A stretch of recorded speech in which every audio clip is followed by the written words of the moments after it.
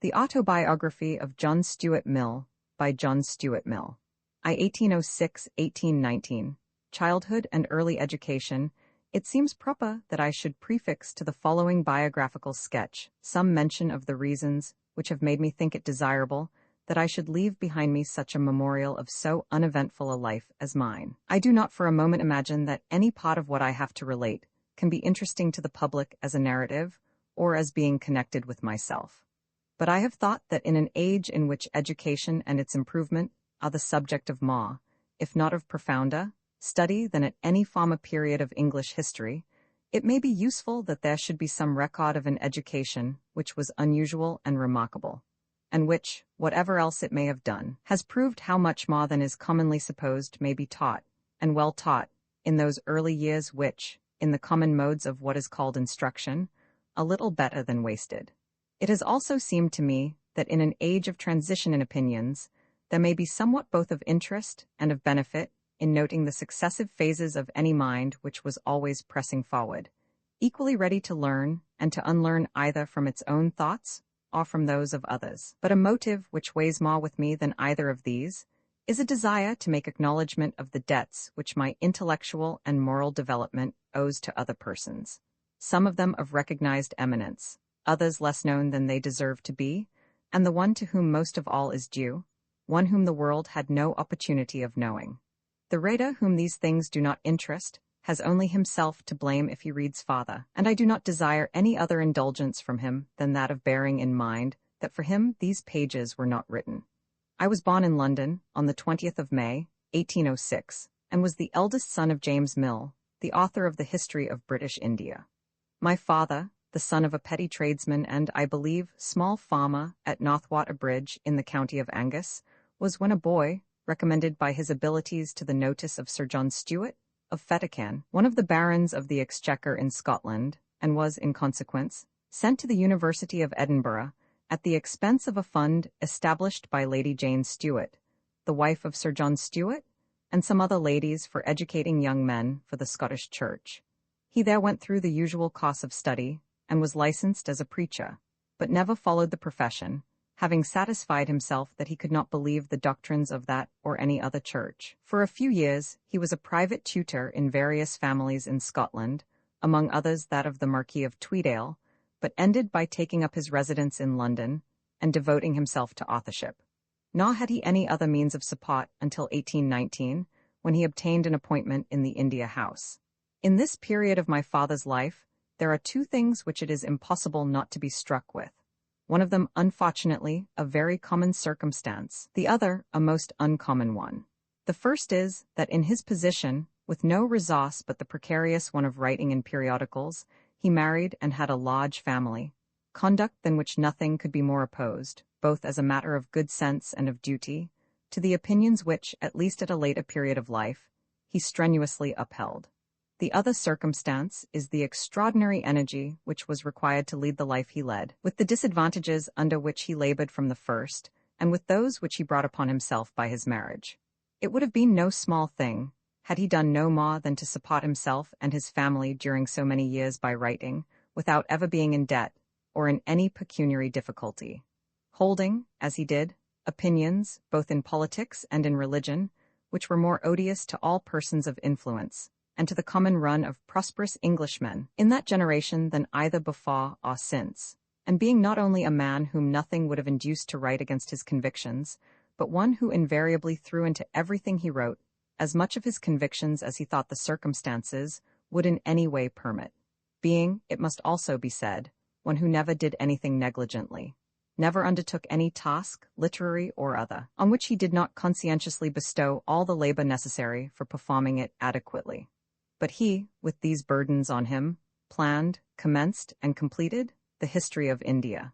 And this in the course of about 10 years, a shorter time than has been occupied, even by writers who had no other employment, in the production of almost any other historical work of equal bulk, and of anything approaching to the same amount of reading and research. And to this is to be added, that during the whole period, a considerable part of almost every day was employed in the instruction of his children.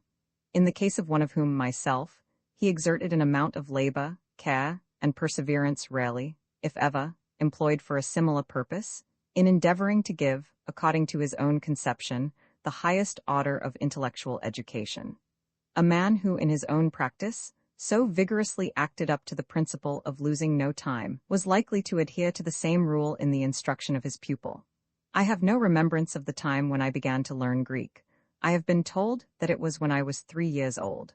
My earliest recollection on the subject is that of committing to memory what my father termed vocables, being lists of common Greek words, with their signification in English, which he wrote out for me on cards.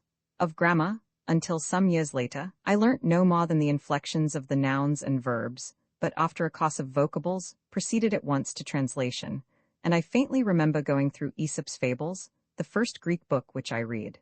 The Anabasis, which I remember better, was the second. I learnt no Latin until my 8th year.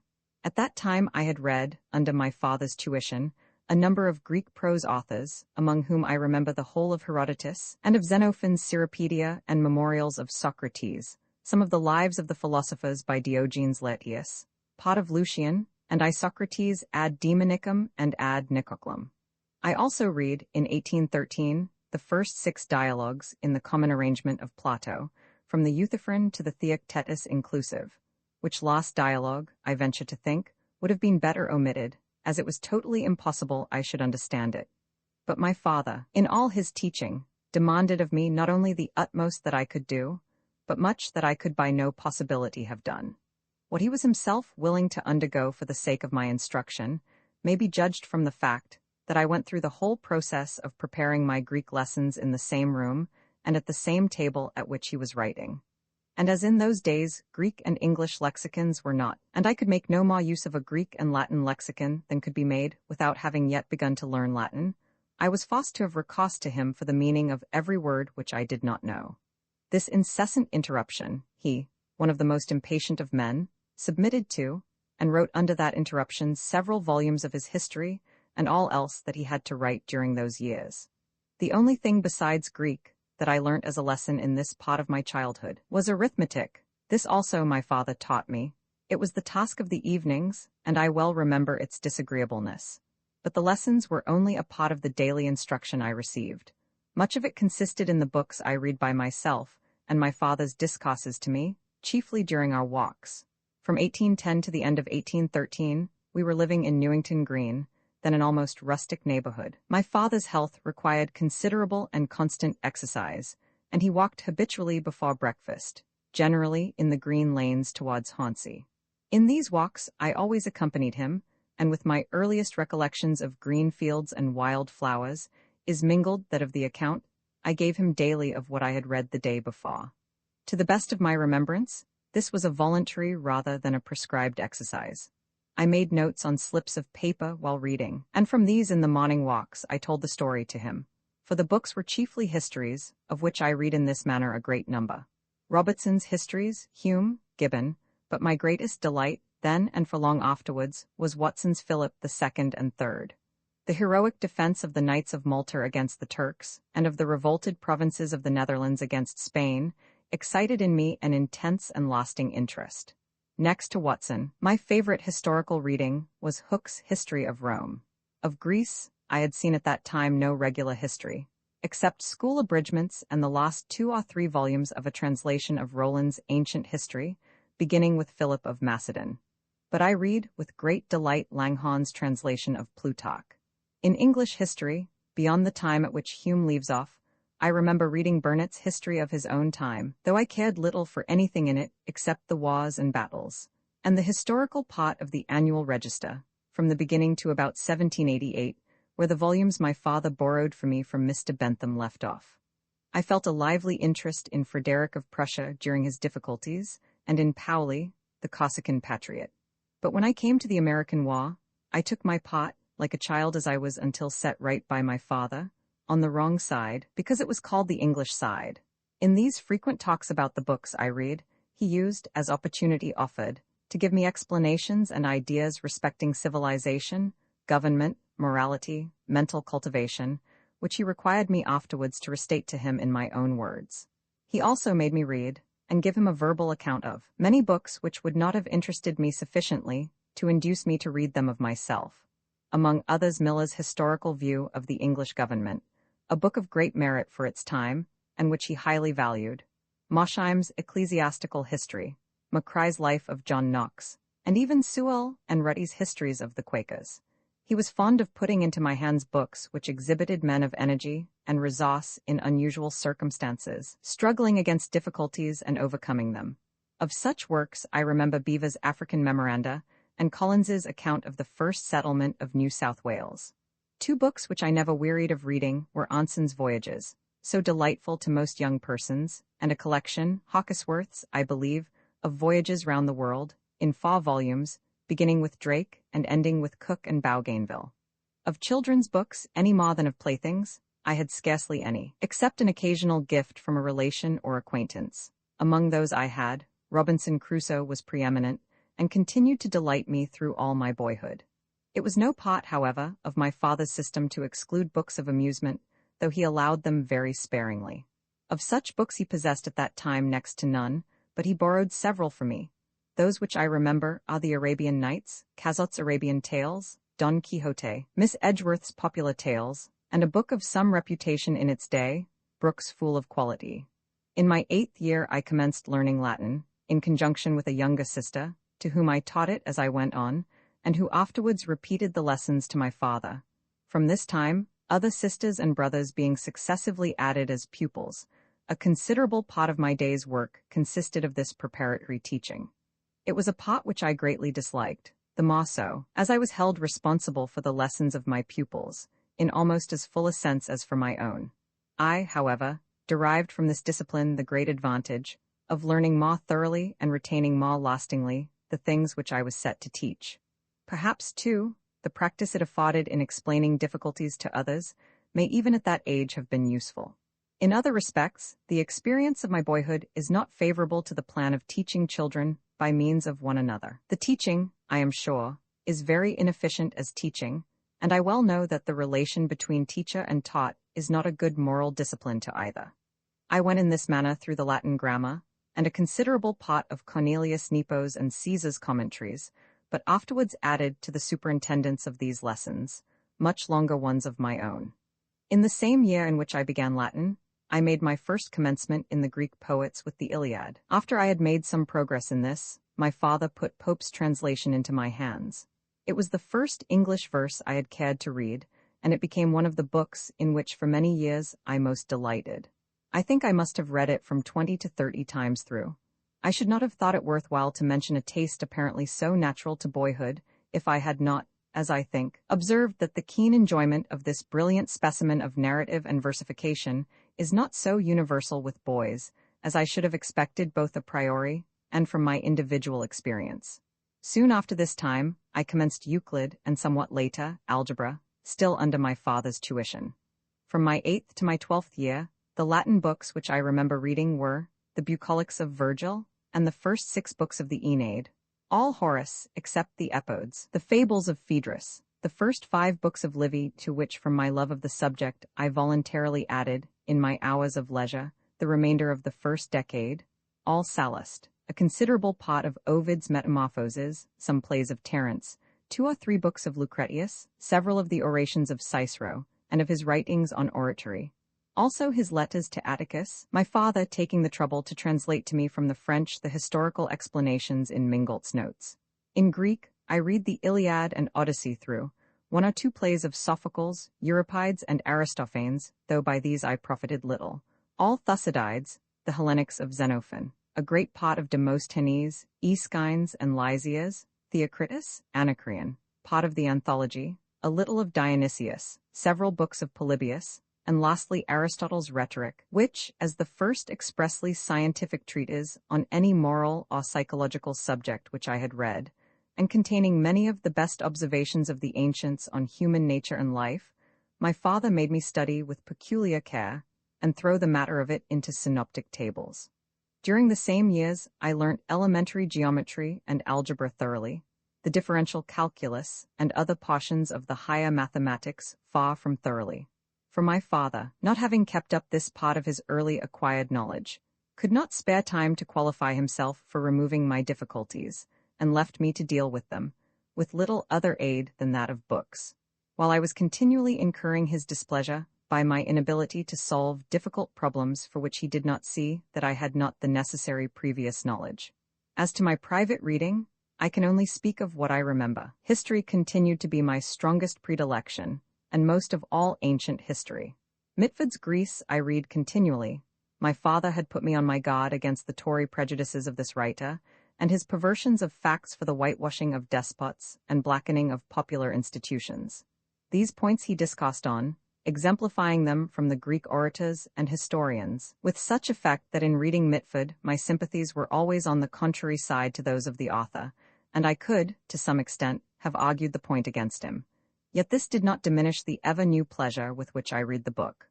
Roman history, both in my old favorite, Hooke, and in Ferguson, continued to delight me.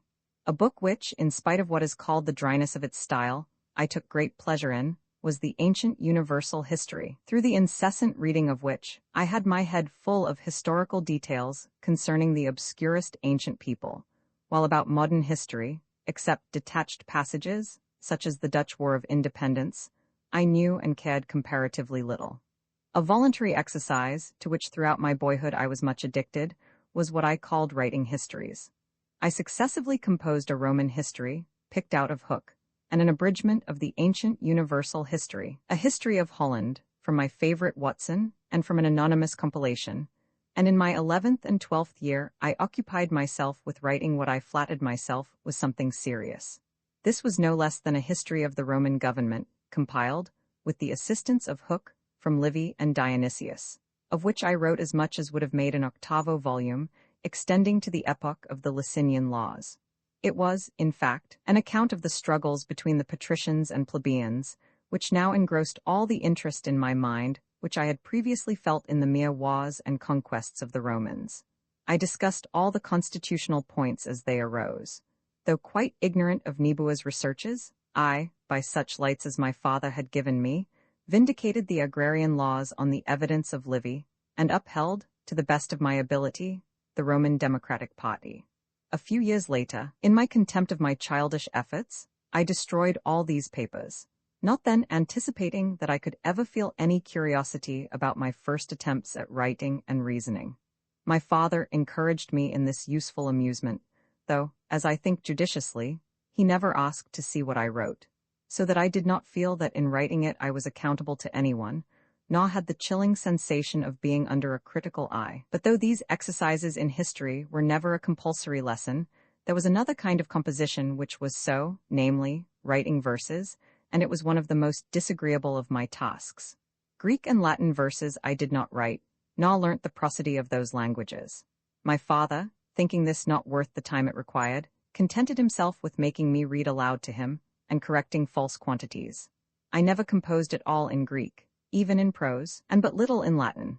Not that my father could be indifferent to the value of this practice, in giving a thorough knowledge of these languages, but because there really was not time for it. The verses I was required to write were English. When I first read Pope's Homer, I ambitiously attempted to compose something of the same kind, and achieved as much as one book of a continuation of the Iliad. There, probably, the spontaneous promptings of my poetical ambition would have stopped, but the exercise, begun from choice, was continued by command. Conformably to my father's usual practice of explaining to me, as far as possible, the reasons for what he required me to do, he gave me, for this, as I well remember, 2 reasons highly characteristic of him. One was that some things could be expressed better and more forcibly in verse than in prose. This, he said, was a real advantage. The other was that people in general attached more value to verse than it deserved, and the power of writing it was, on this account, worth acquiring.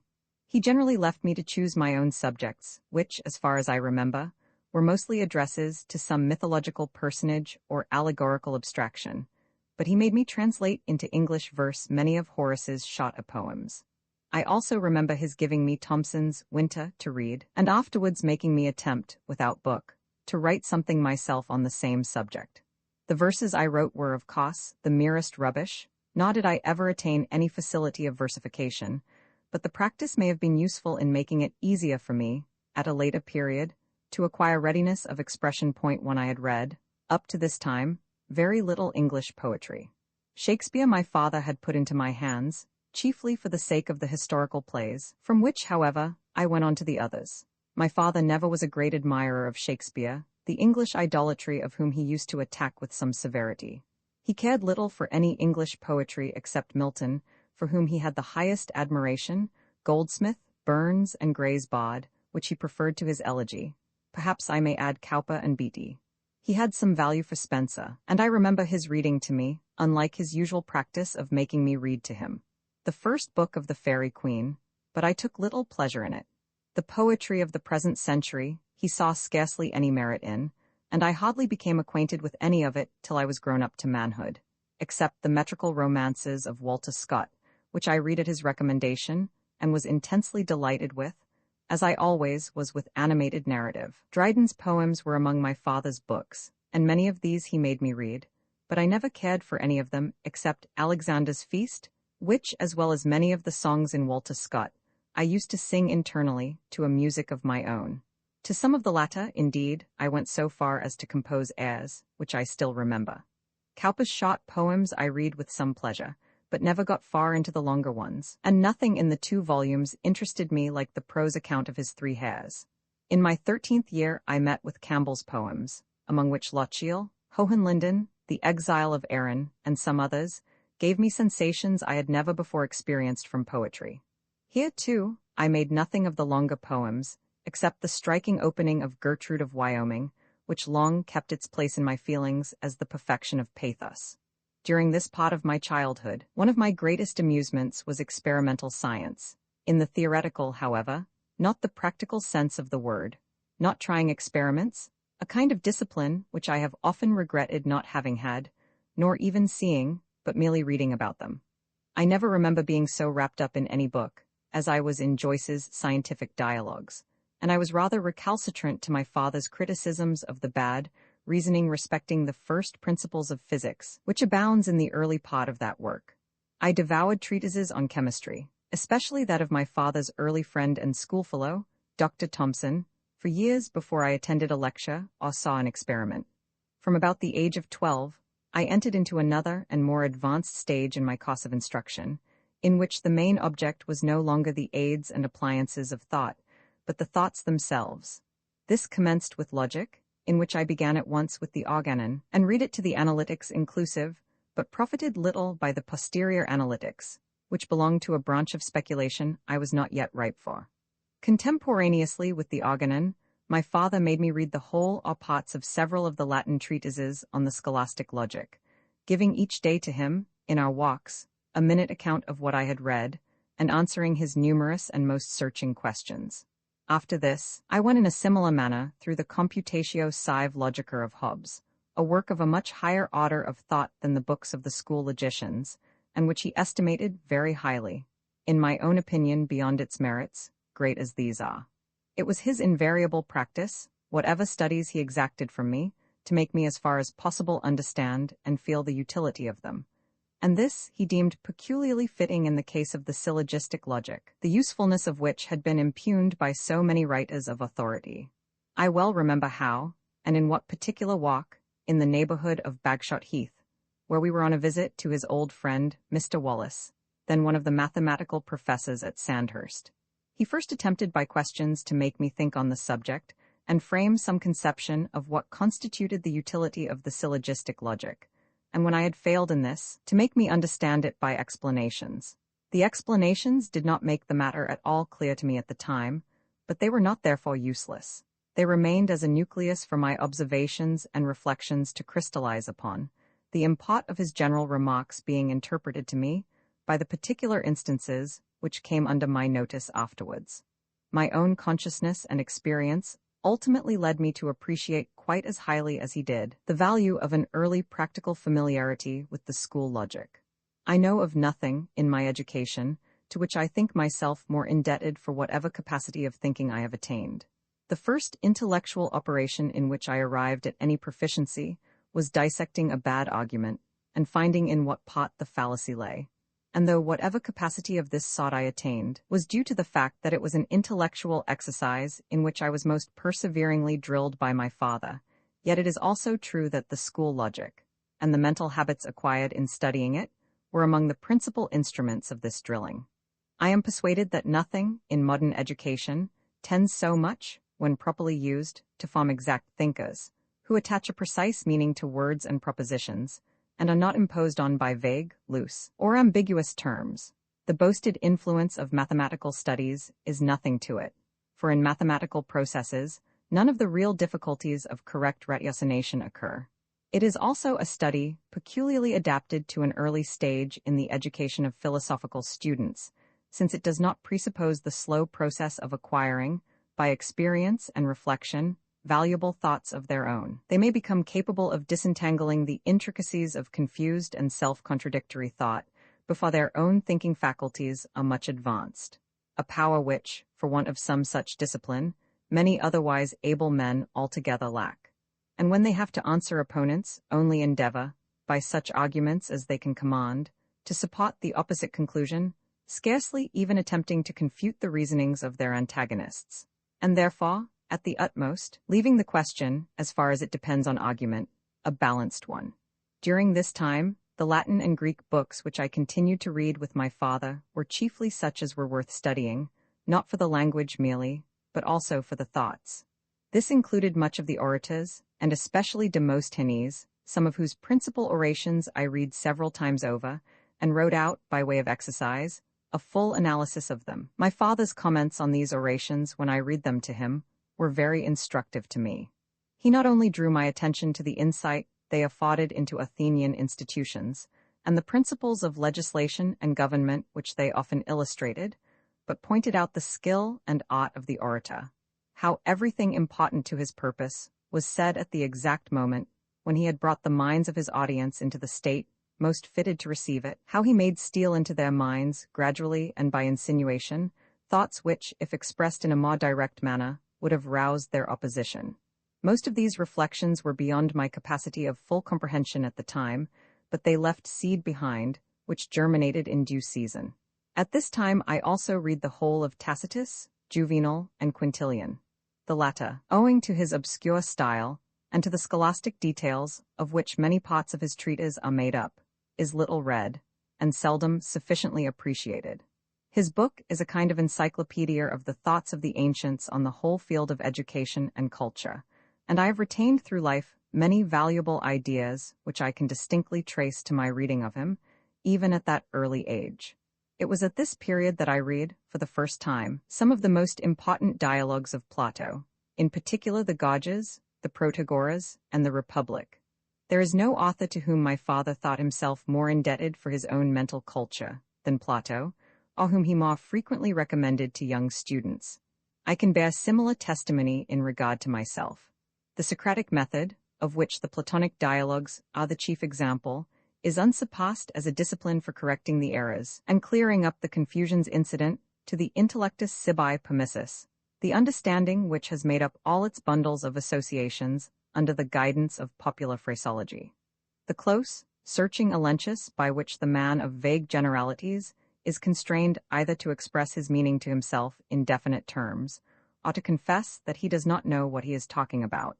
The perpetual testing of all general statements by particular instances, the siege in form which is laid to the meaning of large abstract terms, by fixing upon some still larger class name, which includes that and more, and dividing down to the thing sought, marking out its limits and definition by a series of accurately drawn distinctions between it and each of the cognate objects which are successively parted off from it. All this, as an education for precise thinking, is inestimable, and all this, even at that age, took such hold of me that it became part of my own mind. I have felt ever since that the title of Platonist belongs, by far better right to those who have been nourished in, and have endeavored to practice Plato's mode of investigation, than to those who are distinguished only by the adoption of certain dogmatical conclusions, drawn mostly from the least intelligible of his works, and which the character of his mind and writings makes it uncertain whether he himself regarded as anything more than poetic fancies or philosophic conjectures. In going through Plato and Demosthenes, since I could now read these authors, as far as the language was concerned, with perfect ease, I was not required to construe them sentence by sentence, but to read them aloud to my father, answering questions when asked. But the particular attention which he paid to elocution in which his own excellence was remarkable, made this reading aloud to him a most painful task. Of all things which he required me to do, there was none which I did so constantly ill, or in which he so perpetually lost his temper with me. He had thought much on the principles of the art of reading, especially the most neglected part of it, the inflections of the voice, or modulation, as writers on elocution call it, in contrast with articulation on the one side, and expression on the other, and had reduced it to rules, grounded on the logical analysis of a sentence. These rules he strongly impressed upon me, and took me severely to task for every violation of them. But I even then remarked, though I did not venture to make the remark to him, that though he reproached me when I read a sentence ill, and told me how I ought to have read it, he never by reading it himself showed me how it ought to be read.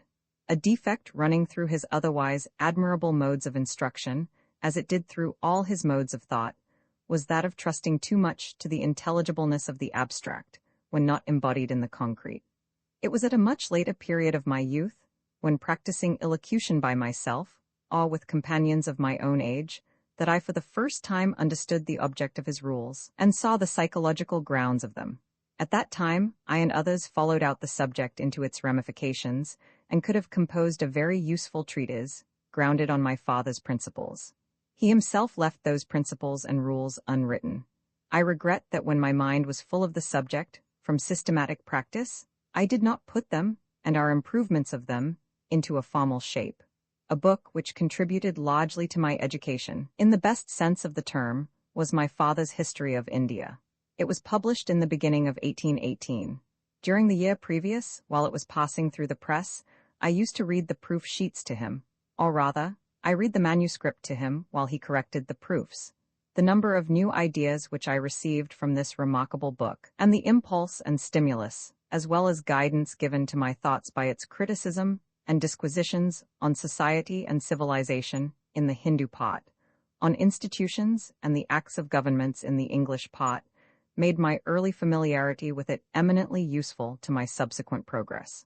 And though I can perceive deficiencies in it now as compared with a perfect standard, I still think it, if not the most, one of the most instructive histories ever written, and one of the books from which most benefit may be derived by a mind in the course of making up its opinions. The preface, among the most characteristic of my father's writings, as well as the richest in materials of thought, gives a picture which may be entirely depended on, of the sentiments and expectations with which he wrote the history. Saturated as the book is with the opinions and modes of judgment of a democratic radicalism, then regarded as extreme, and treating with a severity, at that time most unusual, the English Constitution, the English law, and all parties and classes who possessed any considerable influence in the country. He may have expected reputation, but certainly not advancement in life, from its publication.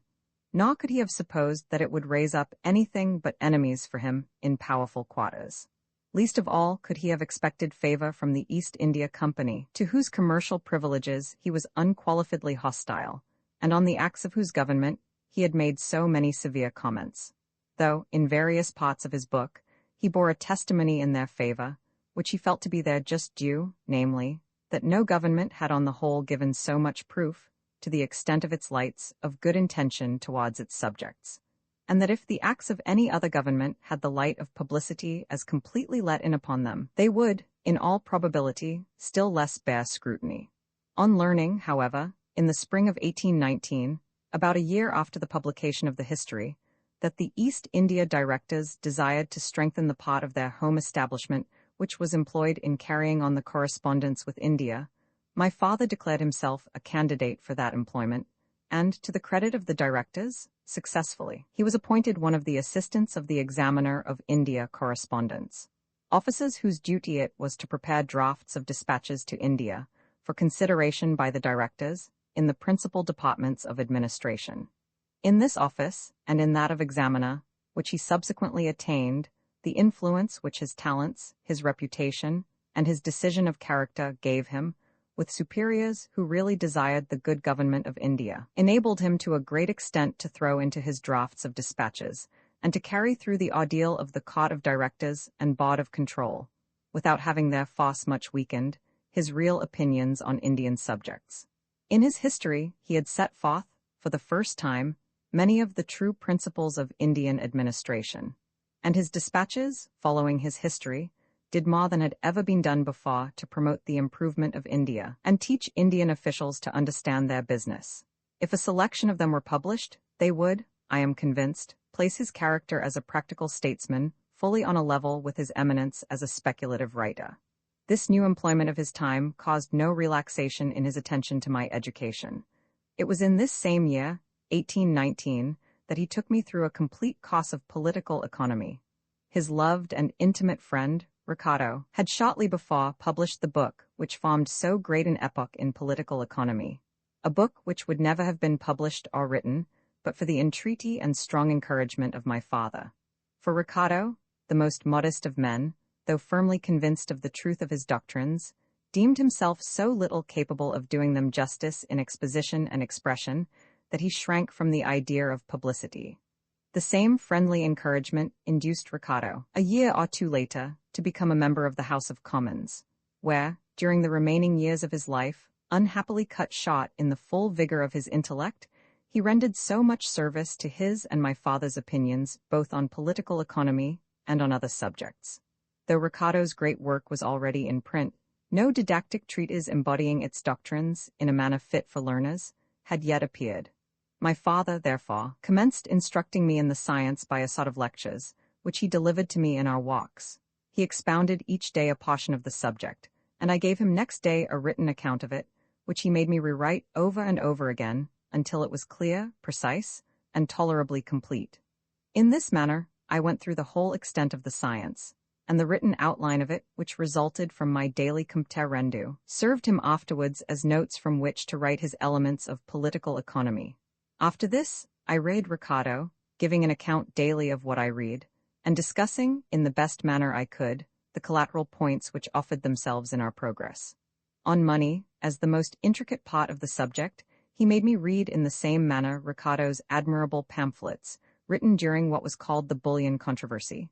To these succeeded Adam Smith, and in this reading, it was one of my father's main objects to make me apply to Smith's more superficial view of political economy the superior lights of Ricardo, and detect what was fallacious in Smith's arguments, or erroneous in any of his conclusions. Such a mode of instruction was excellently calculated to form a thinker, but it required to be worked by a thinker as close and vigorous as my father. The path was a thorny one, even to him, and I am sure it was so to me, notwithstanding the strong interest I took in the subject. He was often, and much beyond reason, provoked by my failures in cases where success could not have been expected, but in the main, his method was right, and it succeeded. I do not believe that any scientific teaching ever was more thorough, or better fitted for training the faculties, than the mode in which logic and political economy were taught to me by my father. Striving, even in an exaggerated degree, to call forth the activity of my faculties, by making me find out everything for myself, he gave his explanations not before, but after, I had felt the full force of the difficulties, and not only gave me an accurate knowledge of these two great subjects as far as they were then understood, but made me a thinker on both. I thought for myself almost from the first, and occasionally thought differently from him, though for a long time only on minor points, and making his opinion the ultimate standard. At a later period, I even occasionally convinced him, and altered his opinion on some points of detail, which I state to his honor, not my own. It at once exemplifies his perfect candor, and the real worth of his method of teaching. At this point concluded what can properly be called my lessons. When I was about 14, I left England for more than a year, and after my return, though my studies went on under my father's general direction, he was no longer my schoolmaster. I shall therefore pause here, and turn back to matters of a more general nature connected with the part of my life and education included in the preceding reminiscences. In the course of instruction which I have partially retraced, the point most superficially apparent is the great effort to give, during the years of childhood, an amount of knowledge in what are considered the higher branches of education, which is seldom acquired, if acquired at all, until the age of manhood. The result of the experiment shows the ease with which this may be done, and places in a strong light the wretched waste of so many precious years as are spent in acquiring the modicum of Latin and Greek, commonly taught to schoolboys, a waste which has led so many educational reformers to entertain the ill-judged proposal of discarding these languages altogether from general education. If I had been by nature extremely quick of apprehension, or had possessed a very accurate and retentive memory, or were of a remarkably active and energetic character, the trial would not be conclusive. But in all these natural gifts I am rather below than above par. What I could do could assuredly be done by any boy or girl of average capacity and healthy physical constitution, and if I have accomplished anything, I owe it, among other fortunate circumstances, to the fact that through the early training bestowed on me by my father, I started, I may fairly say, with an advantage of a quarter of a century over my contemporaries. There was one cardinal point in this training, of which I have already given some indication, and which, more than anything else, was the cause of whatever good it effected. Most boys or youths who have had much knowledge drilled into them have their mental capacities not strengthened, but overlaid by it. They are crammed with mere facts and with the opinions or phrases of other people, and these are accepted as a substitute for the power to form opinions of their own. And thus the sons of eminent fathers, who have spared no pains in their education, so often grow up mere parroters of what they have learnt, incapable of using their minds except in the furrows traced for them. Mine, however, was not an education of cram. My father never permitted anything which I learnt to degenerate into a mere exercise of memory. He strove to make the understanding not only go along with every step of the teaching, but, if possible, precede it. Anything which could be found out by thinking I never was told, until I had exhausted my efforts to find it out for myself. As far as I can trust my remembrance, I acquitted myself very lamely in this department. My recollection of such matters is almost wholly of failures, hardly ever of success. It is true the failures were often in things in which success, in so early a stage of my progress, was almost impossible. I remember at some time in my 13th year, on my happening to use the word idea, he asked me what an idea was, and expressed some displeasure at my ineffectual efforts to define the word. I recollect also his indignation at my using the common expression that something was true in theory, but required correction in practice, and how, after making me vainly strive to define the word theory, he explained its meaning, and showed the fallacy of the vulgar form of speech which I had used, leaving me fully persuaded that in being unable to give a correct definition of theory, and in speaking of it as something which might be at variance with practice, I had shown unparalleled ignorance. In this he seems, and perhaps was, very unreasonable, but I think, only in being angry at my failure. A pupil from whom nothing is ever demanded which he cannot do, never does all he can. One of the evils most liable to attend on any sort of early proficiency, and which often fatally blights its promise, my father most anxiously guarded against. This was self-conceit. He kept me, with extreme vigilance, out of the way of hearing myself praised, or of being led to make self-flattering comparisons between myself and others. From his own intercourse with me, I could derive none but a very humble opinion of myself, and the standard of comparison he always held up to me was not what other people did, but what a man could and ought to do. He completely succeeded in preserving me from the sort of influences he so much dreaded. I was not at all aware that my attainments were anything unusual at my age. If I accidentally had my attention drawn to the fact that some other boy knew less than myself, which happened less often than might be imagined, I concluded, not that I knew much, but that he, for some reason or other, knew little, or that his knowledge was of a different kind from mine. My state of mind was not humility, but neither was it arrogance. I never thought of saying to myself, I am, or I can do so and so. I neither estimated myself highly nor lowly. I did not estimate myself at all. If I thought anything about myself, it was that I was rather backward in my studies, since I always found myself so, in comparison with what my father expected from me. I assert this with confidence, though it was not the impression of various persons who saw me in my childhood. They, as I have since found, thought me greatly and disagreeably self-conceited, probably because I was disputatious, and did not scruple to give direct contradictions to things which I heard said. I suppose I acquired this bad habit from having been encouraged in an unusual degree to talk on matters beyond my age, and with grown persons, while I never had inculcated on me the usual respect for them. My father did not correct this ill-breeding and impertinence, probably from not being aware of it, for I was always too much in awe of him to be otherwise than extremely subdued and quiet in his presence. Yet with all this, I had no notion of any superiority in myself, and well was it for me that I had not. I remember the very place in Hyde Park where, in my 14th year, on the eve of leaving my father's house for a long absence, he told me that I should find, as I got acquainted with new people, that I had been taught many things which youths of my age did not commonly know, and that many persons would be disposed to talk to me of this, and to compliment me upon it. What other things he said on this topic, I remember very imperfectly. But he wound up by saying that whatever I knew more than others could not be ascribed to any merit in me, but to the very unusual advantage which had fallen to my lot, of having a father who was able to teach me, and willing to give the necessary trouble and time, that it was no matter of praise to me if I knew more than those who had not had a similar advantage, but the deepest disgrace to me if I did not. I have a distinct remembrance that the suggestion thus for the first time made to me, that I knew more than other youths who were considered well educated, was to me a piece of information, to which, as to all other things which my father told me, I gave implicit credence, but which did not at all impress me as a personal matter. I felt no disposition to glorify myself upon the circumstance that there were other persons who did not know what I knew, nor had I ever flattered myself that my acquirements, whatever they might be, were any merit of mine.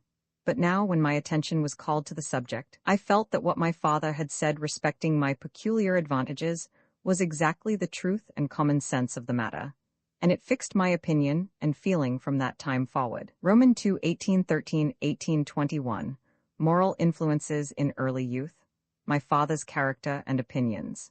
In my education, as in that of everyone, the moral influences, which are so much more important than all others, are also the most complicated, and the most difficult to specify with any approach to completeness. Without attempting the hopeless task of detailing the circumstances by which, in this respect, my early character may have been shaped, I shall confine myself to a few leading points, which form an indispensable part of any true account of my education. I was brought up from the first without any religious belief, in the ordinary acceptation of the term. My father, educated in the creed of Scotch Presbyterianism, had by his own studies and reflections been early led to reject not only the belief in revelation, but the foundations of what is commonly called natural religion. I have heard him say that the turning point of his mind on the subject was reading Butler's Analogy. That work, of which he always continued to speak with respect, kept him, as he said, for some considerable time, a believer in the divine authority of Christianity, by proving to him that whatever are the difficulties in believing that the Old and New Testaments proceed from, or record the acts of, a perfectly wise and good being, the same and still greater difficulties stand in the way of the belief that a being of such a character can have been the maker of the universe. He considered Butler's argument as conclusive against the only opponents for whom it was intended. Those who admit an omnipotent as well as perfectly just and benevolent maker and ruler of such a world as this, can say little against Christianity, but what can, with at least equal force, be retorted against themselves. Finding, therefore, no halting place in deism, he remained in a state of perplexity, until, doubtless after many struggles, he yielded to the conviction that concerning the origin of things nothing whatever can be known. This is the only correct statement of his opinion, for dogmatic atheism he looked upon as absurd, as most of those whom the world has considered atheists have always done. These particulars are important because they show that my father's rejection of all that is called religious belief was not, as many might suppose, primarily a matter of logic and evidence. The grounds of it were moral, still more than intellectual. He found it impossible to believe that a world so full of evil was the work of an author combining infinite power with perfect goodness and righteousness. His intellect spurned the subtleties by which men attempt to blind themselves to this open contradiction. The Sabaean, or Manichaean theory of a good and an evil principle, struggling against each other for the government of the universe, he would not have equally condemned, and I have heard him express surprise that no one revived it in our time. He would have regarded it as a mere hypothesis, but he would have ascribed to it no depraving influence. As it was, his aversion to religion, in the sense usually attached to the term, was of the same kind with that of Lucretius. He regarded it with the feelings due not to a mere mental delusion, but to a great moral evil. He looked upon it as the greatest enemy of morality. First, by setting up fictitious excellences, belief in creeds, devotional feelings, and ceremonies, not connected with the good of humankind, and causing these to be accepted as substitutes for genuine virtues. but above all, by radically vitiating the standard of morals, making it consist in doing the will of a being, on whom it lavishes indeed all the phrases of adulation, but whom in sober truth it depicts as eminently hateful. I have 100 times heard him say that all ages and nations have represented their gods as wicked, in a constantly increasing progression, that mankind have gone on adding trait after trait, till they reached the most perfect conception of wickedness which the human mind can devise, and have called this God, and prostrated themselves before it. This ne plus ultra of wickedness he considered to be embodied in what is commonly presented to mankind as the creed of Christianity. Think, he used to say, of a being who would make a hell, who would create the human race with the infallible foreknowledge, and therefore with the intention that the great majority of them were to be consigned to horrible and everlasting torment. The time, I believe, is drawing near when this dreadful conception of an object of worship will be no longer identified with Christianity, and when all persons, with any sense of moral good and evil, will look upon it with the same indignation with which my father regarded it. My father was as well aware as anyone that Christians do not, in general, undergo the demoralizing consequences which seem inherent in such a creed, in the manner or to the extent which might have been expected from it. The same slovenliness of thought, and subjection of the reason to fears, wishes, and affections, which enable them to accept a theory involving a contradiction in terms, prevents them from perceiving the logical consequences of the theory.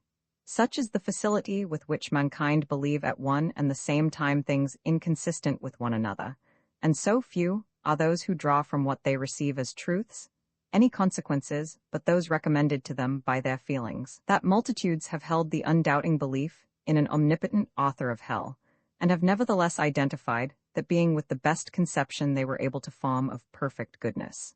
Their worship was not paid to the demon, which such a being as they imagined would really be, but to their own ideal of excellence. The evil is that such a belief keeps the ideal wretchedly low, and opposes the most obstinate resistance to all thought which has a tendency to raise it higher. Believers shrink from every train of ideas which would lead the mind to a clear conception and an elevated standard of excellence, because they feel, even when they do not distinctly see, that such a standard would conflict with many of the dispensations of nature, and with much of what they are accustomed to consider as the Christian creed. And thus, morality continues a matter of blind tradition, with no consistent principle, nor even any consistent feeling, to guide it. It would have been wholly inconsistent with my father's ideas of duty to allow me to acquire impressions contrary to his convictions and feelings respecting religion, and he impressed upon me from the first that the manner in which the world came into existence was a subject on which nothing was known, that the question, "Who made me?" cannot be answered because we have no experience or authentic information from which to answer it, and that any answer only throws the difficulty a step further back, since the question immediately presents itself, "Who made God?" He, at the same time, took care that I should be acquainted with what had been thought by mankind on these impenetrable problems. I have mentioned at how early an age he made me a reader of ecclesiastical history, and he taught me to take the strongest interest in the Reformation, as the great and decisive contest against priestly tyranny for liberty of thought. I am thus one of the very few examples, in this country, of one who has not thrown off religious belief, but never had it. I grew up in a negative state with regard to it. I looked upon the modern exactly as I did upon the ancient religion, as something which in no way concerned me. It did not seem to me more strange that English people should believe what I did not, than that the men I read of in Herodotus should have done so. History had made the variety of opinions among mankind a fact familiar to me, and this was but a prolongation of that fact. This point in my early education had, however, incidentally one bad consequence deserving notice. In giving me an opinion contrary to that of the world, my father thought it necessary to give it as one which could not prudently be avowed to the world. This lesson of keeping my thoughts to myself, at that early age, was attended with some moral disadvantages, though my limited intercourse with strangers, especially such as were likely to speak to me on religion, prevented me from being placed in the alternative of avowal or hypocrisy.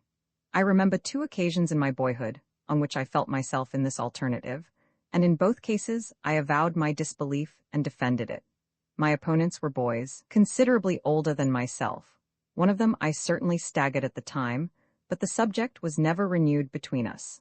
The other, who was surprised and somewhat shocked, did his best to convince me for some time, without effect. The great advance in liberty of discussion, which is one of the most important differences between the present time and that of my childhood, has greatly altered the moralities of this question, and I think that few men of my father's intellect and public spirit, holding with such intensity of moral conviction as he did, unpopular opinions on religion, or on any other of the great subjects of thought, would now either practice or inculcate the withholding of them from the world, unless in the cases, becoming fewer every day, in which frankness on these subjects would either risk the loss of means of subsistence, or would amount to exclusion from some sphere of usefulness peculiarly suitable to the capacities of the individual.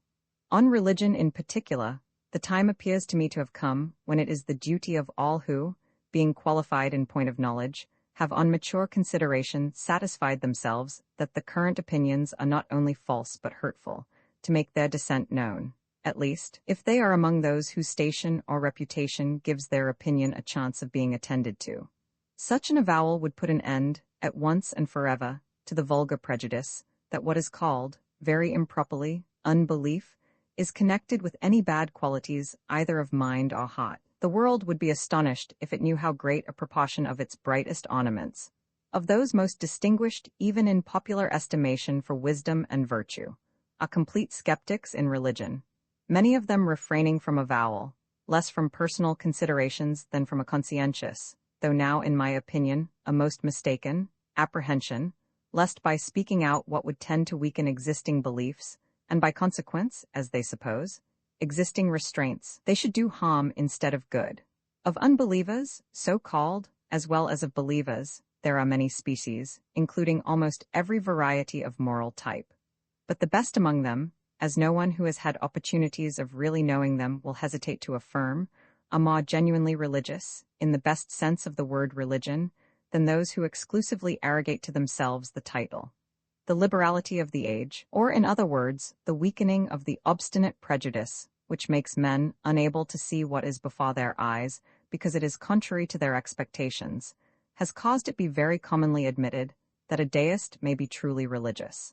But if religion stands for any graces of character, and not for mere dogma, the assertion may equally be made of many whose belief is far short of deism.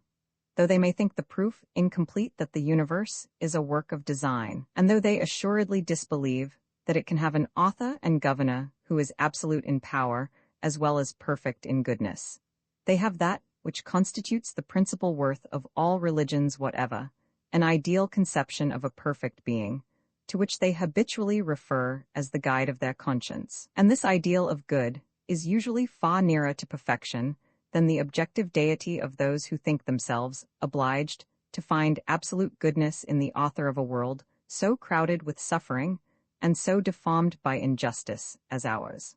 My father's moral convictions, wholly dissevered from religion, were very much of the character of those of the Greek philosophers, and were delivered with the force and decision which characterized all that came from him. Even at the very early age at which I read with him the memorabilia of Xenophon, I imbibed from that work, and from his comments, a deep respect for the character of Socrates, who stood in my mind as a model of ideal excellence, and I well remember how my father at that time impressed upon me the lesson of the choice of Hercules.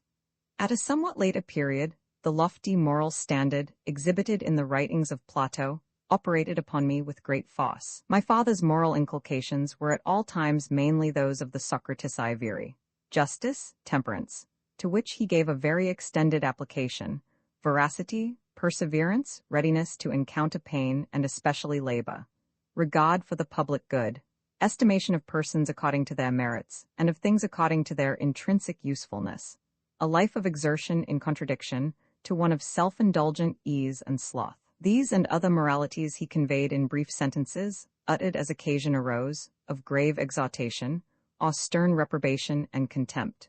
But though direct moral teaching does much, indirect does more, and the effect my father produced on my character did not depend solely on what he said or did with that direct object, but also, and still more, on what manner of man he was. In his views of life he partook of the character of the Stoic, the Epicurean, and the Cynic, not in the modern but the ancient sense of the word. In his personal qualities, the Stoic predominated. His standard of morals was Epicurean, inasmuch as it was utilitarian, taking as the exclusive test of right and wrong the tendency of actions to produce pleasure or pain. But he had, and this was the cynic element, scarcely any belief in pleasure. At least in his later years, of which alone, on this point, I can speak confidently. He was not insensible to pleasures, but he deemed very few of them worth the price which, at least in the present state of society, must be paid for them. The greater number of miscarriages in life he considered to be attributable to the overvaluing of pleasures. Accordingly, temperance, in the large sense intended by the Greek philosophers, stopping short at the point of moderation in all indulgences, was with him, as with them, almost the central point of educational precept. His inculcations of this virtue fill a large place in my childish remembrances. He thought human life a poor thing at best, after the freshness of youth and of unsatisfied curiosity had gone by. This was a topic on which he did not often speak, especially, it may be supposed, in the presence of young persons.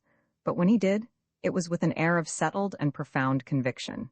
He would sometimes say that if life were made what it might be, by good government and good education, it would be worth having, but he never spoke with anything like enthusiasm, even of that possibility. He never varied in rating intellectual enjoyments above all others, even in value as pleasures, independently of their ulterior benefits. The pleasures of the benevolent affections he placed high in the scale, and used to say that he had never known a happy old man, except those who were able to live over again in the pleasures of the young. For passionate emotions of all sorts, and for everything which has been said or written in exaltation of them, he professed the greatest contempt.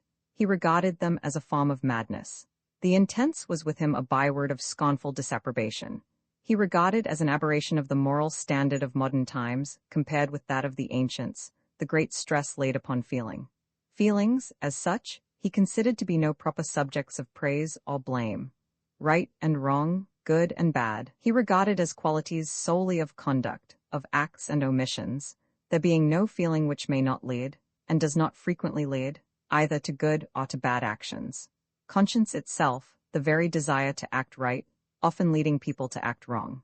Consistently carrying out the doctrine that the object of praise and blame should be the discouragement of wrong conduct and the encouragement of right, he refused to let his praise or blame be influenced by the motive of the agent. He blamed as severely what he thought a bad action, when the motive was a feeling of duty, as if the agents had been consciously evil doers. He would not have accepted as a plea in mitigation for inquisitors that they sincerely believed burning heretics to be an obligation of conscience. But though he did not allow honesty of purpose to soften his disapprobation of actions, it had its full effect on his estimation of characters. No one prized conscientiousness and rectitude of intention more highly, or was more incapable of valuing any person in whom he did not feel assurance of it. But he disliked people quite as much for any other deficiency, provided he thought it equally likely to make them act ill. He disliked, for instance, a fanatic in any bad cause, as much as or more than one who adopted the same cause from self-interest, because he thought him even more likely to be practically mischievous. And thus, his aversion to many intellectual errors, or what he regarded as such, partook, in a certain sense, of the character of a moral feeling. All this is merely saying that he, in a degree once common, but now very unusual, threw his feelings into his opinions, which truly it is difficult to understand how anyone who possesses much of both can fail to do. None but those who do not care about opinions will confound this with intolerance. Those who, having opinions which they hold to be immensely important and their contraries to be prodigiously hurtful, have any deep regard for the general good, will necessarily dislike, as a class and in the abstract, those who think wrong what they think right, and right what they think wrong. Though they need not therefore be, nor was my father, insensible to good qualities in an opponent, nor governed in their estimation of individuals by one general presumption, instead of by the whole of their character. I grant that an earnest person, being no more infallible than other men, is liable to dislike people on account of opinions which do not merit dislike. But if he neither himself does them any ill office, nor connives at its being done by others, he is not intolerant, and the forbearance which flows from a conscientious sense of the importance to mankind of the equal freedom of all opinions is the only tolerance which is commendable, or, to the highest moral order of minds, possible. It will be admitted that a man of the opinions and the character above described was likely to leave a strong moral impression on any mind principally formed by him, and that his moral teaching was not likely to err on the side of laxity or indulgence. The element which was chiefly deficient in his moral relation to his children was that of tenderness. I do not believe that this deficiency lay in his own nature. I believe him to have had much more feeling than he habitually showed, and much greater capacities of feeling than were ever developed. He resembled most Englishmen in being ashamed of the signs of feeling, and, by the absence of demonstration, starving the feelings themselves. If we consider further that he was in the trying position of sole teacher, and add to this that his temper was constitutionally irritable, it is impossible not to feel true pity for a father who did, and strove to do, so much for his children, who would have so valued their affection, yet who must have been constantly feeling that fear of him was drying it up at its source. This was no longer the case later in life, and with his younger children. They loved him tenderly, and if I cannot say so much of myself, I was always loyally devoted to him. As regards my own education, I hesitate to pronounce whether I was more a loser or gainer by his severity. It was not such as to prevent me from having a happy childhood, and I do not believe that boys can be induced to apply themselves with vigor, and what is so much more difficult, perseverance, to dry and irksome studies, by the sole force of persuasion and soft words. Much must be done, and much must be learnt, by children, for which rigid discipline, and known liability to punishment, are indispensable as means. It is, no doubt, a very laudable effort, in modern teaching, to render as much as possible of what the young are required to learn, easy and interesting to them. But when this principle is pushed to the length of not requiring them to learn anything but what has been made easy and interesting, one of the chief objects of education is sacrificed. I rejoice in the decline of the old brutal and tyrannical system of teaching, which, however, did succeed in enforcing habits of application. But the new, as it seems to me, is training up a race of men who will be incapable of doing anything which is disagreeable to them. I do not, then, believe that fear, as an element in education, can be dispensed with, but I am sure that it ought not to be the main element. And when it predominates so much as to preclude love and confidence on the part of the child to those who should be the unreservedly trusted advisers of after years, and perhaps to seal up the fountains of frank and spontaneous communicativeness in the child's nature, it is an evil for which a large abatement must be made from the benefits, moral and intellectual, which may flow from any other part of the education. During this first period of my life, the habitual frequenters of my father's house were limited to a very few persons, most of them little known to the world, but whom personal worth, and more or less of congeniality with at least his political opinions, not so frequently to be met with then as since, inclined him to cultivate, and his conversations with them I listened to with interest and instruction. My being an habitual inmate of my father's study made me acquainted with the dearest of his friends, David Ricardo, who by his benevolent countenance and kindliness of manner was very attractive to young persons, and who, after I became a student of political economy, invited me to his house, and to walk with him in order to converse on the subject. I was a more frequent visitor, from about 1817 or 1818, to Mr. Hume, who, born in the same part of Scotland as my father, and having been, I rather think, a younger schoolfellow or college companion of his, had on returning from India renewed their youthful acquaintance, and who, coming, like many others, greatly under the influence of my father's intellect and energy of character, was induced partly by that influence to go into Parliament, and there adopt the line of conduct which has given him an honourable place in the history of his country. Of Mr. Bentham I saw much more, owing to the close intimacy which existed between him and my father. I do not know how soon after my father's first arrival in England they became acquainted. But my father was the earliest Englishman of any great mark, who thoroughly understood, and in the main adopted, Bentham's general views of ethics, government, and law, and this was a natural foundation for sympathy between them, and made them familiar companions in a period of Bentham's life during which he admitted much fewer visitors than was the case subsequently. At this time, Mr. Bentham passed some part of every year at Barrow Green House, in a beautiful part of the Surrey Hills, a few miles from Godstone, and there I each summer accompanied my father in a long visit. In 1813, Mr. Bentham, my father, and I made an excursion, which included Oxford, Bath and Bristol, Exeter, Plymouth, and Portsmouth. In this journey, I saw many things which were instructive to me, and acquired my first taste for natural scenery, in the elementary form of fondness for a view. In the succeeding winter, we moved into a house very near Mr. Bentham's, which my father rented from him, in Queen Square, Westminster. From 1814 to 1817, Mr. Bentham lived during half of each year at Ford Abbey, in Somersetshire, or rather in a part of Devonshire surrounded by Somersetshire, which intervals I had the advantage of passing at that place. This sojourn was, I think, an important circumstance in my education. Nothing contributes more to nourish elevation of sentiments in a people than the large and free character of their habitations. The Middle-Age architecture, the baronial hall, and the spacious and lofty rooms of this fine old place, so unlike the mean and cramped externals of English middle-class life, gave the sentiment of a larger and freer existence, and were to me a sort of poetic cultivation, aided also by the character of the grounds in which the abbey stood, which were riant and secluded, umbrageous, and full of the sound of falling waters. I owed another of the fortunate circumstances in my education, a year's residence in France, to Mr. Bentham's brother, General Sir Samuel Bentham. I had seen Sir Samuel Bentham and his family at their house near Gosport in the course of the tour already mentioned, he being then superintendent of the dockyard at Portsmouth, and during a stay of a few days which they made at Ford Abbey shortly after the peace, before going to live on the continent. In 1820, they invited me for a 6 months' visit to them in the south of France, which their kindness ultimately prolonged to nearly a 12-month. Sir Samuel Bentham, though of a character of mind different from that of his illustrious brother, was a man of very considerable attainments and general powers, with a decided genius for mechanical art. His wife, a daughter of the celebrated chemist, Dr. Fordyce, was a woman of strong will and decided character, much general knowledge, and great practical good sense of the Edgeworth kind.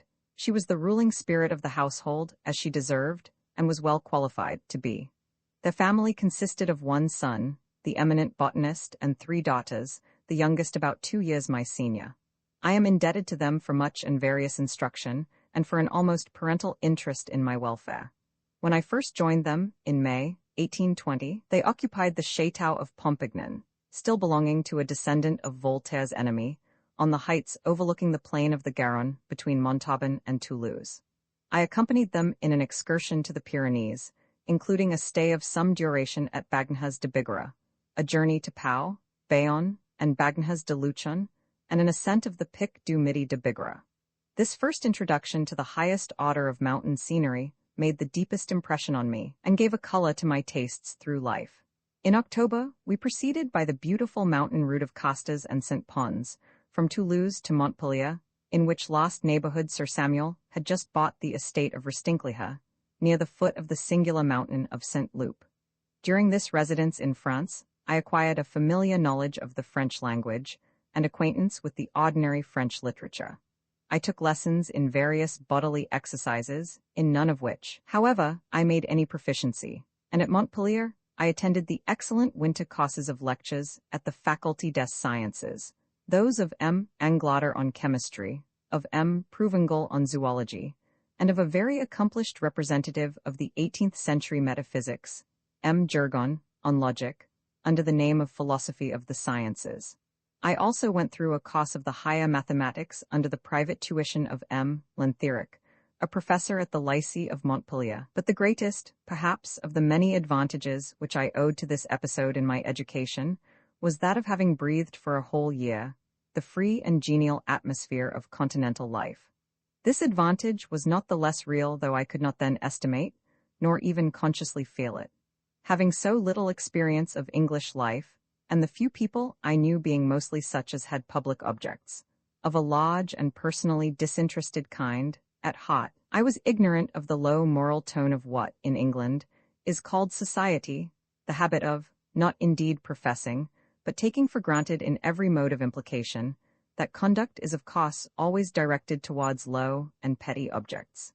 The absence of high feelings which manifests itself by sneering depreciation of all demonstrations of them, and by general abstinence, except among a few of the stricter religionists, from professing any high principles of action at all, except in those preordained cases in which such profession is put on as part of the costume and formalities of the occasion. I could not then know or estimate the difference between this manner of existence and that of a people like the French, whose faults, if equally real, are at all events different, among whom sentiments, which by comparison at least may be called elevated, are the current coin of human intercourse, both in books and in private life. And though often evaporating in profession, are yet kept alive in the nation at large by constant exercise, and stimulated by sympathy, so as to form a living and active part of the existence of great numbers of persons, and to be recognized and understood by all. Neither could I then appreciate the general culture of the understanding, which results from the habitual exercise of the feelings, and is thus carried down into the most uneducated classes of several countries on the continent, in a degree not equaled in England among the so-called educated, except where an unusual tenderness of conscience leads to a habitual exercise of the intellect on questions of right and wrong. I did not know the way in which, among the ordinary English, the absence of interest in things of an unselfish kind, except occasionally in a special thing here and there, and the habit of not speaking to others, nor much even to themselves, about the things in which they do feel interest, causes both their feelings and their intellectual faculties to remain undeveloped, or to develop themselves only in some single and very limited direction, reducing them, considered as spiritual beings, to a kind of negative existence. All these things I did not perceive till long afterwards, but I even then felt, though without stating it clearly to myself, the contrast between the frank sociability and amiability of French personal intercourse, and the English mode of existence, in which everybody acts as if everybody else, with few or no exceptions, was either an enemy or a bore. In France, it is true, the bad as well as the good points, both of individual and of national character, come more to the surface, and break out more fearlessly in ordinary intercourse than in England, but the general habit of the people is to show, as well as to expect, friendly feeling in every one towards every other, wherever there is not some positive cause for the opposite. In England it is only of the best-bred people, in the upper or upper-middle ranks, that anything like this can be said. In my way through Paris, both going and returning, I passed some time in the house of M. Say, the eminent political economist, who was a friend and correspondent of my father, having become acquainted with him on a visit to England a year or two after the peace. He was a man of the later period of the French Revolution, a fine specimen of the best kind of French republican, one of those who had never bent the knee to Bonaparte though courted by him to do so, a truly upright, brave, and enlightened man. He lived a quiet and studious life, made happy by warm affections, public and private. He was acquainted with many of the chiefs of the Liberal party, and I saw various noteworthy persons while staying at this house, among whom I have pleasure in the recollection of having once seen Saint Simon, not yet the founder either of a philosophy or a religion, and considered only as a clever original. The chief fruit which I carried away from the society I saw was a strong and permanent interest in continental liberalism, of which I ever afterwards kept myself au courant, as much as of English politics, a thing not at all usual in those days with Englishmen, and which had a very salutary influence on my development, keeping me free from the error always prevalent in England, and from which even my father, with all his superiority to prejudice, was not exempt, of judging universal questions by a merely English standard. After passing a few weeks at Keene with an old friend of my father's, I returned to England in July 1821, and my education resumed its ordinary course. Roman 3 1821-1823, last stage of education, and first of self-education. For the first year or two after my visit to France, I continued my old studies, with the addition of some new ones. When I returned, my father was just finishing for the press his elements of political economy, and he made me perform an exercise on the manuscript, which Mr. Bentham practiced on all his own writings, making what he called marginal contents, a short abstract of every paragraph, to enable the writer more easily to judge of, and improve, the order of the ideas, and the general character of the exposition. Soon after, my father put into my hands Condillac's Traité des Sensations, and the logical and metaphysical volumes of his Cours d'études.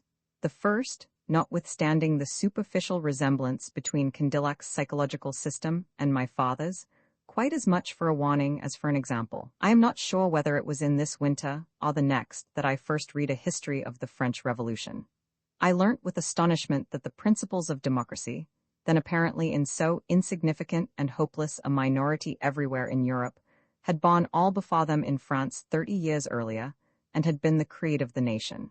As may be supposed from this, I had previously a very vague idea of that great commotion. I knew only that the French had thrown off the absolute monarchy of Louis Roman XIV and Roman XV, had put the king and queen to death, guillotined many persons, one of whom was Lavoisier, and had ultimately fallen under the despotism of Bonaparte.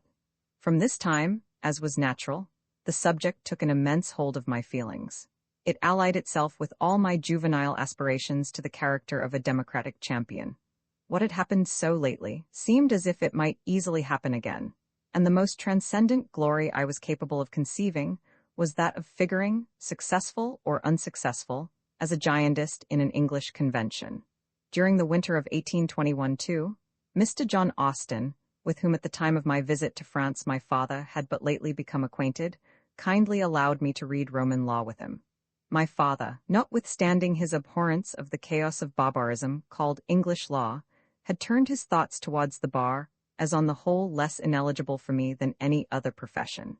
And these readings with Mr. Austen, who had made Bentham's best ideas his own, and added much to them from other sources and from his own mind, were not only a valuable introduction to legal studies, but an important portion of general education. With Mr. Austen, I read Hynexius on the Institutes, his Roman Antiquities, and part of his exposition of the Pandects, to which was added a considerable portion of Blackstone.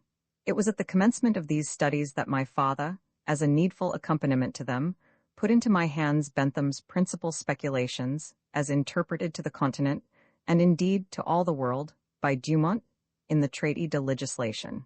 The reading of this book was an epoch in my life, one of the turning points in my mental history.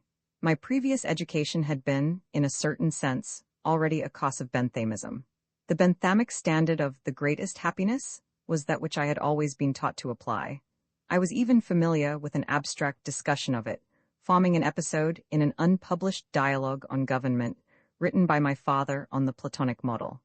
Yet in the first pages of Bentham, it burst upon me with all the force of novelty. What thus impressed me was the chapter in which Bentham passed judgment on the common modes of reasoning in morals and legislation, deduced from phrases like law of nature, right reason, the moral sense, natural rectitude, and the like, and characterized them as dogmatism in disguise, imposing its sentiments upon others under cover of sounding expressions which convey no reason for the sentiment, but set up the sentiment as its own reason. It had not struck me before that Bentham's principle put an end to all this.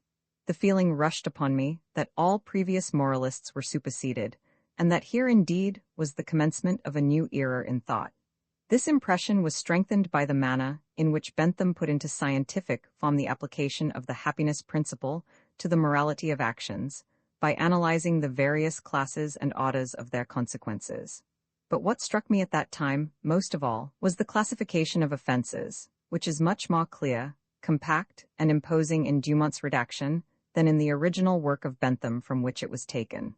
Logic and the dialectics of Plato, which had formed so large a part of my previous training, had given me a strong relish for accurate classification.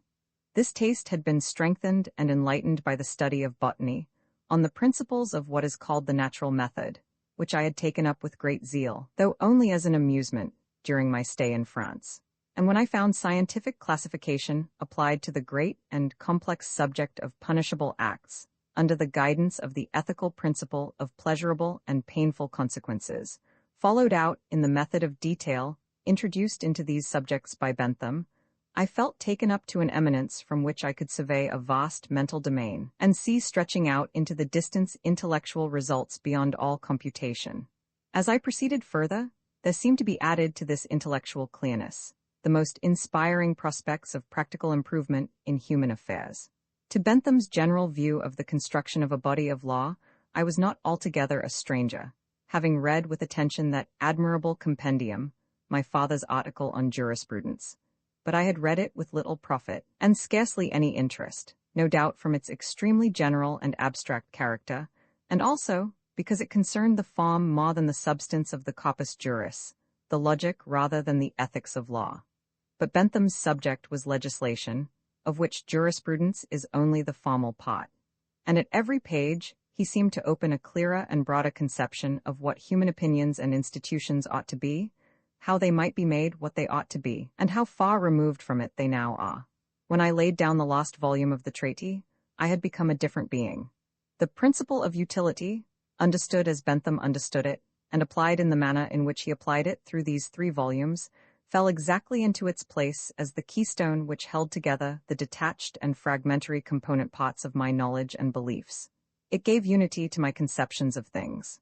I now had opinions, a creed, a doctrine, a philosophy, in one among the best senses of the word, a religion, the inculcation and diffusion of which could be made the principal outward purpose of a life. And I had a grand conception laid before me of changes to be effected in the condition of mankind through that doctrine. The Traité de Legislation wound up with what was to me a most impressive picture of human life, as it would be made by such opinions and such laws as were recommended in the treatise. The anticipations of practicable improvement were studiously moderate, deprecating and discountenancing, as reveries of vague enthusiasm, many things which will one day seem so natural to human beings, that injustice will probably be done to those who once thought them chimerical. But, in my state of mind, this appearance of superiority to illusion added to the effect which Bentham's doctrines produced on me, by heightening the impression of mental power, and the vista of improvement which he did open was sufficiently large and brilliant to light up my life, as well as to give a definite shape to my aspirations. After this, I read, from time to time, the most important of the other works of Bentham which had then seen the light, either as written by himself or as edited by Dumont. This was my private reading, while, under my father's direction, my studies were carried into the higher branches of analytic psychology. I now read Locke's essay, and wrote out an account of it, consisting of a complete abstract of every chapter, with such remarks as occurred to me, which was read by, or, I think to my father, and discussed throughout. I perform the same process with Helvetius der L'Esprit, which I read of my own choice. This preparation of abstracts subject to my father's censorship was of great service to me, by compelling precision in conceiving and expressing psychological doctrines, whether accepted as truths or only regarded as the opinion of others. After Helvetius, my father made me study what he deemed the really master production in the philosophy of mind, Hartley's Observations on Man. This book, though it did not, like the Traité de Legislation, give a new color to my existence, made a very similar impression on me in regard to its immediate subject. Hartley's explanation, incomplete as in many points it is, of the more complex mental phenomena by the law of association, commended itself to me at once as a real analysis, and made me feel by contrast the insufficiency of the merely verbal generalizations of Condillac, and even of the instructive gropings and feelings about for psychological explanations of Locke. It was at this very time that my father commenced writing his analysis of the mind, which carried Hartley's mode of explaining the mental phenomena to so much greater length and depth. He could only command the concentration of thought necessary for this work, during the complete leisure of his holiday for a month or 6 weeks annually. And he commenced it in the summer of 1822, in the first holiday he passed at Docking, in which neighborhood, from that time to the end of his life, with the exception of 2 years, he lived, as far as his official duties permitted, for 6 months of every year. He worked at the analysis during several successive vacations, up to the year 1829, when it was published, and allowed me to read the manuscript, portion by portion, as it advanced. The other principal English writers on mental philosophy I read as I felt inclined, particularly Berkeley, Hume's essays, Reed, Dugald Stewart, and Brown on Cause and Effect. Brown's lectures I did not read until 2 or 3 years later, nor at that time had my father himself read them. Among the works read in the course of this year, which contributed materially to my development, I owe it to mention a book written on the foundation of some of Bentham's manuscripts, and published under the pseudonym of Philip Beauchamp, entitled Analysis of the Influence of Natural Religion on the Temporal Happiness of Mankind. This was an examination, not of the truth, but of the usefulness of religious belief, in the most general sense, apart from the peculiarities of any special revelation, which, of all the parts of the discussion concerning religion, is the most important in this age, in which real belief in any religious doctrine is feeble and precarious, but the opinion of its necessity for moral and social purposes almost universal. And when those who reject revelation very generally take refuge in an optimistic deism, a worship of the order of nature, and the supposed cause of providence, at least as full of contradictions, and perverting to the moral sentiments as any of the forms of Christianity, if only it is as completely realized. Yet very little, with any claim to a philosophical character, has been written by skeptics against the usefulness of this form of belief. The volume bearing the name of Philip Beauchamp had this for its special object. Having been shown to my father in manuscript, it was put into my hands by him, and I made a marginal analysis of it, as I had done of the elements of political economy. Next to the Traité de Legislation, it was one of the books which, by the searching character of its analysis, produced the greatest effect upon me.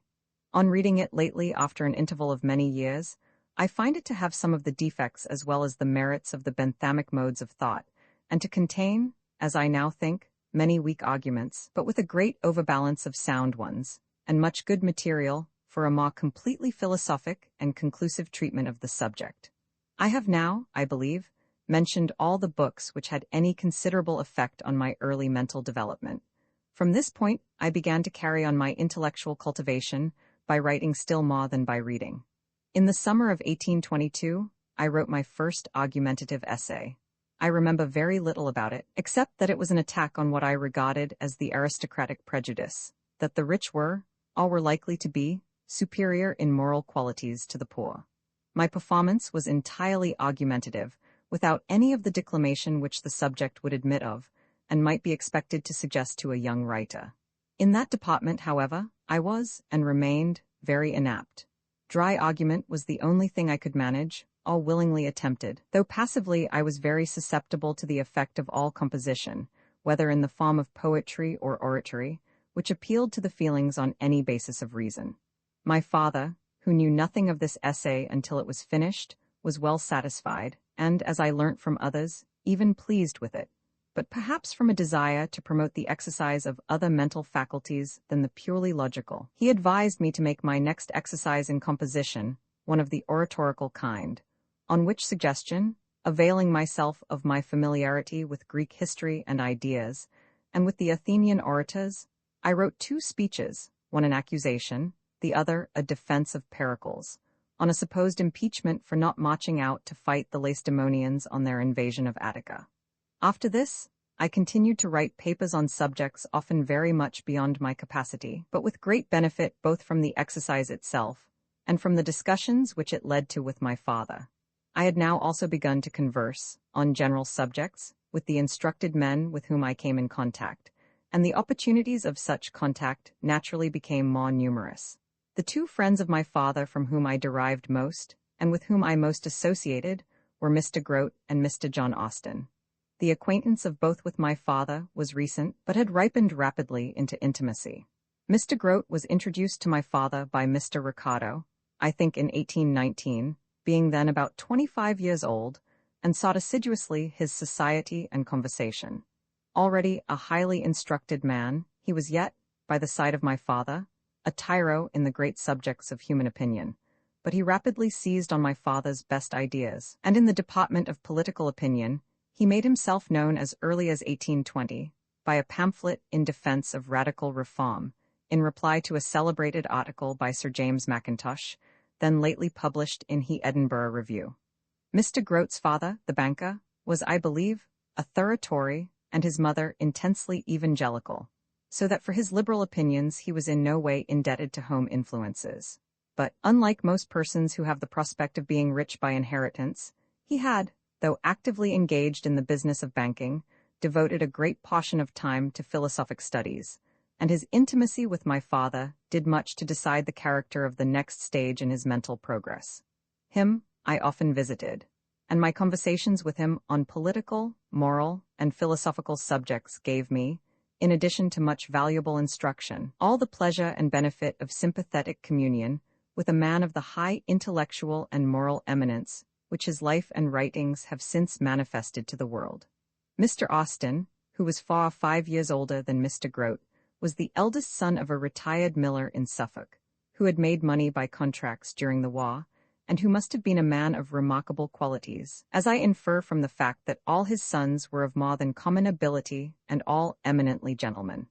The one with whom we are now concerned, and whose writings on jurisprudence have made him celebrated, was for some time in the army, and served in Sicily under Lord William Bentinck.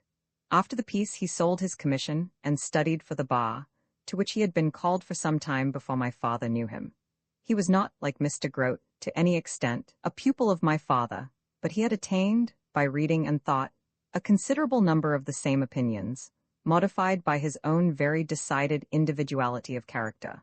He was a man of great intellectual powers, which in conversation appeared at their very best, from the vigor and richness of expression with which, under the excitement of discussion, he was accustomed to maintain some view or other of most general subjects, and from an appearance of not only strong, but deliberate and collected will, mixed with a certain bitterness, partly derived from temperament, and partly from the general cast of his feelings and reflections.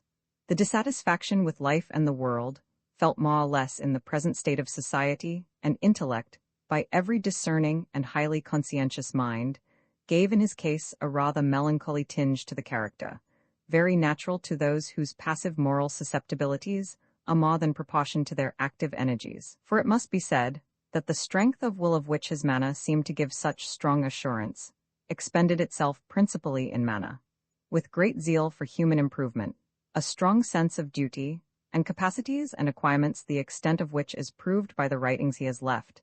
He hardly ever completed any intellectual task of magnitude. He had so high a standard of what ought to be done, so exaggerated a sense of deficiencies in his own performances, and was so unable to content himself with the amount of elaboration sufficient for the occasion and the purpose, that he not only spoilt much of his work for ordinary use by overlaboring it, but spent so much time and exertion in superfluous study and thought, that when his task ought to have been completed, he had generally worked himself into an illness, without having half finished what he undertook. From this mental infirmity, of which he is not the sole example among the accomplished and able men whom I have known, combined with liability to frequent attacks of disabling though not dangerous ill health, he accomplished, through life, little in comparison with what he seemed capable of. But what he did produce is held in the very highest estimation by the most competent judges, and, like Coleridge, he might plead as a set-off that he had been to many persons, through his conversation, a source not only of much instruction, but of great elevation of character. On me, his influence was most salutary. It was moral in the best sense. He took a sincere and kind interest in me, far beyond what could have been expected towards a mere youth from a man of his age, standing, and what seemed austerity of character. There was in his conversation and demeanor a tone of high-mindedness which did not show itself so much, if the quality existed as much, in any of the other persons with whom at that time I associated. My intercourse with him was the more beneficial, owing to his being of a different mental type from all other intellectual men whom I frequented, and he from the first set himself decidedly against the prejudices and narrownesses which are almost sure to be found in a young man formed by a particular mode of thought or a particular social circle. His younger brother, Charles Austin, of whom at this time and for the next year or two I saw much, had also a great effect on me, though of a very different description. He was but a few years older than myself, and had then just left the university, where he had shone with great eclat as a man of intellect and a brilliant orator and converser.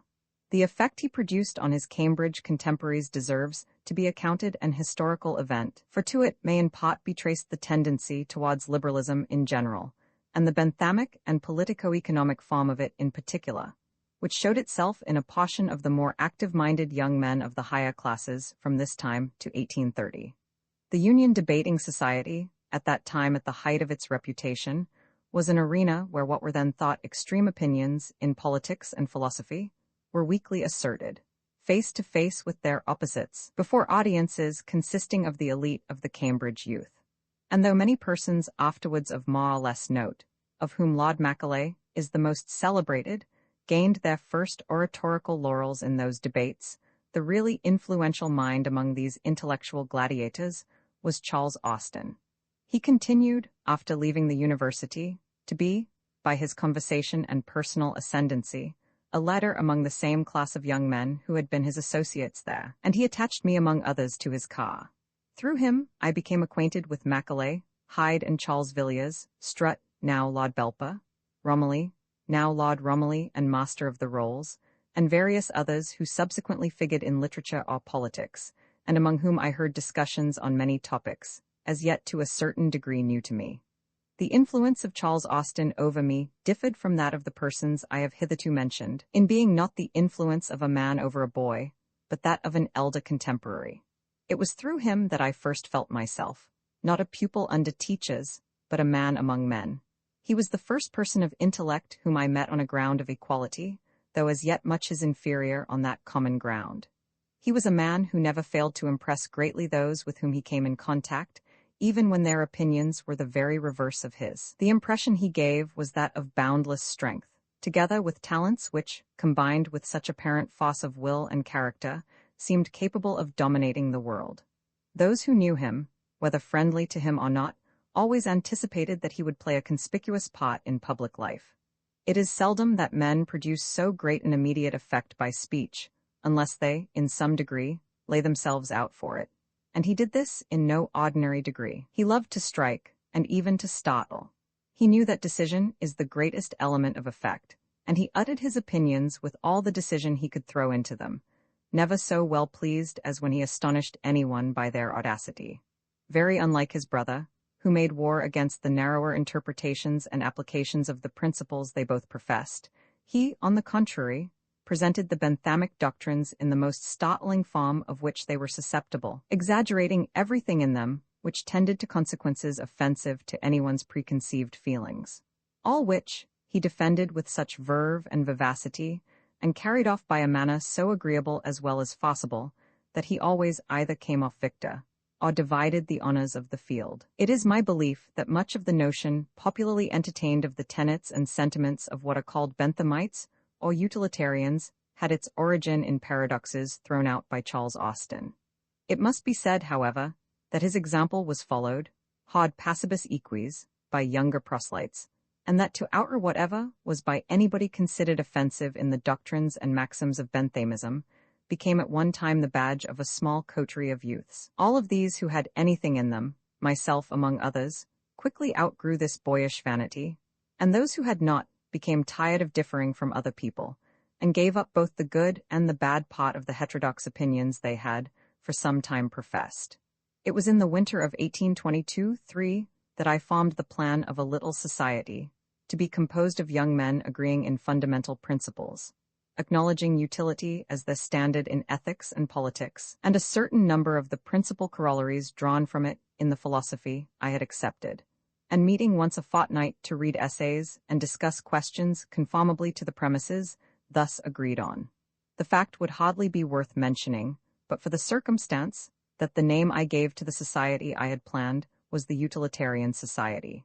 It was the first time that anyone had taken the title of utilitarian, and the term made its way into the language from this humble source. I did not invent the word, but found it in one of Galt's novels, The Annals of the Parish, in which the Scotch clergyman, of whom the book is a supposed autobiography, is represented as warning his parishioners not to leave the gospel and become utilitarians.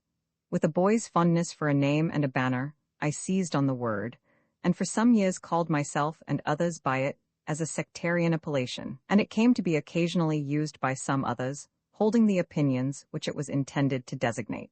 As those opinions attracted more notice, the term was repeated by strangers and opponents, and got into rather common use just about the time when those who had originally assumed it laid down that along with other sectarian characteristics. The society so called consisted at first of no more than 3 members, one of whom, being Mr. Bentham's amanuensis, obtained for us permission to hold our meetings in his house. The number never, I think, reached 10, and the society was broken up in 1826. It had thus an existence of about 3 years and a half.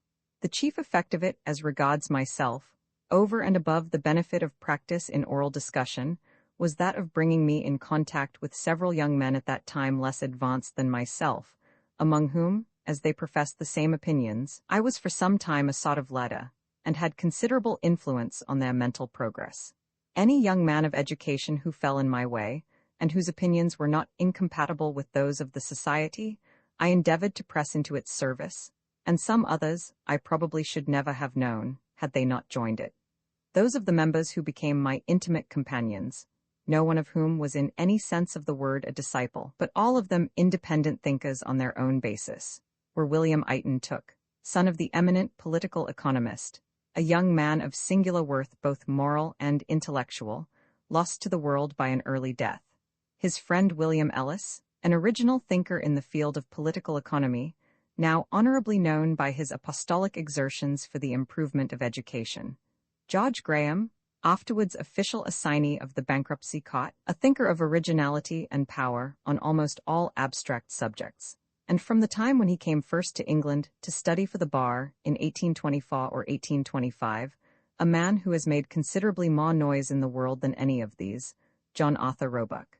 In May 1823, my professional occupation and status for the next 35 years of my life were decided by my father's obtaining for me an appointment from the East India Company in the office of the Examiner of India Correspondence, immediately under himself.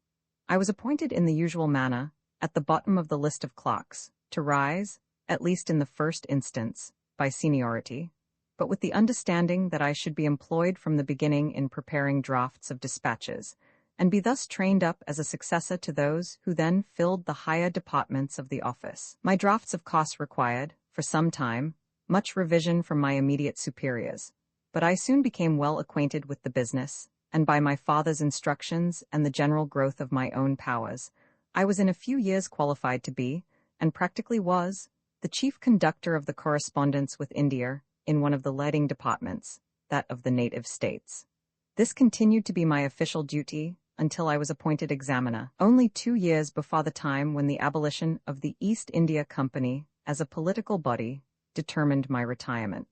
I do not know any one of the occupations by which a subsistence can now be gained, more suitable than such as this to anyone who, not being in independent circumstances, desires to devote a part of the 24 hours to private intellectual pursuits. Writing for the press cannot be recommended as a permanent resource to anyone qualified to accomplish anything in the higher departments of literature or thought, not only on account of the uncertainty of this means of livelihood, especially if the writer has a conscience and will not consent to serve any opinions except his own, but also because the writings by which one can live are not the writings which themselves live, and are never those in which the writer does his best. Books destined to form future thinkers take too much time to write, and when written come, in general, too slowly into notice and repute to be relied on for subsistence. Those who have to support themselves by their pen must depend on literary drudgery, or at best on writings addressed to the multitude, and can employ in the pursuits of their own choice only such time as they can spare from those of necessity, which is generally less than the leisure allowed by office occupations, while the effect on the mind is far more enervating and fatiguing. For my own part, I have, through life, found office duties an actual rest from the other mental occupations which I have carried on simultaneously with them. They were sufficiently intellectual not to be a distasteful drudgery, without being such as to cause any strain upon the mental powers of a person used to abstract thought, or to the labor of careful literary composition. The drawbacks, for every mode of life has its drawbacks, were not, however, unfelt by me. I cared little for the loss of the chances of riches and honors held out by some of the professions, particularly the bar, which had been, as I have already said, the profession thought of for me. But I was not indifferent to exclusion from Parliament and public life, and I felt very sensibly the more immediate unpleasantness of confinement to London, the holiday allowed by India House practice not exceeding a month in the year, while my taste was strong for country life, and my sojourn in France had left behind it an ardent desire of traveling. But though these tastes could not be freely indulged, they were at no time entirely sacrificed. I passed most Sundays throughout the year in the country, taking long rural walks on that day, even when residing in London. The month's holiday was, for a few years, passed at my father's house in the country. Afterwards a part of the whole was spent in tours, chiefly pedestrian, with someone or more of the young men who were my chosen companions, and at a later period in longer journeys or excursions, alone or with other friends. France, Belgium, and Rhenish Germany were within easy reach of the annual holiday, and 2 longer absences, one of 3, the other of 6 months, under medical advice, added Switzerland, the Tyrol, and Italy to my list. Fortunately, also, both these journeys occurred rather early, so as to give the benefit and charm of the remembrance to a large portion of life. I am disposed to agree with what has been surmised by others, that the opportunity which my official position gave me of learning by personal observation the necessary conditions of the practical conduct of public affairs has been of considerable value to me as a theoretical reformer of the opinions and institutions of my time. Not, indeed, that public business transacted on paper, to take effect on the other side of the globe, was of itself calculated to give much practical knowledge of life. But the occupation accustomed me to see and hear the difficulties of every cause, and the means of obviating them, stated and discussed deliberately with a view to execution. It gave me opportunities of perceiving when public measures, and other political facts, did not produce the effects which had been expected of them, and from what causes. Above all, it was valuable to me by making me, in this portion of my activity, merely one wheel in a machine, the whole of which had to work together.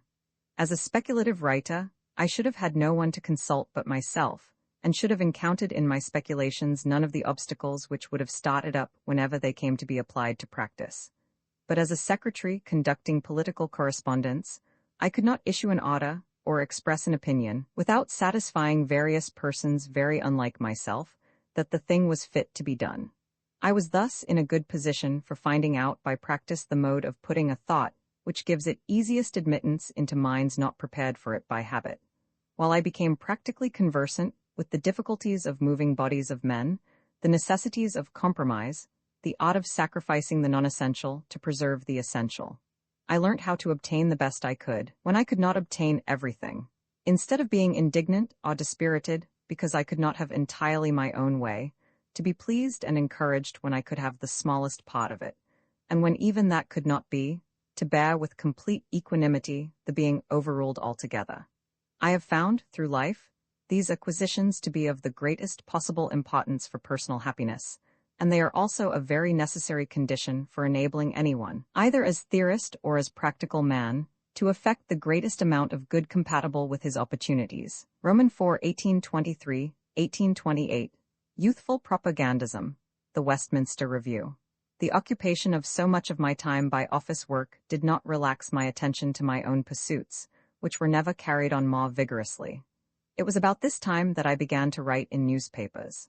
The first writings of mine which got into print were 2 letters published towards the end of 1822 in the Traveller evening newspaper. The Traveller, which afterwards grew into the Globe and Traveller by the purchase and incorporation of the Globe, was then the property of the well-known political economist, Colonel Torrens, and under the editorship of an able man, Mr. Walter Cowlson, who, after being an amanuensis of Mr. Bentham, became a reporter, then an editor, next a barrister and conveyancer, and died counsel to the Home Office.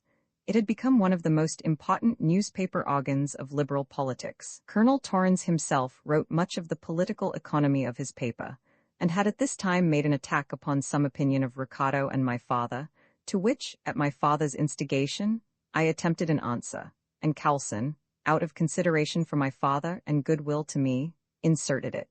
There was a reply by Torrens, to which I again rejoined.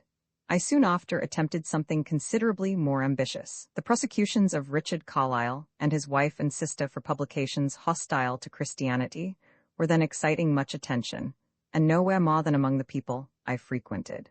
Freedom of discussion, even in politics, much more in religion, was at that time far from being, even in theory, the conceded point which it at least seems to be now, and the holders of obnoxious opinions had to be always ready to argue and re-argue for the liberty of expressing them. I wrote a series of 5 letters, under the signature of Wycliffe, going over the whole length and breadth of the question of free publication of all opinions on religion, and offered them to the Morning Chronicle. 3 of them were published in January and February, 1823. The other 2, containing things too outspoken for that journal, never appeared at all.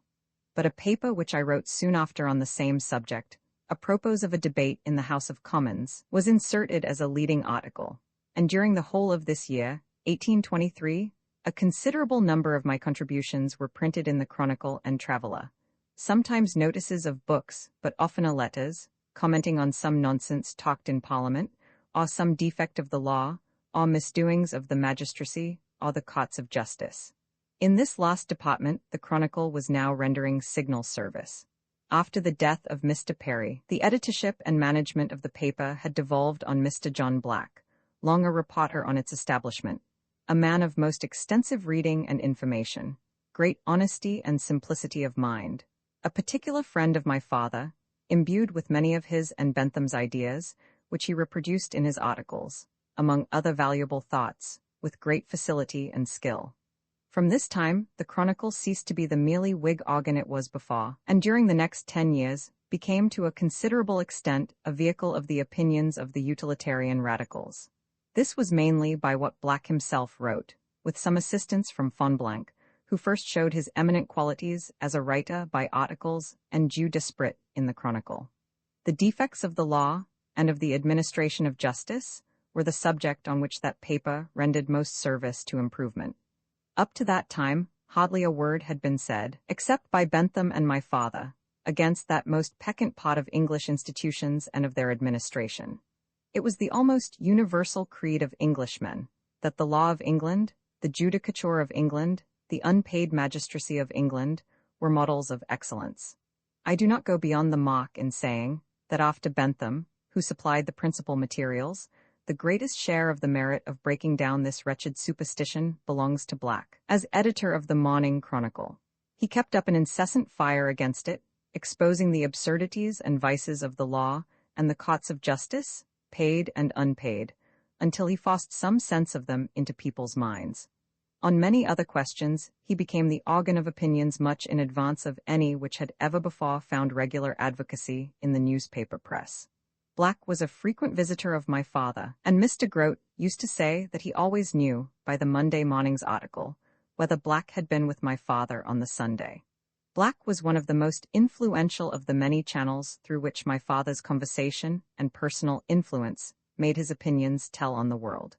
Cooperating with the effect of his writings in making him a power in the country, such as it has rarely been the lot of an individual in a private station to be, through the mere force of intellect and character, and a power which was often acting the most efficiently where it was least seen and suspected. I have already noticed how much of what was done by Ricardo, Hume, and Grote was the result, in part, of his prompting and persuasion. He was the good genius by the side of Brougham in most of what he did for the public, either on education, law reform, or any other subject, and his influence flowed in minor streams too numerous to be specified. This influence was now about to receive a great extension by the foundation of the Westminster Review. Contrary to what may have been supposed, my father was in no degree a party to setting up the Westminster Review, the need of a radical organ to make head against the Edinburgh and Quarterly. Then, in the period of their greatest reputation and influence, had been a topic of conversation between him and Mr. Bentham many years earlier, and it had been a part of their chateau en Espagne that my father should be the editor. But the idea had never assumed any practical shape. In 1823, however, Mr. Bentham determined to establish the review at his own cost, and offered the editorship to my father, who declined it as incompatible with his India House appointment. It was then entrusted to Mr. now Sir John Bowring, at that time a merchant in the city. Mr. Bowring had been for 2 or 3 years previous an assiduous frequenter of Mr. Bentham, to whom he was recommended by many personal good qualities, by an ardent admiration for Bentham, a zealous adoption of many, though not all of his opinions, and, not least, by an extensive acquaintanceship and correspondence with liberals of all countries, which seemed to qualify him for being a powerful agent in spreading Bentham's fame and doctrines through all quarters of the world. My father had seen little of Bowring, but knew enough of him to have formed a strong opinion that he was a man of an entirely different type from what my father considered suitable for conducting a political and philosophical review. And he augured so ill of the enterprise that he regretted it altogether, feeling persuaded not only that Mr. Bentham would lose his money, but that discredit would probably be brought upon radical principles. He could not, however, desert Mr. Bentham, and he consented to write an article for the first number. As it had been a favorite portion of the scheme formerly talked of, that part of the work should be devoted to reviewing the other reviews, this article of my father's was to be a general criticism of the Edinburgh Review from its commencement. Before writing it, he made me read through all the volumes of the review, or as much of each as seemed of any importance, which was not so arduous a task in 1823 as it would be now, and make notes for him of the articles which I thought he would wish to examine, either on account of their good or their bad qualities. This paper of my father's was the chief cause of the sensation which the Westminster Review produced at its first appearance, and is, both in conception and in execution, one of the most striking of all his writings. He began by an analysis of the tendencies of periodical literature in general, pointing out that it cannot, like books, wait for success, but must succeed immediately or not at all, and is hence almost certain to profess and inculcate the opinions already held by the public to which it addresses itself, instead of attempting to rectify or improve those opinions. He next, to characterize the position of the Edinburgh Review as a political organ, entered into a complete analysis, from the radical point of view, of the British Constitution. He held up to notice its thoroughly aristocratic character, the nomination of a majority of the House of Commons by a few hundred families, the entire identification of the more independent portion, the county members, with the great landholders, the different classes whom this narrow oligarchy was induced, for convenience, to admit to a share of power, and finally, what he called its two props, the Church and the legal profession. He pointed out the natural tendency of an aristocratic body of this composition to group itself into two parties, one of them in possession of the executive, the other endeavoring to supplant the former and become the predominant section by the aid of public opinion, without any essential sacrifice of the aristocratical predominance. He described the course likely to be pursued and the political ground occupied by an aristocratic party in opposition, coquetting with popular principles for the sake of popular support. He showed how this idea was realized in the conduct of the Whig party and of the Edinburgh Review as its chief literary organ. He described as their main characteristic what he termed seesaw, writing alternately on both sides of the question which touched the power or interest of the governing classes, sometimes in different articles, sometimes in different parts of the same article, and illustrated his position by copious specimens. So formidable an attack on the Whig party and policy had never before been made, nor had so great a blow ever been struck in this country for radicalism. Nor was there, I believe, any living person capable of writing that article, except my father. 2. In the meantime, the nascent Review had formed a junction with another project, of a purely literary periodical, to be edited by Mr. Henry Southern, afterwards a diplomatist, then a literary man by profession. The two editors agreed to unite their corps and divide the editorship, Bowring taking the political, Southern the literary department. Southern's review was to have been published by Longman, and that firm, though part proprietors of the Edinburgh, were willing to be the publishers of the new journal. But when all the arrangements had been made, and the prospectuses sent out, the Longmans saw my father's attack on the Edinburgh, and drew back. My father was now appealed to for his interest with his own publisher, Baldwin, which was exerted with a successful result.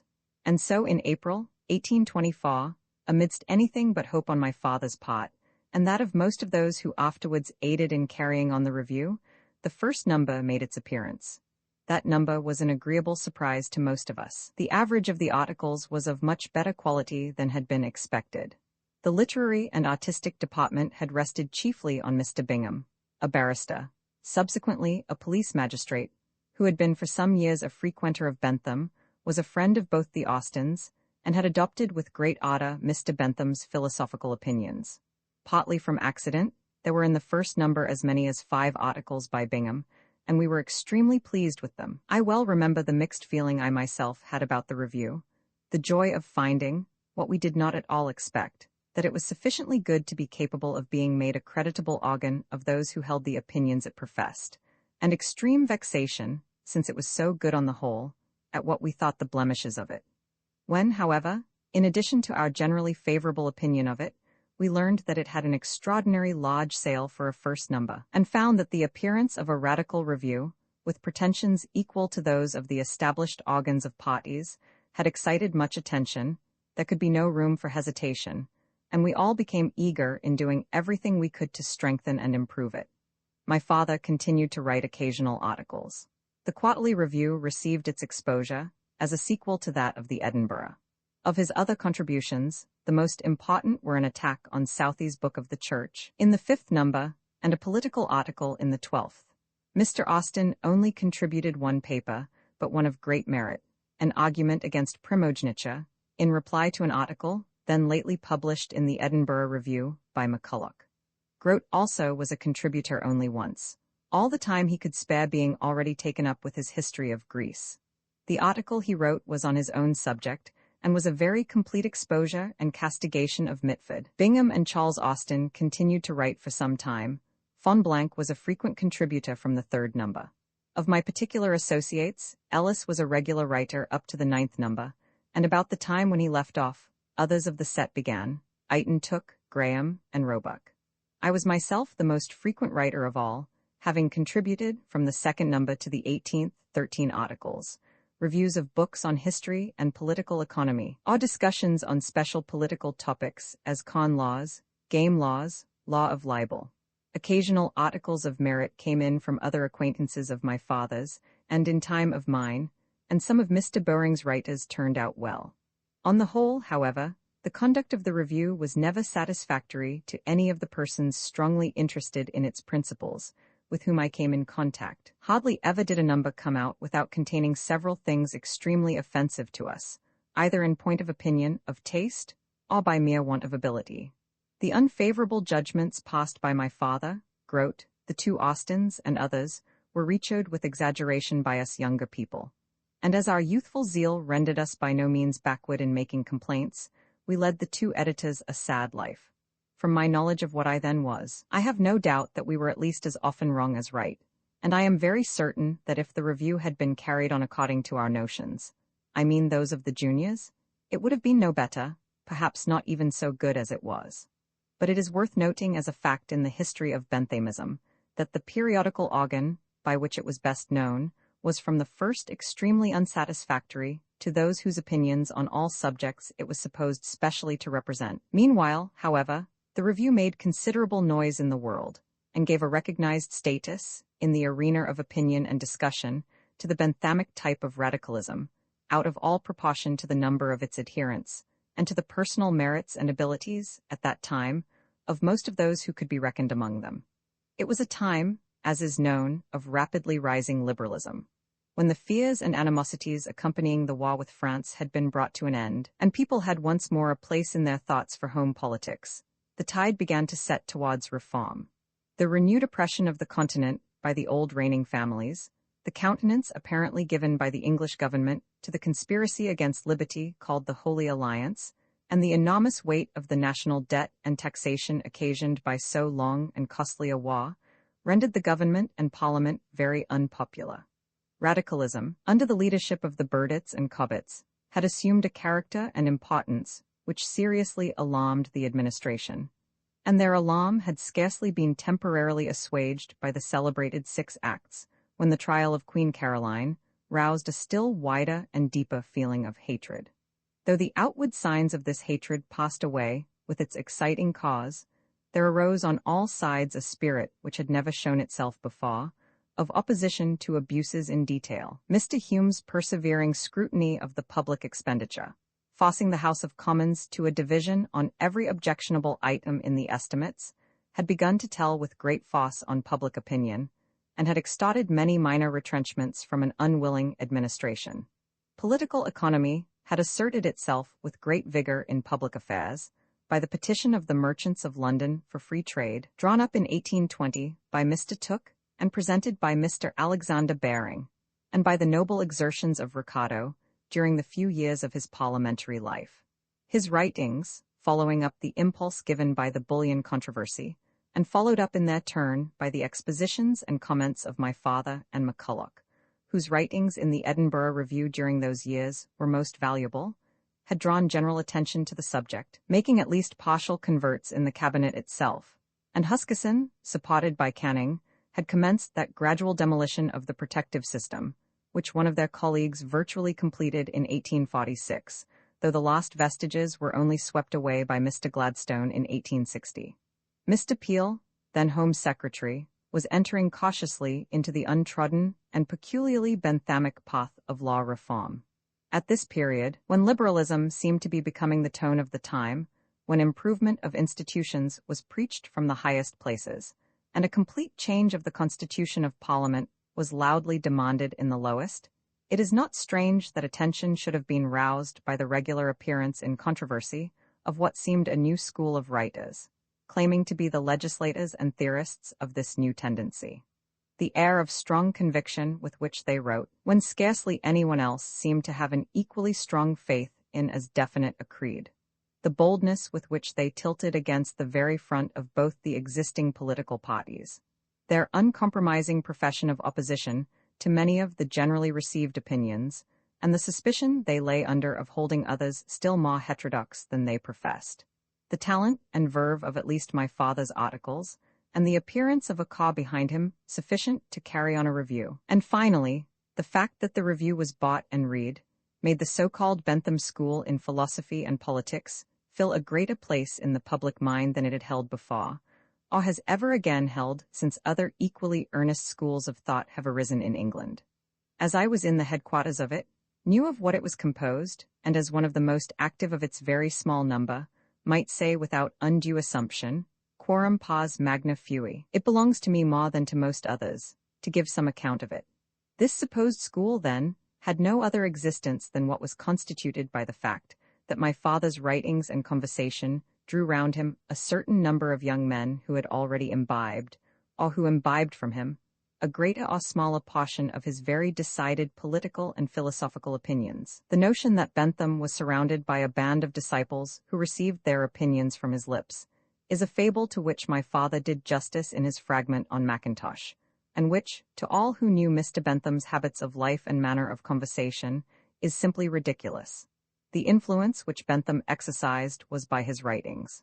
Through them he has produced, and is producing, effects on the condition of mankind, wider and deeper, no doubt, than any which can be attributed to my father. He is a much greater name in history, but my father exercised a far greater personal ascendancy. He was sought for the vigor and instructiveness of his conversation, and did use it largely as an instrument for the diffusion of his opinions. I have never known any man who could do such ample justice to his best thoughts in colloquial discussion. His perfect command over his great mental resources, the terseness and expressiveness of his language, and the moral earnestness as well as intellectual force of his delivery, made him one of the most striking of all argumentative conversers, and he was full of anecdote, a hearty laugher, and when with people whom he liked, a most lively and amusing companion. It was not solely, or even chiefly, in diffusing his merely intellectual convictions that his power showed itself. It was still more through the influence of a quality, of which I have only since learnt to appreciate the extreme rarity, that exalted public spirit, and regard above all things to the good of the whole, which warmed into life and activity every germ of similar virtue that existed in the minds he came in contact with, the desire he made them feel for his approbation, the shame at his disapproval, the moral support which his conversation and his very existence gave to those who were aiming at the same objects, and the encouragement he afforded to the faint-hearted or desponding among them by the firm confidence which, though the reverse of sanguine as to the results to be expected in any one particular case, he always felt in the power of reason, the general progress of improvement, and the good which individuals could do by judicious effort. It was my father's opinions which gave the distinguishing character to the Benthamic or utilitarian propagandism of that time. They fell singly, scattered from him in many directions, but they flowed from him in a continued stream principally in three channels. One was through me, the only mind directly formed by his instructions, and through whom considerable influence was exercised over various young men, who became, in their turn, propagandists. A second was through some of the Cambridge contemporaries of Charles Austin, who, either initiated by him, or under the general mental impulse which he gave, had adopted many opinions allied to those of my father, and some of the more considerable of whom afterwards sought my father's acquaintance and frequented his house. Among these may be mentioned Stuart, afterwards Lord Belper, and the present Lord Romilly, with whose eminent father, Sir Samuel, my father had of old been on terms of friendship. The third channel was that of a younger generation of Cambridge undergraduates, contemporary, not with Austin, but with Eighton Tooke, who were drawn to that estimable person by affinity of opinions, and introduced by him to my father. The most notable of these was Charles Buller. Various other persons individually received and transmitted a considerable amount of my father's influence. For example, Black, as before mentioned, and Fonblanc. Most of these, however, we accounted only partial allies. Fonblanc, for instance, was always divergent from us on many important points, but indeed there was by no means complete unanimity among any portion of us, nor had any of us adopted implicitly all my father's opinions. For example, although his essay on government was regarded probably by all of us as a masterpiece of political wisdom, our adhesion by no means extended to the paragraph of it, in which he maintains that women may, consistently with good government, be excluded from the suffrage, because their interest is the same with that of men. From this doctrine, I, and all those who formed my chosen associates, most positively dissented. It is due to my father to say that he denied having intended to affirm that women should be excluded, any more than men under the age of 40, concerning whom he maintained in the very next paragraph an exactly similar thesis. He was, as he truly said, not discussing whether the suffrage had better be restricted, but only, assuming that it is to be restricted, what is the utmost limit of restriction, which does not necessarily involve a sacrifice of the securities for good government. But I thought then, as I have always thought since, that the opinion which he acknowledged, no less than that which he disclaimed, is as great an error as any of those against which the essay was directed, that the interest of women is included in that of men exactly as much as the interest of subjects is included in that of kings, and no more, and that every reason which exists for giving the suffrage to anybody demands that it should not be withheld from women. This was also the general opinion of the younger proselytes, and it is pleasant to be able to say that Mr. Bentham, on this important point, was wholly on our side. But though none of us, probably, agreed in every respect with my father, his opinions, as I said before, were the principal element which gave its color and character to the little group of young men who were the first propagators of what was afterwards called philosophic radicalism. Their mode of thinking was not characterized by Benthamism in any sense which has relation to Bentham as a chief or guide, but rather by a combination of Bentham's point of view with that of the modern political economy, and with the Hartleian metaphysics. Malthus's population principle was quite as much a banner and point of union among us as any opinion specially belonging to Bentham. This great doctrine, originally brought forward as an argument against the indefinite improvability of human affairs, we took up with ardent zeal in the contrary sense, as indicating the sole means of realizing that improvability by securing full employment at high wages to the whole laboring population through a voluntary restriction of the increase of their numbers. The other leading characteristics of the creed, which we held in common with my father, may be stated as follows: in politics, an almost unbounded confidence in the efficacy of two things: representative government and complete freedom of discussion. So complete was my father's reliance on the influence of reason over the minds of mankind, whenever it is allowed to reach them, that he felt as if all would be gained if the whole population were taught to read, if all sorts of opinions were allowed to be addressed to them by word and in writing, and if by means of the suffrage they could nominate a legislature to give effect to the opinions they adopted. He thought that when the legislature no longer represented a class interest, it would aim at the general interest, honestly and with adequate wisdom, since the people would be sufficiently under the guidance of educated intelligence to make in general a good choice of persons to represent them, and having done so, to leave to those whom they had chosen a liberal discretion. Accordingly, aristocratic rule, the government of the few, in any of its shapes, being in his eyes the only thing which stood between mankind and an administration of their affairs by the best wisdom to be found among them, was the object of his sternest disapprobation, and a democratic suffrage the principal article of his political creed, not on the ground of liberty, rights of man, or any of the phrases, more or less significant, by which, up to that time, democracy had usually been defended, but as the most essential of securities for good government. In this, too, he held fast only to what he deemed essentials. He was comparatively indifferent to monarchical or republican forms, far more so than Bentham, to whom a king, in the character of corrupted general, appeared necessarily very noxious. Next to aristocracy, an established church or corporation of priests, as being by position the great depravers of religion, and interested in opposing the progress of the human mind, was the object of his greatest detestation, though he disliked no clergyman personally who did not deserve it, and was on terms of sincere friendship with several. In ethics, his moral feelings were energetic and rigid on all points which he deemed important to human well-being, while he was supremely indifferent in opinion, though his indifference did not show itself in personal conduct, to all those doctrines of the common morality, which he thought had no foundation but in asceticism and priestcraft. He looked forward, for example, to a considerable increase of freedom in the relations between the sexes, though without pretending to define exactly what would be, or ought to be, the precise conditions of that freedom. This opinion was connected in him with no sensuality, either of a theoretical or of a practical kind. He anticipated, on the contrary, as one of the beneficial effects of increased freedom, that the imagination would no longer dwell upon the physical relation and its adjuncts, and swell this into one of the principal objects of life. A perversion of the imagination and feelings, which he regarded as one of the deepest-seated and most pervading evils in the human mind.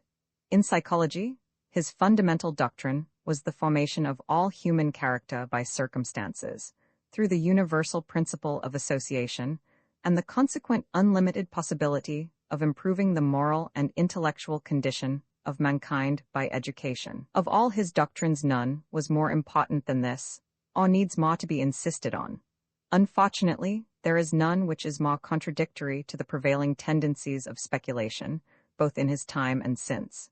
These various opinions were seized on with youthful fanaticism by the little knot of young men of whom I was one, and we put into them a sectarian spirit, from which, in intention at least, my father was wholly free. What we, or rather a phantom substituted in the place of us, were sometimes, by a ridiculous exaggeration, called by others, namely a school, some of us for a time really hoped and aspired to be.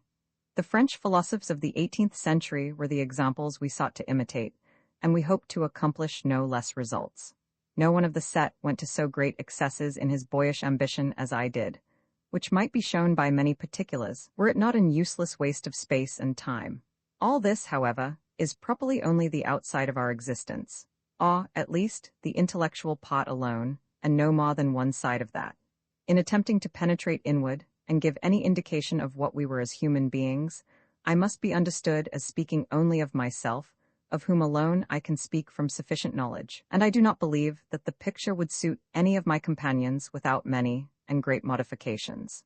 I conceive that the descriptions so often given of a Benthamite, as a mere reasoning machine, though extremely inapplicable to most of those who have been designated by that title, was during 2 or 3 years of my life not altogether untrue of me.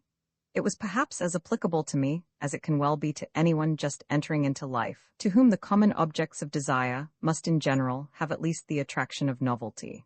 There is nothing very extraordinary in this fact. No youth of the age I then was can be expected to be more than one thing, and this was the thing I happened to be.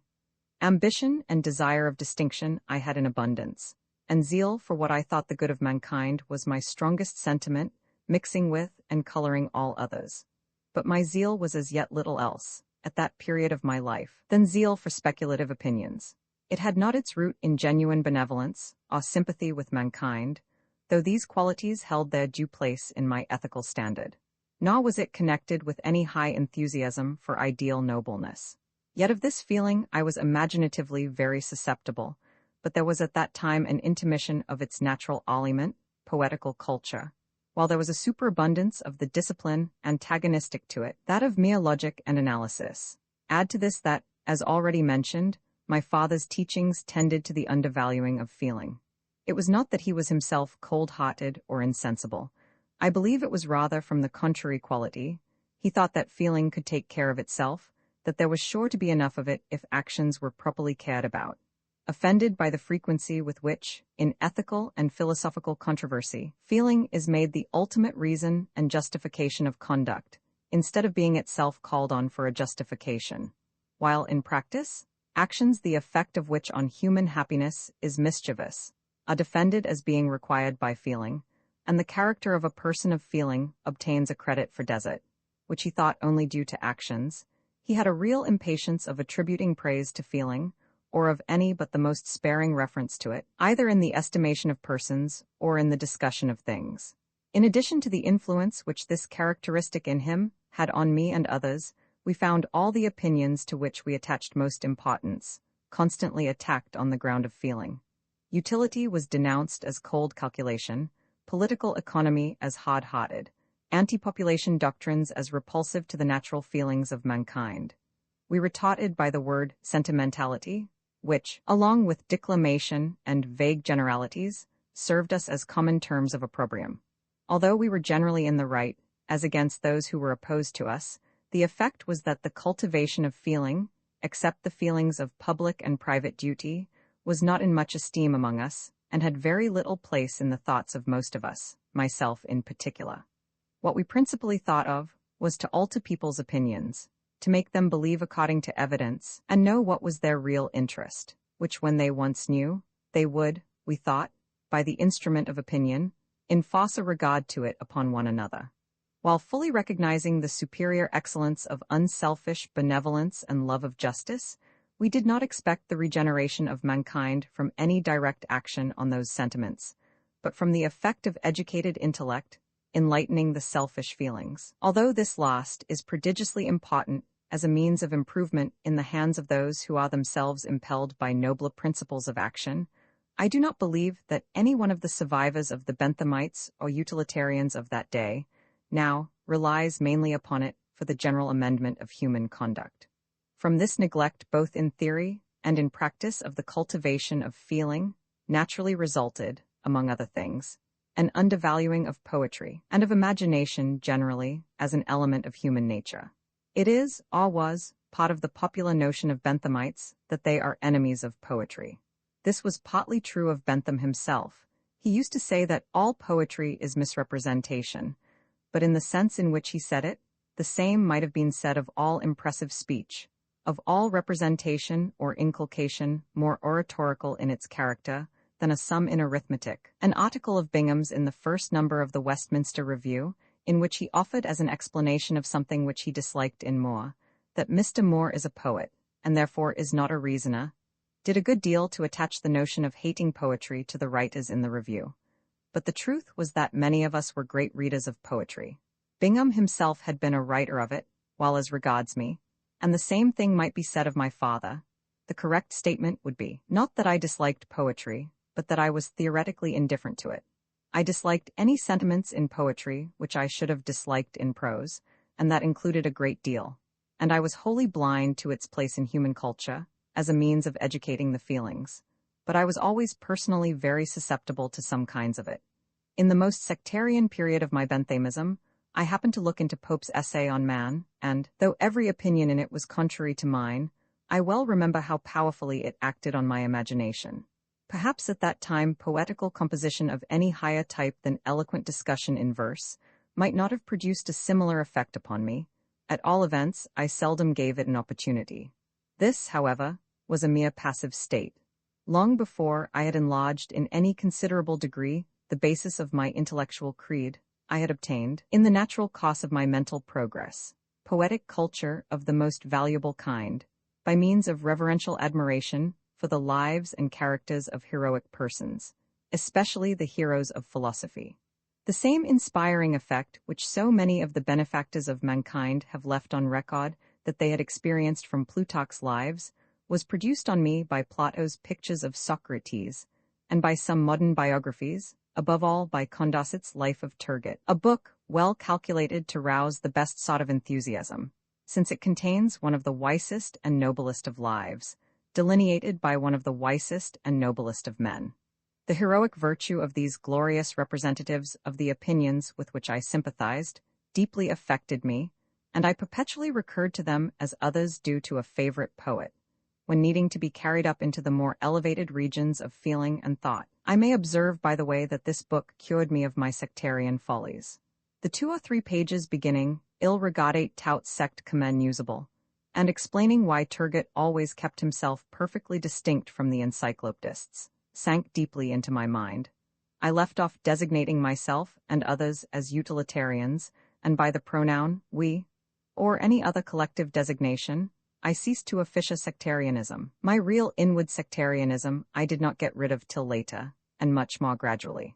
About the end of 1824, Au beginning of 1825, Mr. Bentham, having lately got back his papers on evidence from M. Dumont, whose Traité des Preuves judiciaires, grounded on them, was then first completed and published, resolved to have them printed in the original, and bethought himself of me as capable of preparing them for the press, in the same manner as his book of fallacies had been recently edited by Bingham.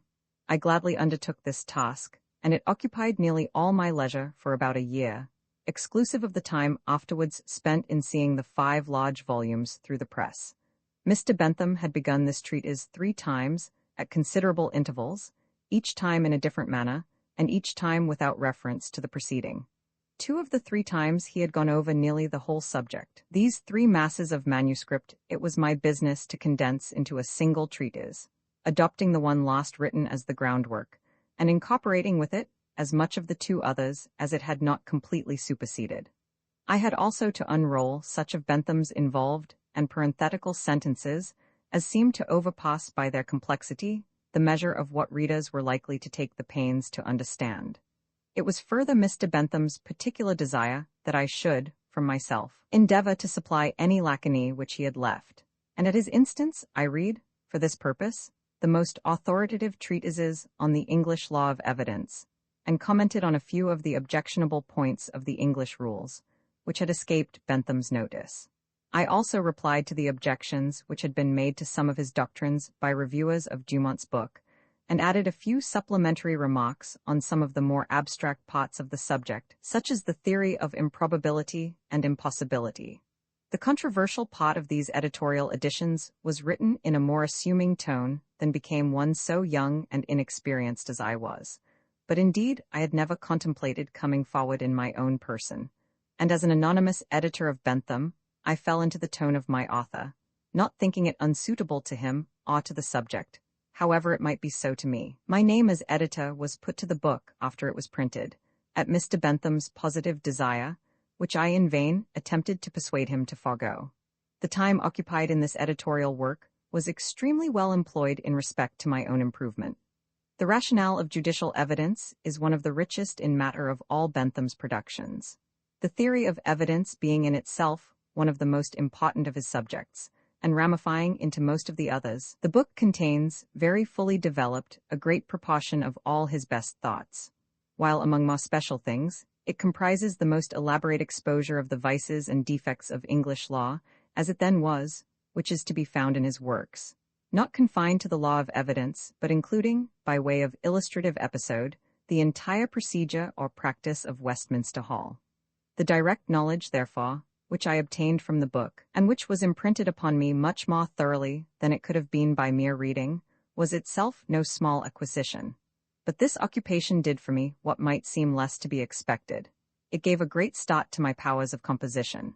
Everything which I wrote subsequently to this editorial employment was markedly superior to anything that I had written before it. Bentham's latest style, as the world knows, was heavy and cumbersome, from the excess of a good quality, the love of precision, which made him introduce clause within clause into the heart of every sentence, that the reader might receive into his mind all the modifications and qualifications simultaneously with the main proposition. And the habit grew on him until his sentences became, to those not accustomed to them, most laborious reading. But his earliest style, that of the fragment on government, plan of a judicial establishment, etc., is a model of liveliness and ease combined with fullness of matter, scarcely ever surpassed. And of this earliest style there were many striking specimens in the manuscripts on evidence, all of which I endeavored to preserve. So long a course of this admirable writing had a considerable effect upon my own, and I added to it by the assiduous reading of other writers, both French and English, who combined, in a remarkable degree, ease with force, such as Goldsmith, Fielding, Pascal, Voltaire, and Courier. Through these influences my writing lost the genuineness of my early compositions. The bones and cartilages began to clothe themselves with flesh, and the style became, at times, lively and almost light. This improvement was first exhibited in a new field.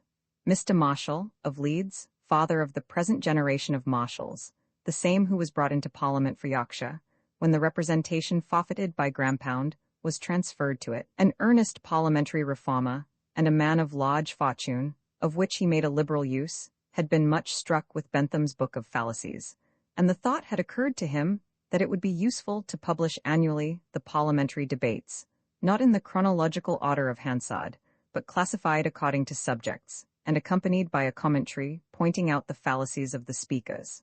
With this intention, he very naturally addressed himself to the editor of the Book of Fallacies, and Bingham, with the assistance of Charles Austin, undertook the editorship. The work was called Parliamentary History and Review. Its sale was not sufficient to keep it in existence, and it only lasted 3 years. It excited, however, some attention among parliamentary and political people. The best strength of the party was put forth in it, and its execution did them much more credit than that of the Westminster Review had ever done. Bingham and Charles Austin wrote much in it, as did Stuart, Romilly, and several other liberal lawyers. My father wrote one article in his best style, the elder Austin another. Cowlson wrote one of great merit. It fell to my lot to lead off the first number by an article on the principal topic of the session, that of 1825, the Catholic Association and the Catholic Disabilities. In the second number, I wrote an elaborate essay on the commercial crisis of 1825 and the currency debates. In the third, I had 2 articles, one on a minor subject, the other on the reciprocity principle in commerce, apropos of a celebrated diplomatic correspondence between Canning and Gallatin. These writings were no longer mere reproductions and applications of the doctrines I had been taught. They were original thinking, as far as that name can be applied to old ideas in new forms and connections, and I do not exceed the truth in saying that there was a maturity and a well-digested character about them, which there had not been in any of my previous performances. In execution, therefore, they were not at all juvenile, but their subjects have either gone by, or have been so much better treated since, that they are entirely superseded, and should remain buried in the same oblivion with my contributions to the first dynasty of the Westminster Review. While thus engaged in writing for the public, I did not neglect other modes of self-cultivation. It was at this time that I learnt German, beginning it on the Hamiltonian method, for which purpose I and several of my companions formed a class. For several years from this period, our social studies assumed a shape which contributed very much to my mental progress. The idea occurred to us of carrying on, by reading and conversation, a joint study of several of the branches of science which we wished to be masters of. We assembled to the number of a dozen or more. Mr. Grote lent a room of his house in Threadneedle Street for the purpose, and his partner, Prescott, one of the 3 original members of the Utilitarian Society, made one among us. We met 2 mornings in every week, from 8:30 till 10, at which hour most of us were called off to our daily occupations. Our first subject was political economy. We chose some systematic treatise as our textbook, my father's Elements being our first choice. One of us read aloud a chapter, or some smaller portion of the book. The discussion was then opened, and anyone who had an objection, or other remark to make, made it. Our rule was to discuss thoroughly every point raised, whether great or small, prolonging the discussion, until all who took part were satisfied with the conclusion they had individually arrived at, and to follow up every topic of collateral speculation which the chapter or the conversation suggested, never leaving it until we had untied every knot which we found. We repeatedly kept up the discussion of some one point for several weeks, thinking intently on it during the intervals of our meetings, and contriving solutions of the new difficulties which had risen up in the last morning's discussion. When we had finished in this way my father's Elements, we went in the same manner through Ricardo's Principles of Political Economy and Bailey's Dissertation on Value. These close and vigorous discussions were not only improving in a high degree to those who took part in them, but brought out new views of some topics of abstract political economy. The theory of international values which I afterwards published emanated from these conversations, as did also the modified form of Ricardo's theory of profits, laid down in my essay on profits and interest. Those among us with whom new speculations chiefly originated were Ellis, Graham, and I, though others gave valuable aid to the discussions, especially Prescott and Roebuck, the one by his knowledge, the other by his dialectical acuteness. The theories of international values and of profits were excogitated and worked out in about equal proportions by myself and Graham. And if our original project had been executed, my essays on some unsettled questions of political economy would have been brought out along with some papers of his, under our joint names. But when my exposition came to be written, I found that I had so much overestimated my agreement with him, and he dissented so much from the most original of the two essays, that on international values, that I was obliged to consider the theory as now exclusively mine, and it came out as such when published many years later. I may mention that among the alterations which my father made in revising his elements for the third edition, several were founded on criticisms elicited by these conversations, and in particular he modified his opinions, though not to the extent of our new speculations, on both the points to which I have adverted. When we had enough of political economy, we took up the syllogistic logic in the same manner, Grote now joining us. Our first textbook was Aldrich, but being disgusted with its superficiality, we reprinted one of the most finished among the many manuals of the school logic, which my father, a great collector of such books, possessed, the Manuductio ad Logicam of the Jesuit Du Trieu. After finishing this, we took up Whately's Logic, then first republished from the Encyclopaedia Metropolitana, and finally the Computatio Sive Logica of Hobbes. These books, dealt with in our manner, afforded a high range for original metaphysical speculation, and most of what has been done in the first book of my system of logic, to rationalize and correct the principles and distinctions of the school logicians, and to improve the theory of the import of propositions, had its origin in these discussions, Graham and I originating most of the novelties, while Grote and others furnished an excellent tribunal or test. From this time, I formed the project of writing a book on logic, though on a much humbler scale than the one I ultimately executed. Having done with logic, we launched into analytic psychology, and having chosen Hartley for our textbook, we raised Priestley's edition to an extravagant price by searching through London to furnish each of us with a copy. When we had finished Hartley, we suspended our meetings, but my father's analysis of the mind being published soon after, we reassembled for the purpose of reading it. With this our exercises ended. I have always dated from these conversations my own real inauguration as an original and independent thinker. It was also through them that I acquired, or very much strengthened, a mental habit to which I attribute all that I have ever done, or ever shall do, in speculation. That of never accepting half solutions of difficulties as complete, never abandoning a puzzle, but again and again returning to it until it was cleared up, never allowing obscure corners of a subject to remain unexplored because they did not appear important, never thinking that I perfectly understood any part of a subject until I understood the whole. Our doings from 1825 to 1830 in the way of public speaking filled a considerable place in my life during those years, and as they had important effects on my development, something ought to be said of them. There was for some time in existence a society of Owenites, called the Cooperative Society, which met for weekly public discussions in Chancery Lane. In the early part of 1825, accident brought Roebuck in contact with several of its members, and led to his attending one or two of the meetings and taking part in the debate in opposition to Owenism. Some one of us started the notion of going there in a body and having a general battle.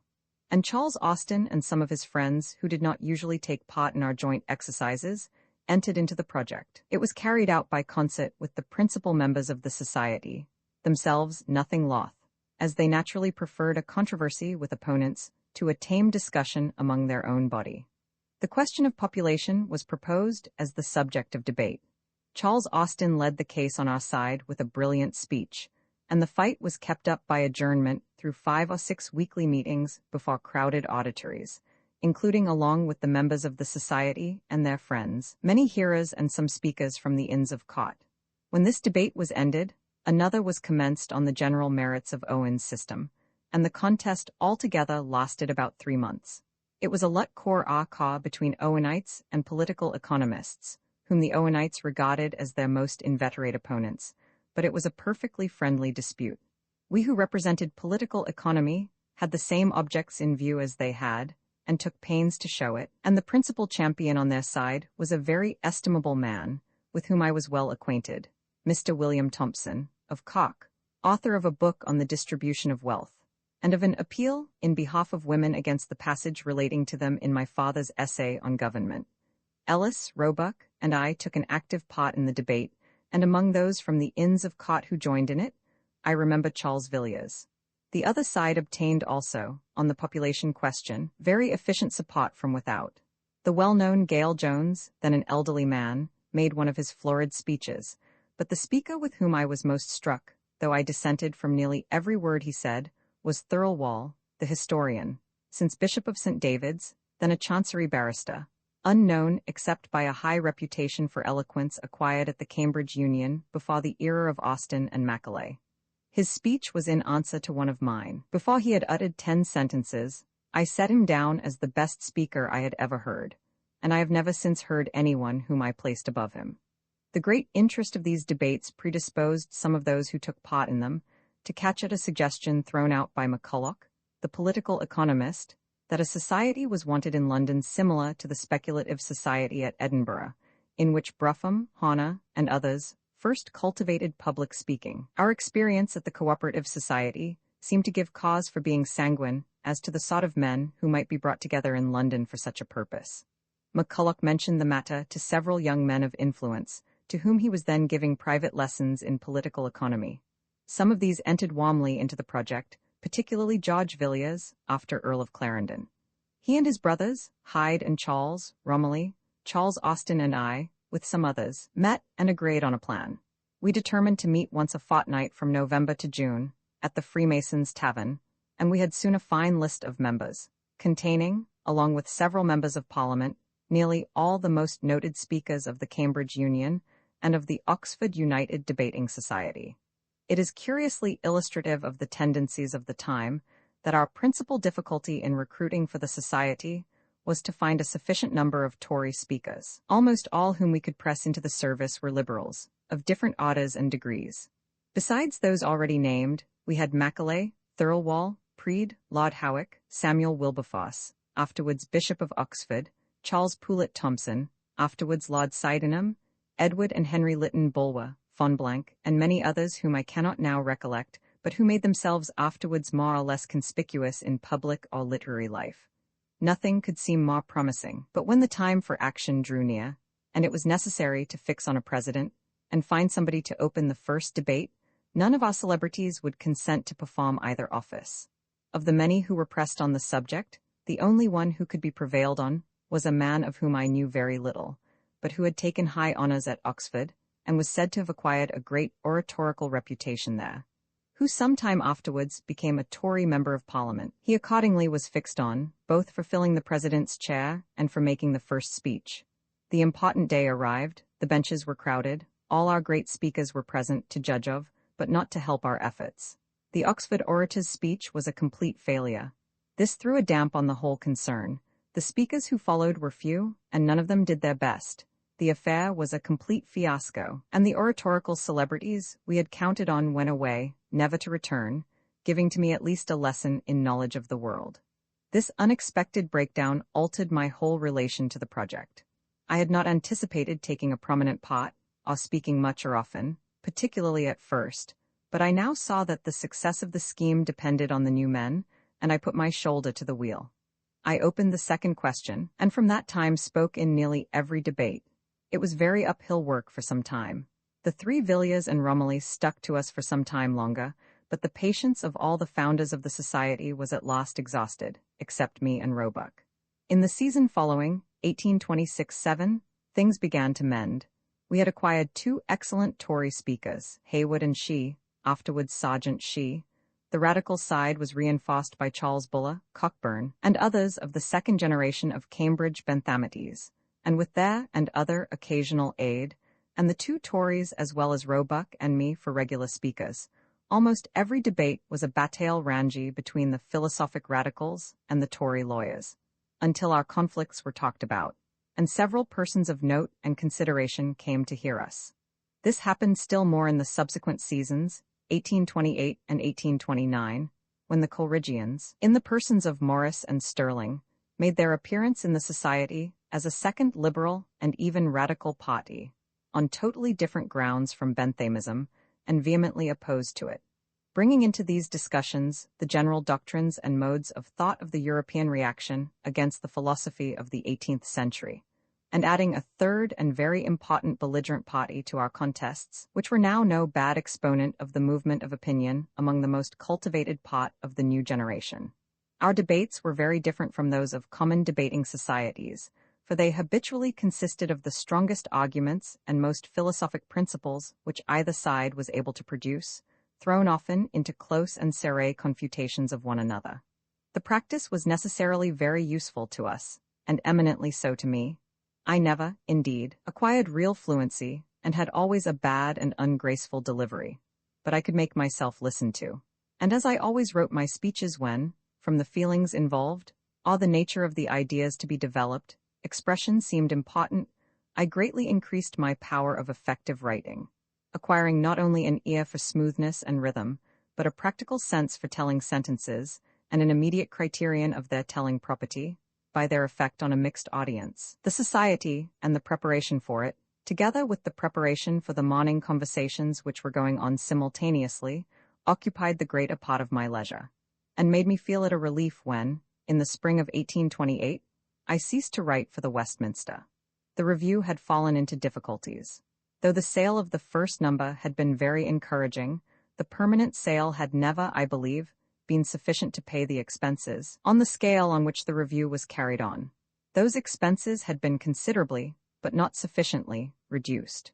One of the editors, Southern, had resigned, and several of the writers, including my father and me, who had been paid like other contributors for our earlier articles, had latterly written without payment.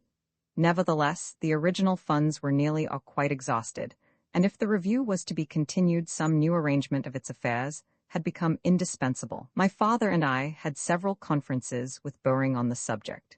We were willing to do our utmost for maintaining the review as an organ of our opinions, but not under Bowring's editorship, while the impossibility of its any longer supporting a paid editor afforded a ground on which, without affront to him, we could propose to dispense with his services.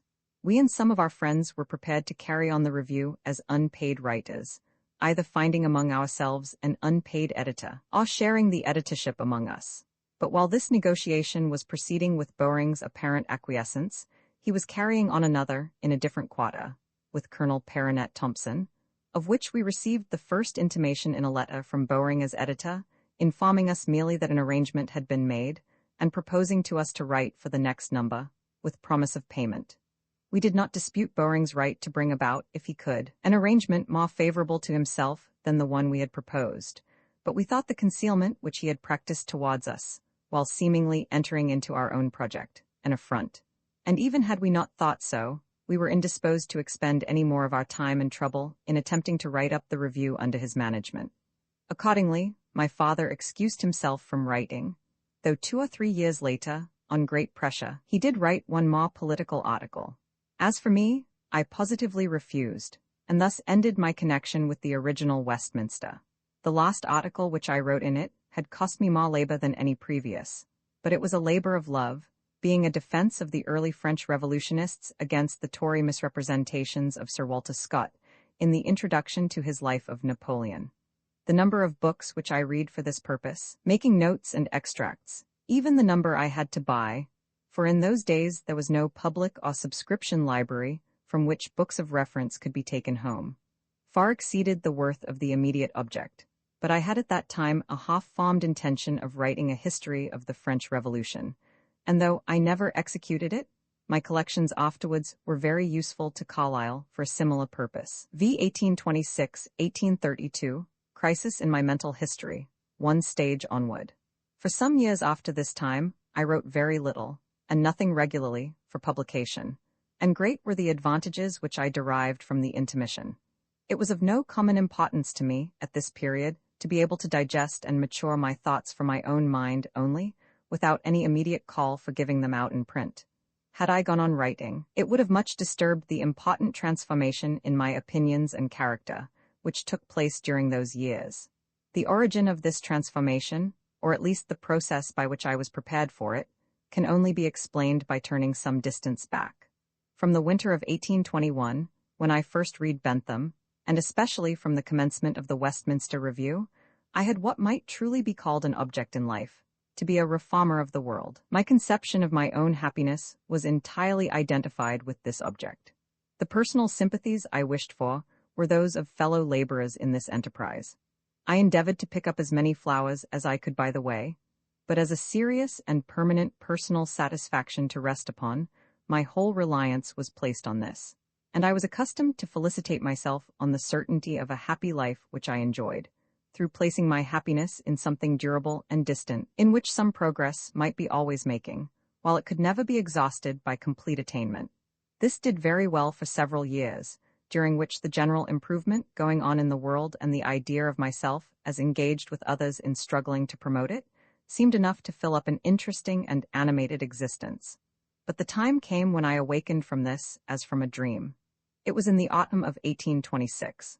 I was in a dull state of nerves, such as everybody is occasionally liable to, unsusceptible to enjoyment or pleasurable excitement, one of those moods when what is pleasure at other times becomes insipid or indifferent. The state, I should think, in which converts to Methodism usually are, when smitten by their first conviction of sin. In this frame of mind, it occurred to me to put the question directly to myself. Suppose that all your objects in life were realized, that all the changes in institutions and opinions which you are looking forward to could be completely effected at this very instant. Would this be a great joy and happiness to you? And an irrepressible self-consciousness distinctly answered, no. At this my heart sank within me. The whole foundation on which my life was constructed fell down. All my happiness was to have been found in the continual pursuit of this end. The end had ceased to charm, and how could there ever again be any interest in the means? I seemed to have nothing left to live for. At first I hoped that the cloud would pass away of itself, but it did not. A night's sleep, the sovereign remedy for the smaller vexations of life, had no effect on it. I awoke to a renewed consciousness of the woeful fact. I carried it with me into all companies, into all occupations.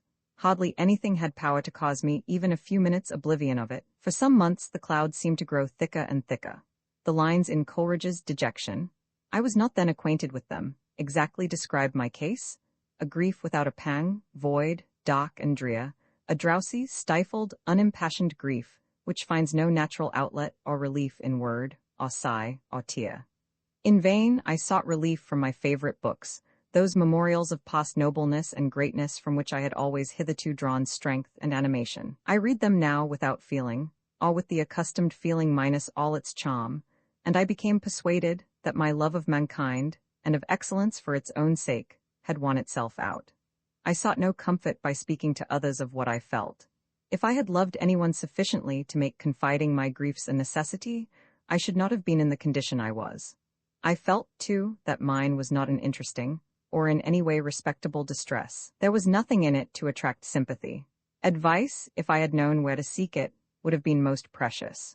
The words of Macbeth to the physician often occurred to my thoughts, but there was no one on whom I could build the faintest hope of such assistance.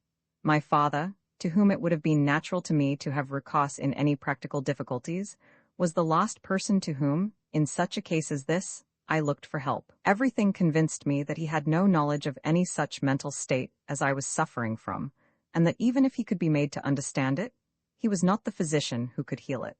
My education, which was wholly his work, had been conducted without any regard to the possibility of its ending in this result, and I saw no use in giving him the pain of thinking that his plans had failed, when the failure was probably irremediable, and, at all events, beyond the power of his remedies.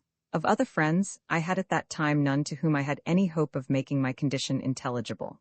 It was, however, abundantly intelligible to myself, and the more I dwelt upon it, the more hopeless it appeared.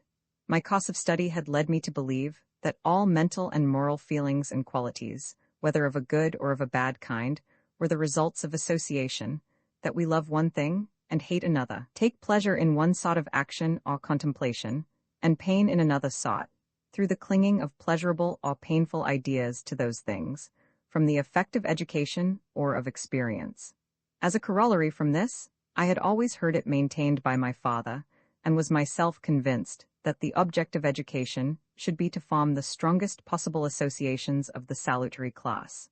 Associations of pleasure with all things beneficial to the great whole, and of pain with all things hurtful to it. This doctrine appeared inexpugnable, but it now seemed to me, on retrospect, that my teachers had occupied themselves but superficially with the means of forming and keeping up these salutary associations. They seemed to have trusted altogether to the old familiar instruments, praise and blame, reward and punishment.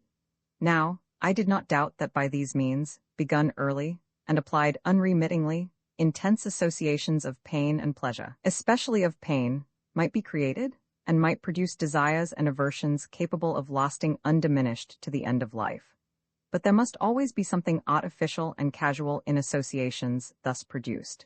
The pains and pleasures thus forcibly associated with things are not connected with them by any natural tie, and it is therefore, I thought, essential to the durability of these associations that they should have become so intense and inveterate as to be practically indissoluble before the habitual exercise of the power of analysis had commenced. For I now saw, or thought I saw, what I had always before received with incredulity, that the habit of analysis has a tendency to wear away the feelings, as indeed it has when no other mental habit is cultivated, and the analyzing spirit remains without its natural complements and correctives. The very excellence of analysis, I argued, is that it tends to weaken and undermine whatever is the result of prejudice, that it enables us mentally to separate ideas which have only casually clung together. And no associations whatever could ultimately resist this dissolving force, were it not that we owe to analysis our clearest knowledge of the permanent sequences in nature, the real connections between things, not dependent on our will and feelings, natural laws, by virtue of which, in many cases, one thing is inseparable from another in fact, which laws, in proportion as they are clearly perceived and imaginatively realized, cause our ideas of things which are always joined together in nature, to cohere more and more closely in our thoughts. Analytic habits may thus even strengthen the associations between causes and effects, means and ends, but tend altogether to weaken those which are, to speak familiarly, a mere matter of feeling. They are therefore, I thought, favorable to prudence and clear-sightedness, but a perpetual worm at the root both of the passions and of the virtues, and above all, fearfully undermine all desires and all pleasures, which are the effects of association, that is, according to the theory I held, all except the purely physical and organic, of the entire insufficiency of which to make life desirable. No one had a stronger conviction than I had. These were the laws of human nature by which, as it seemed to me, I had been brought to my present state. All those to whom I looked up were of opinion that the pleasure of sympathy with human beings, and the feelings which made the good of others, and especially of mankind on a large scale, the object of existence, were the greatest and surest sources of happiness. Of the truth of this I was convinced, but to know that a feeling would make me happy if I had it, did not give me the feeling. My education, I thought, had failed to create these feelings in sufficient strength to resist the dissolving influence of analysis, while the whole course of my intellectual cultivation had made precocious and premature analysis the inveterate habit of my mind. I was thus, as I said to myself, left stranded at the commencement of my voyage, with a well-equipped ship and a rudder, but no sail, without any real desire for the ends which I had been so carefully fitted out to work for, no delight in virtue, or the general good, but also just as little in anything else. The fountains of vanity and ambition seemed to have dried up within me, as completely as those of benevolence. I had had, as I reflected, some gratification of vanity at too early an age. I had obtained some distinction and felt myself of some importance, before the desire of distinction and of importance had grown into a passion. And little as it was which I had attained, yet having been attained too early, like all pleasures enjoyed too soon, it had made me blasé and indifferent to the pursuit. Thus neither selfish nor unselfish pleasures were pleasures to me, and there seemed no power in nature sufficient to begin the formation of my character anew, and create, in a mind now irretrievably analytic, fresh associations of pleasure with any of the objects of human desire. These were the thoughts which mingled with the dry, heavy dejection of the melancholy winter of 1826-7. During this time, I was not incapable of my usual occupations. I went on with them mechanically, by the mere force of habit. I had been so drilled in a certain sort of mental exercise that I could still carry it on when all the spirit had gone out of it. I even composed and spoke several speeches at the debating society. How, or with what degree of success, I know not. Of 4 years' continual speaking at that society, this is the only year of which I remember next to nothing. 2 lines of Coleridge, in whom alone of all writers I have found a true description of what I felt, were often in my thoughts, not at this time, for I had never read them, but in a later period of the same mental malady. Work without hope draws nectar in a sieve, and hope without an object cannot live. In all probability, my case was by no means so peculiar as I fancied it, and I doubt not that many others have passed through a similar state, but the idiosyncrasies of my education had given to the general phenomenon a special character, which made it seem the natural effect of causes that it was hardly possible for time to remove. I frequently asked myself if I could, or if I was bound to go on living, when life must be passed in this manner. I generally answered to myself that I did not think I could possibly bear it beyond a year. When, however, not more than half that duration of time had elapsed, a small ray of light broke in upon my gloom. I was reading, accidentally, Marmontel's memoirs, and came to the passage which relates his father's death, the distressed position of the family, and the sudden inspiration by which he, then a mere boy, felt and made them feel that he would be everything to them, would supply the place of all that they had lost. A vivid conception of the scene and its feelings came over me, and I was moved to tears. From this moment, my burden grew lighter. The oppression of the thought that all feeling was dead within me was gone. I was no longer hopeless. I was not a stock or a stone. I had still, it seemed, some of the material out of which all worth of character and all capacity for happiness are made. Relieved from my ever-present sense of irremediable wretchedness, I gradually found that the ordinary incidents of life could again give me some pleasure, that I could again find enjoyment, not intense, but sufficient for cheerfulness, in sunshine and sky, in books, in conversation, in public affairs, and that there was, once more, excitement, though of a moderate kind, in exerting myself for my opinions, and for the public good. Thus the cloud gradually drew off, and I again enjoyed life, and though I had several relapses, some of which lasted many months, I never again was as miserable as I had been. The experiences of this period had two very marked effects on my opinions and character. In the first place, they led me to adopt a theory of life, very unlike that on which I had before I acted, and having much in common with what at that time I certainly had never heard of, the anti-self-consciousness theory of Carlyle. I never, indeed, wavered in the conviction that happiness is the test of all rules of conduct and the end of life. But I now thought that this end was only to be attained by not making it the direct end. Those only are happy, I thought, who have their minds fixed on some object other than their own happiness, on the happiness of others, on the improvement of mankind, even on some art or pursuit, followed not as a means, but as itself an ideal end. Aiming thus at something else, they find happiness by the way. The enjoyments of life, such was now my theory, are sufficient to make it a pleasant thing when they are taken en passant without being made a principal object. Once make them so, and they are immediately felt to be insufficient. They will not bear a scrutinizing examination. Ask yourself whether you are happy, and you cease to be so. The only chance is to treat, not happiness, but some end external to it, as the purpose of life. Let your self-consciousness, your scrutiny, your self-interrogation, exhaust themselves on that, and if otherwise fortunately circumstanced, you will inhale happiness with the air you breathe, without dwelling on it or thinking about it, without either forestalling it in imagination or putting it to flight by fatal questioning. This theory now became the basis of my philosophy of life, and I still hold to it as the best theory for all those who have but a moderate degree of sensibility and of capacity for enjoyment, that is, for the great majority of mankind. The other important change which my opinions at this time underwent was that I, for the first time, gave its proper place, among the prime necessities of human well-being, to the internal culture of the individual.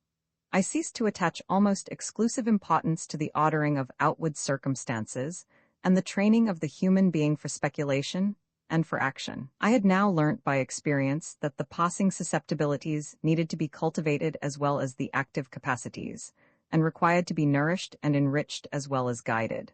I did not, for an instant, lose sight of, or undervalue, that part of the truth which I had seen before.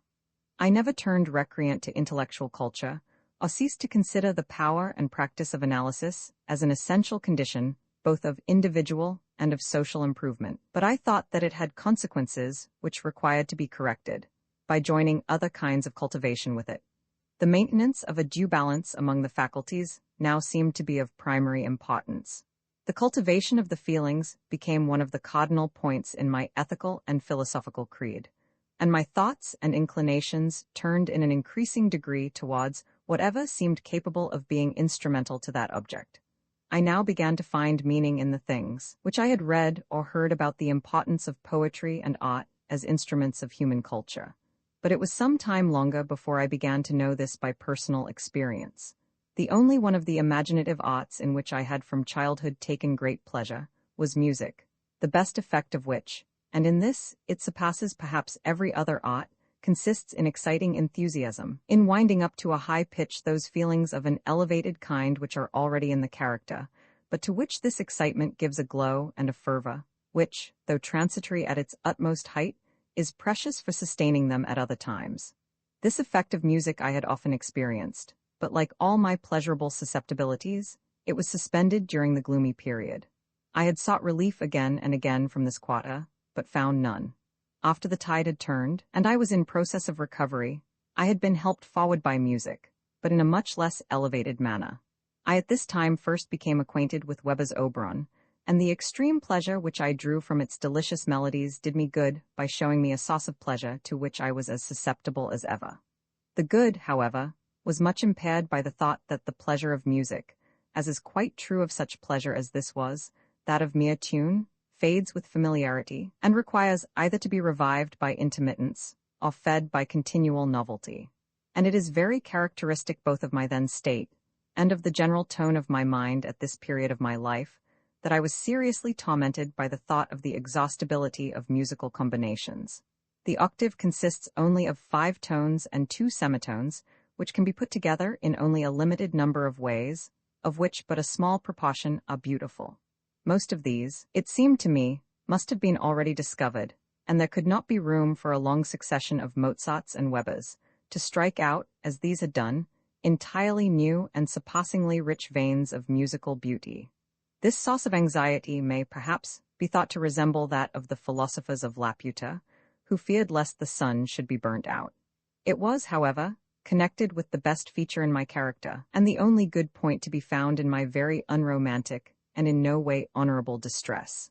For though my dejection, honestly looked at, could not be called other than egotistical, produced by the ruin, as I thought, of my fabric of happiness, yet the destiny of mankind in general was ever in my thoughts, and could not be separated from my own. I felt that the flaw in my life must be a flaw in life itself, that the question was whether, if the reformers of society and government could succeed in their objects, and every person in the community were free and in a state of physical comfort, the pleasures of life, being no longer kept up by struggle and privation, would cease to be pleasures. And I felt that, unless I could see my way to some better hope than this for human happiness in general, my dejection must continue, but that if I could see such an outlet, I should then look on the world with pleasure, content, as far as I was myself concerned, with any fair share of the general lot. This state of my thoughts and feelings made the fact of my reading Wordsworth for the first time, in the autumn of 1828, an important event of my life. I took up the collection of his poems from curiosity, with no expectation of mental relief from it, though I had before resorted to poetry with that hope.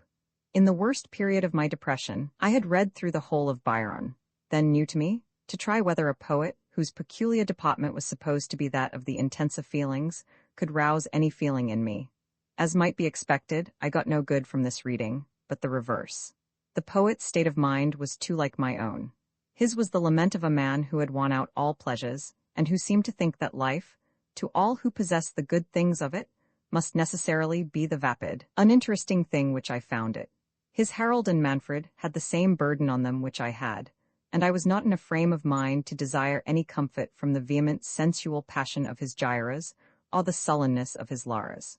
But while Byron was exactly what did not suit my condition, Wordsworth was exactly what did. I had looked into the Excursion 2 or 3 years before, and found little in it, and I should probably have found as little, had I read it at this time. But the miscellaneous poems, in the 2-volume edition of 1815, to which little of value was added in the latter part of the author's life, proved to be the precise thing for my mental wants at that particular juncture. In the first place, these poems addressed themselves powerfully to one of the strongest of my pleasurable susceptibilities, the love of rural objects and natural scenery, to which I had been indebted not only for much of the pleasure of my life, but quite recently for relief from one of my longest relapses into depression. In this power of rural beauty over me, there was a foundation laid for taking pleasure in Wordsworth's poetry.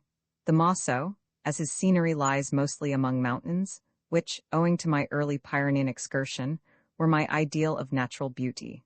But Wordsworth would never have had any great effect on me if he had merely placed before me beautiful pictures of natural scenery.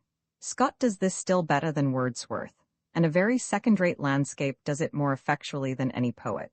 What made Wordsworth's poems a medicine for my state of mind was that they expressed, not mere outward beauty, but states of feeling and of thought colored by feeling under the excitement of beauty.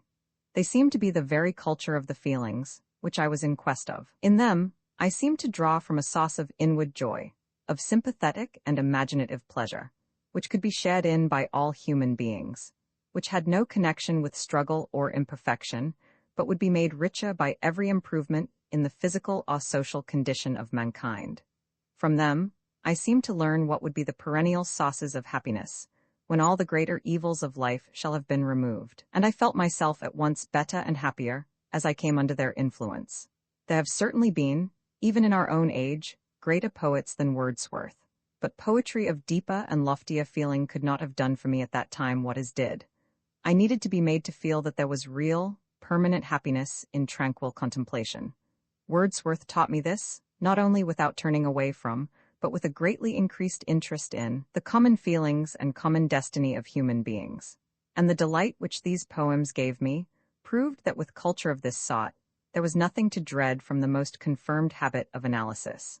At the conclusion of the poems came the famous ode, falsely called Platonic, Intimations of Immortality, in which, along with more than his usual sweetness of melody and rhythm, and along with the two passages of grand imagery, but bad philosophy so often quoted, I found that he too had had similar experience to mine, that he also had felt that the first freshness of youthful enjoyment of life was not lasting, but that he had sought for compensation, and found it, in the way in which he was now teaching me to find it. The result was that I gradually, but completely, emerged from my habitual depression, and was never again subject to it. I long continued to value Wordsworth less according to his intrinsic merits than by the measure of what he had done for me.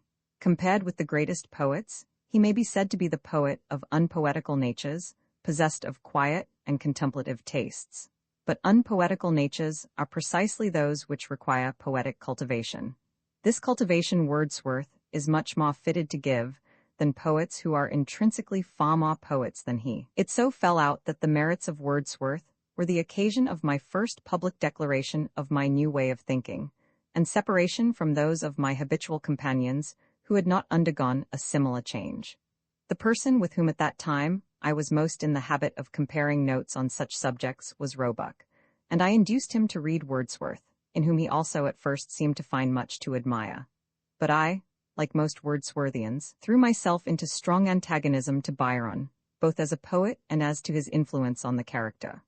Roebuck, all whose instincts were those of action and struggle, had, on the contrary, a strong relish and great admiration of Byron, whose writings he regarded as the poetry of human life, while Wordsworth's, according to him, was that of flowers and butterflies. We agreed to have the fight out at our debating society, where we accordingly discussed for 2 evenings the comparative merits of Byron and Wordsworth, propounding and illustrating by long recitations our respective theories of poetry. Sterling also, in a brilliant speech, putting forward his particular theory. This was the first debate on any weighty subject in which Roebuck and I had been on opposite sides. The schism between us widened from this time more and more, though we continued for some years longer to be companions. In the beginning, our chief divergence related to the cultivation of the feelings. Roebuck was in many respects very different from the vulgar notion of a Benthamite or utilitarian. He was a lover of poetry, and of most of the fine arts. He took great pleasure in music, in dramatic performances, especially in painting, and himself drew and designed landscapes with great facility and beauty. But he never could be made to see that these things have any value as aids in the formation of character. Personally, instead of being, as Benthamites are supposed to be, void of feeling, he had very quick and strong sensibilities. But, like most Englishmen who have feelings, he found his feelings stand very much in his way. He was much more susceptible to the painful sympathies than to the pleasurable, and looking for his happiness elsewhere, he wished that his feelings should be deadened rather than quickened. And in truth, the English character and English social circumstances make it so seldom possible to derive happiness from the exercise of the sympathies, that it is not wonderful if they count for little in an Englishman's scheme of life. In most other countries, the paramount importance of the sympathies as a constituent of individual happiness is an axiom, taken for granted rather than needing any formal statement. But most English thinkers always seem to regard them as necessary evils, required for keeping men's actions benevolent and compassionate. Roebuck was, or appeared to be, this kind of Englishman. He saw little good in any cultivation of the feelings, and none at all in cultivating them through the imagination, which he thought was only cultivating illusions. It was in vain I urged on him that the imaginative emotion which an idea, when vividly conceived, excites in us, is not an illusion but a fact, as real as any of the other qualities of objects, and, far from implying anything erroneous and delusive in our mental apprehension of the object, is quite consistent with the most accurate knowledge and most perfect practical recognition of all its physical and intellectual laws and relations. The intensest feeling of the beauty of a cloud lighted by the setting sun is no hindrance to my knowing that the cloud is vapor of water, subject to all the laws of vapors in a state of suspension, and I am just as likely to allow for, and act on, these physical laws whenever there is occasion to do so, as if I had been incapable of perceiving any distinction between beauty and ugliness. While my intimacy with Roebuck diminished, I fell more and more into friendly intercourse with our Coleridgean adversaries in the Society, Frederick Morris and John Sterling, both subsequently so well known, the former by his writings, the latter through the biographies by Hare and Carlyle. Of these two friends, Morris was the thinker, Sterling the orator, and impassioned expositor of thoughts which, at this period, were almost entirely formed for him by Morris.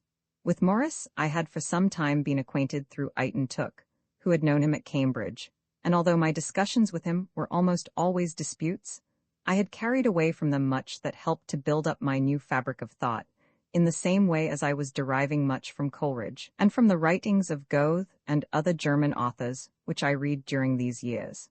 I have so deep a respect for Morris's character and purposes, as well as for his great mental gifts, that it is with some unwillingness I say anything which may seem to place him on a less high eminence than I would gladly be able to accord to him. But I have always thought that there was more intellectual power wasted in Morris than in any other of my contemporaries. Few of them certainly have had so much to waste. Great powers of generalization, rare ingenuity and subtlety, and a wide perception of important and unobvious truths served him not for putting something better into the place of the worthless heap of received opinions on the great subjects of thought, but for proving to his own mind that the Church of England had known everything from the first, and that all the truths on the ground of which the Church and orthodoxy have been attacked, many of which he saw as clearly as anyone, are not only consistent with the 39 Articles, but are better understood and expressed in those articles than by anyone who rejects them. I have never been able to find any other explanation of this than by attributing it to that timidity of conscience, combined with original sensitiveness of temperament, which has so often driven highly gifted men into Romanism, from the need of a firmer support than they can find in the independent conclusions of their own judgment. Any more vulgar kind of timidity, no one who knew Morris would ever think of imputing to him, even if he had not given public proof of his freedom from it, by his ultimate collision with some of the opinions commonly regarded as orthodox, and by his noble origination of the Christian socialist movement. The nearest parallel to him, in a moral point of view, is Coleridge, to whom, in merely intellectual power, apart from poetical genius, I think him decidedly superior. At this time, however, he might be described as a disciple of Coleridge, and Sterling as a disciple of Coleridge and of him. The modifications which were taking place in my old opinions gave me some points of contact with them, and both Morris and Sterling were of considerable use to my development. With Sterling, I soon became very intimate, and was more attached to him than I have ever been to any other man. He was indeed one of the most lovable of men. His frank, cordial, affectionate, and expansive character, a love of truth alike conspicuous in the highest things and the humblest, a generous and ardent nature, which threw itself with impetuosity into the opinions it adopted, but was as eager to do justice to the doctrines and the men it was opposed to, as to make war on what it thought their errors, and an equal devotion to the two cardinal points of liberty and duty, formed a combination of qualities as attractive to me as to all others who knew him as well as I did. With his open mind and heart, He found no difficulty in joining hands with me across the gulf, which as yet divided our opinions. He told me how he and others had looked upon me, from hearsay information, as a made or manufactured man, having had a certain impressive opinion stamped on me which I could only reproduce. And what a change took place in his feelings when he found, in the discussion on Wordsworth and Byron, that Wordsworth, and all which that name implies, belonged to me as much as to him and his friends. The failure of his health soon scattered all his plans of life, and compelled him to live at a distance from London, so that after the first year or two of our acquaintance, we only saw each other at distant intervals. But, as he said himself in one of his letters to Carlyle, when we did meet it was like brothers.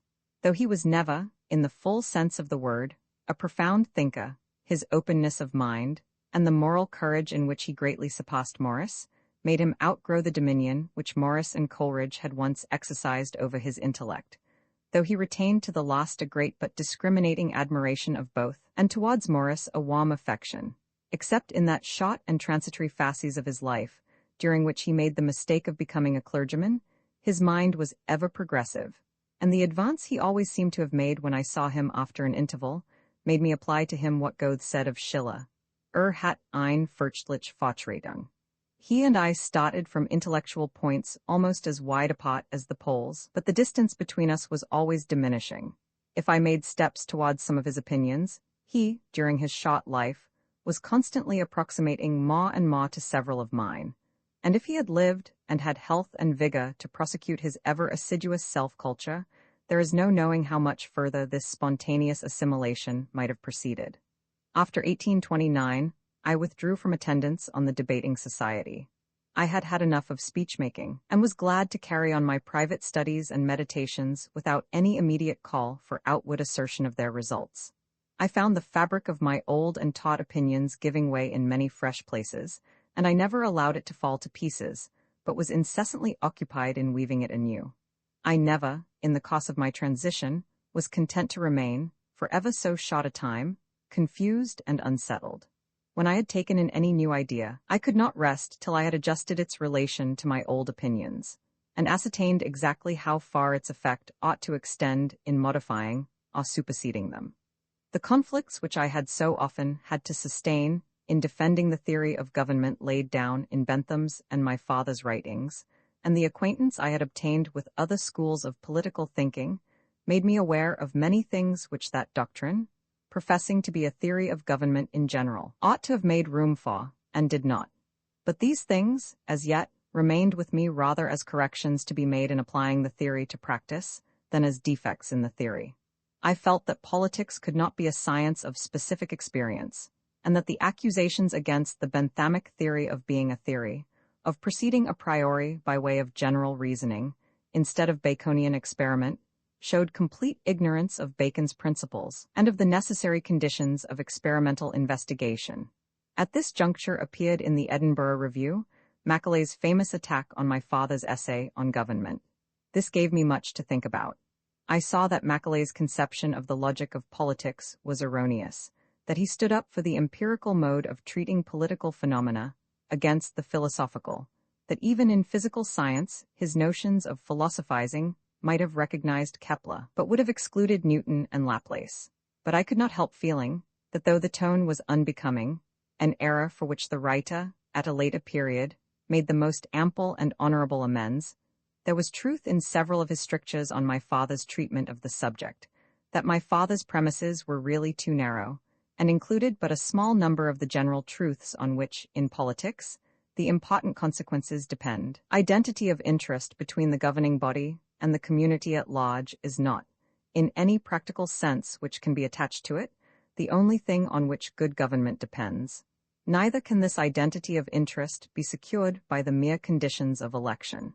I was not at all satisfied with the mode in which my father met the criticisms of Macaulay. He did not, as I thought he ought to have done, justify himself by saying, I was not writing a scientific treatise on politics.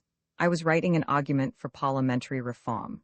He treated Macaulay's argument as simply irrational, an attack upon the reasoning faculty, an example of the saying of Hobbes, that when reason is against a man will be against reason.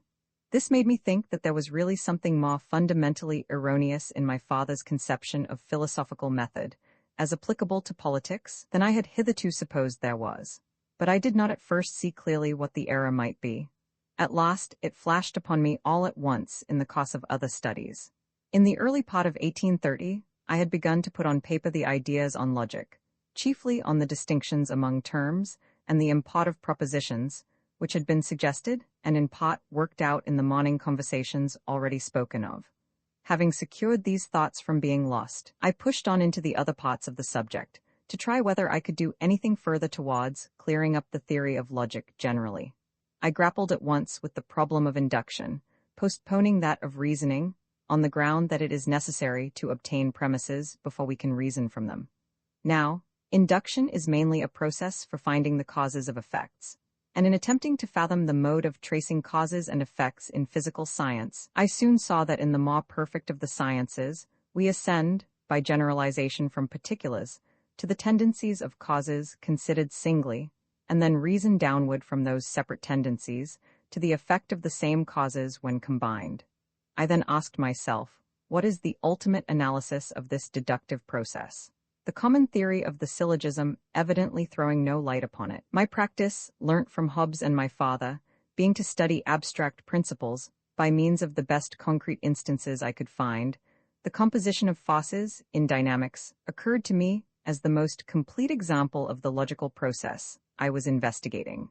On examining, accordingly, what the mind does when it applies the principle of the composition of forces, I found that it performs a simple act of addition. It adds the separate effect of the one force to the separate effect of the other, and puts down the sum of these separate effects as the joint effect. But is this a legitimate process? In dynamics, and in all the mathematical branches of physics, it is, but in some other cases, as in chemistry, it is not. And I then recollected that something not unlike this was pointed out as one of the distinctions between chemical and mechanical phenomena, in the introduction to that favorite of my boyhood, Thomson's System of Chemistry. This distinction at once made my mind clear as to what was perplexing me in respect to the philosophy of politics.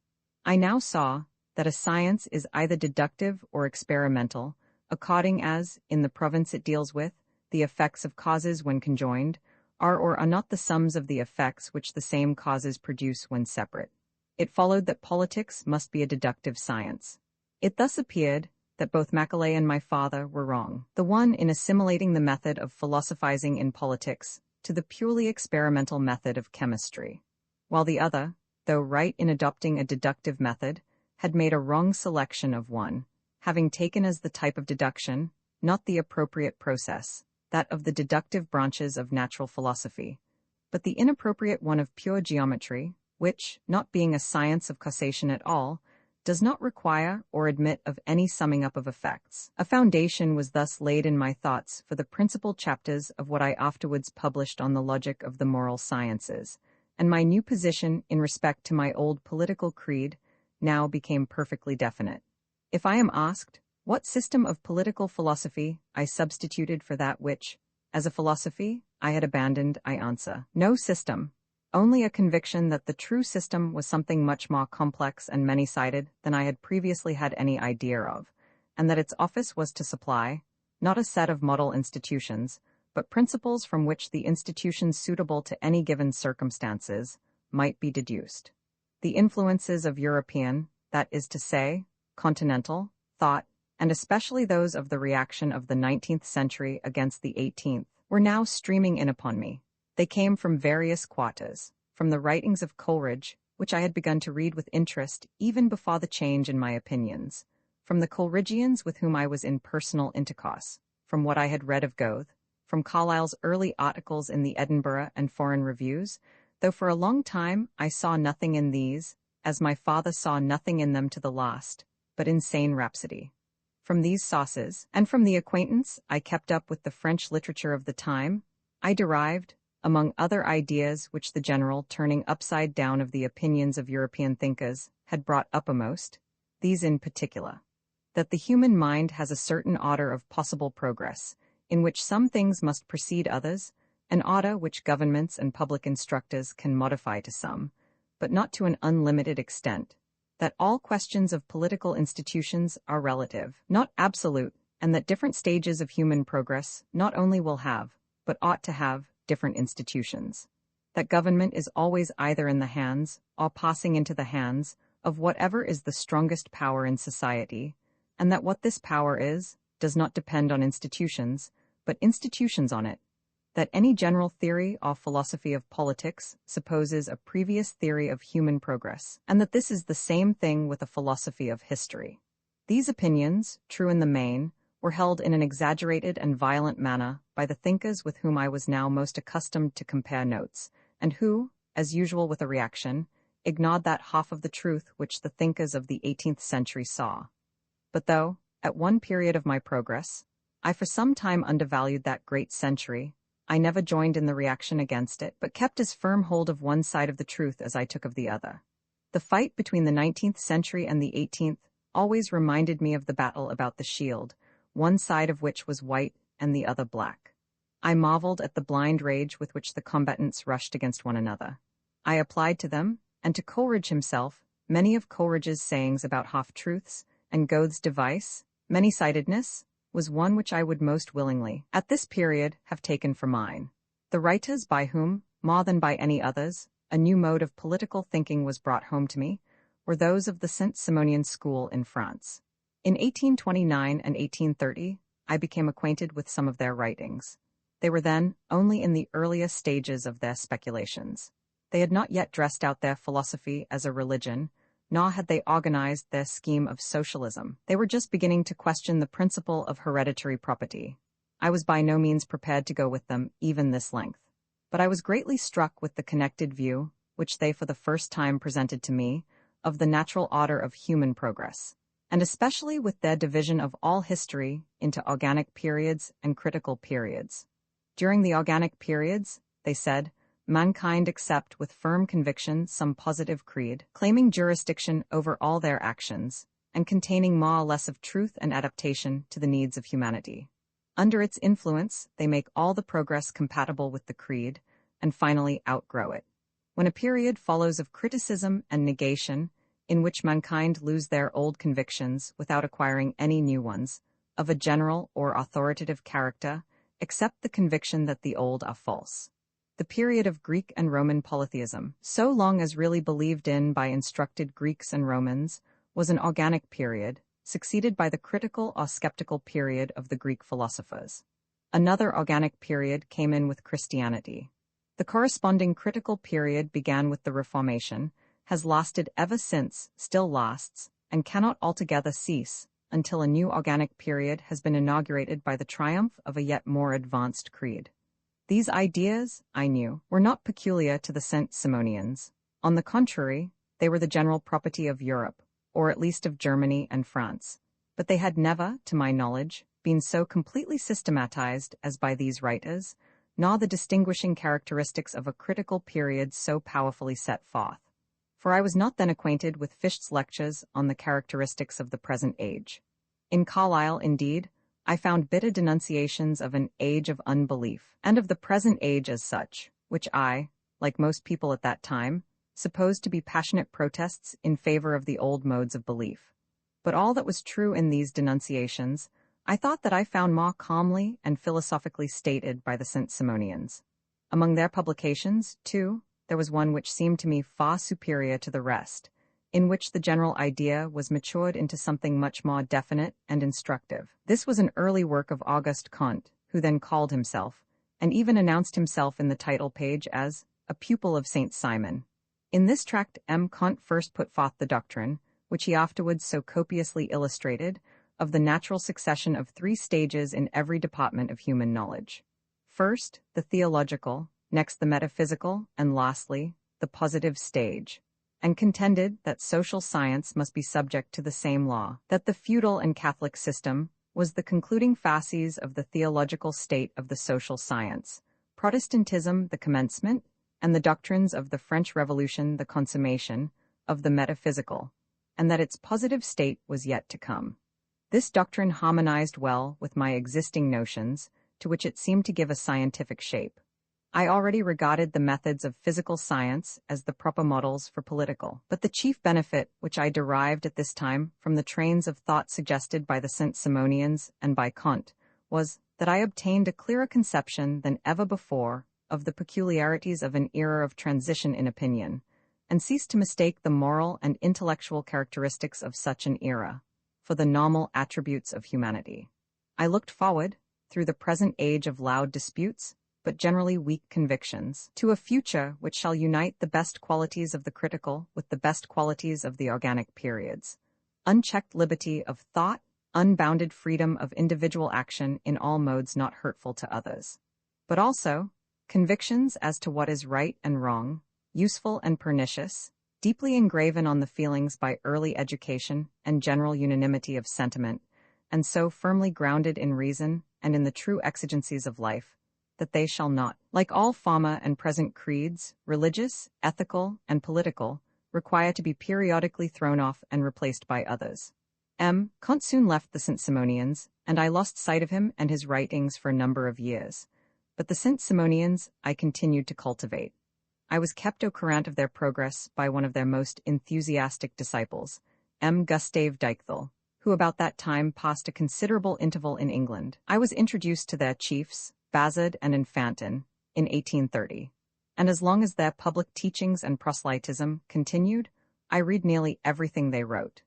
Their criticisms on the common doctrines of liberalism seemed to me full of important truth, and it was partly by their writings that my eyes were opened to the very limited and temporary value of the old political economy, which assumes private property and inheritance as indefeasible facts, and freedom of production and exchange as the dernier mot of social improvement.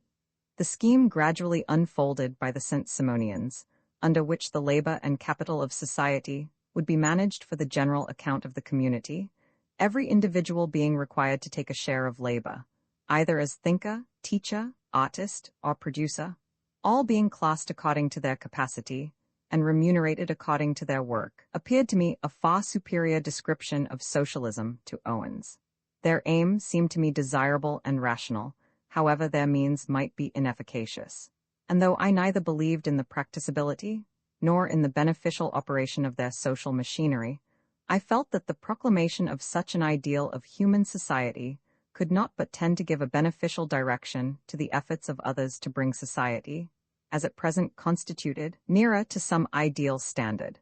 I honored them most of all for what they have been most cried down for, the boldness and freedom from prejudice with which they treated the subject of the family, the most important of any, and needing more fundamental alterations than remain to be made in any other great social institution, but on which scarcely any reformer has the courage to touch.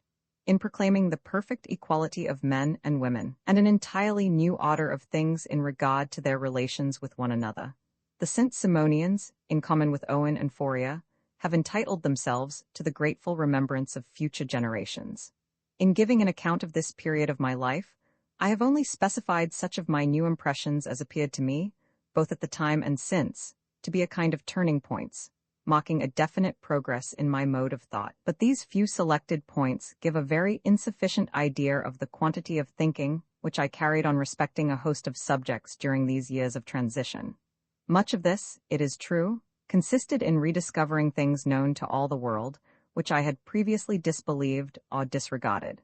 But the rediscovery was to me a discovery, giving me plenary possession of the truths, not as traditional platitudes, but fresh from their sauce, and it seldom failed to place them in some new light, by which they were reconciled with, and seemed to confirm while they modified, the truths less generally known which lay in my early opinions, and in no essential part of which I at any time wavered.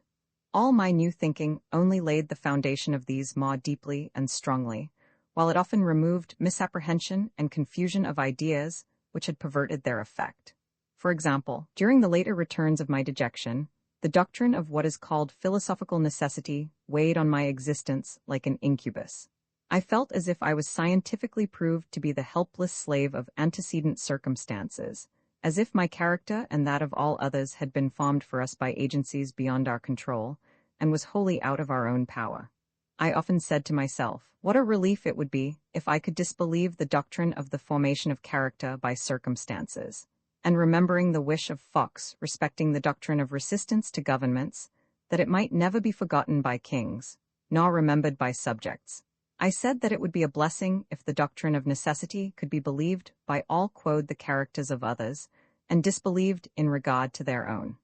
I pondered painfully on the subject till gradually I saw light through it. I perceived that the word necessity, as a name for the doctrine of cause and effect applied to human action, carried with it a misleading association, and that this association was the operative force in the depressing and paralyzing influence which I had experienced.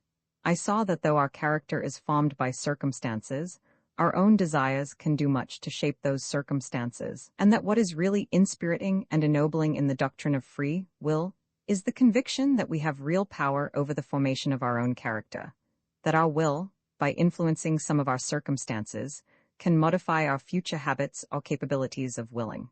All this was entirely consistent with the doctrine of circumstances, or rather, was that doctrine itself, properly understood.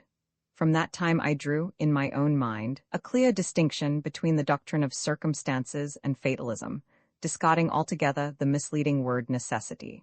The theory, which I now for the first time rightly apprehended, ceased altogether to be discouraging, and besides the relief to my spirits, I no longer suffered under the burden, so heavy to one who aims at being a reformer in opinions, of thinking one doctrine true, and the contrary doctrine morally beneficial. The train of thought which had extricated me from this dilemma seemed to me, in after years, fitted to render a similar service to others, and it now forms the chapter on liberty and necessity in the concluding book of my system of logic.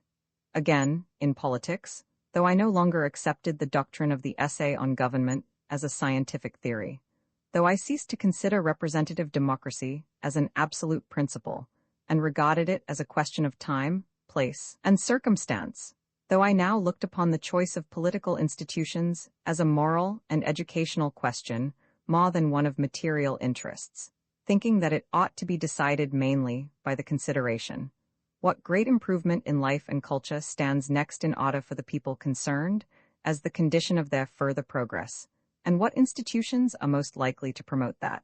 Nevertheless, this change in the premises of my political philosophy did not alter my practical political creed as to the requirements of my own time and country. I was as much as ever a radical and democrat for Europe, and especially for England. I thought the predominance of the aristocratic classes, the noble and the rich, in the English constitution, an evil worth any struggle to get rid of, not on account of taxes or any such comparatively small inconvenience, but as the great demoralizing agency in the country. Demoralizing, first, because it made the conduct of the government an example of gross public immorality, through the predominance of private over public interests in the state, and the abuse of the powers of legislation for the advantage of classes. Secondly, and in a still greater degree, because the respect of the multitude always attaching itself principally to that which, in the existing state of society, is the chief passport to power, and under English institutions, riches, hereditary or acquired, being the almost exclusive source of political importance. Riches, and the signs of riches, were almost the only things really respected, and the life of the people was mainly devoted to the pursuit of them. I thought that while the higher and richer classes held the power of government, the instruction and improvement of the mass of the people were contrary to the self-interest of those classes, because tending to render the people more powerful for throwing off the yoke. But if the democracy obtained a large, and perhaps the principal share, in the governing power, it would become the interest of the opulent classes to promote their education, in order to ward off really mischievous errors, and especially those which would lead to unjust violations of property. On these grounds, I was not only as ardent as ever for democratic institutions, but earnestly hoped that Owenite, Simonian, and all other anti-property doctrines might spread widely among the poorer classes. Not that I thought those doctrines true, or desired that they should be acted on, but in order that the higher classes might be made to see that they had more to fear from the poor when uneducated than when educated. In this frame of mind, the French Revolution of July found me. It roused my utmost enthusiasm, and gave me, as it were, a new existence. I went at once to Paris, was introduced to Lafayette, and laid the groundwork of the intercourse I afterwards kept up with several of the active chiefs of the extreme popular party. After my return, I entered warmly, as a writer, into the political discussions of the time, which soon became still more exciting by the coming in of Lord Grey's ministry and the proposing of the Reform Bill. For the next few years, I wrote copiously in newspapers. It was about this time that Fonblanc, who had for some time written the political articles in the Examiner, became the proprietor and editor of the paper.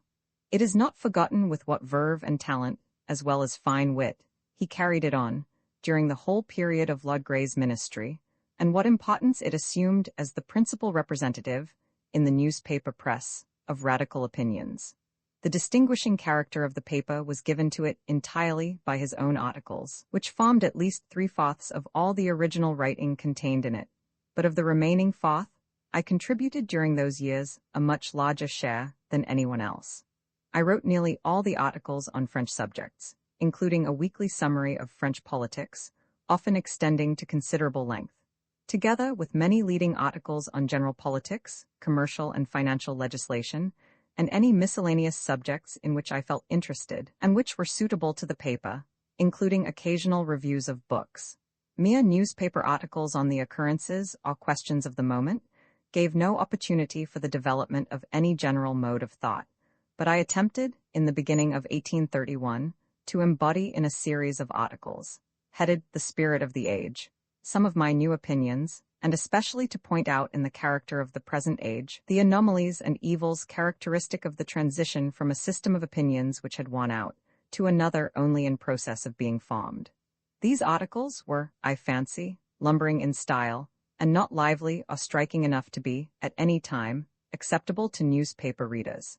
But had they been far more attractive still, at that particular moment, when great political changes were impending, and engrossing all minds, these discussions were ill-timed, and missed fire altogether.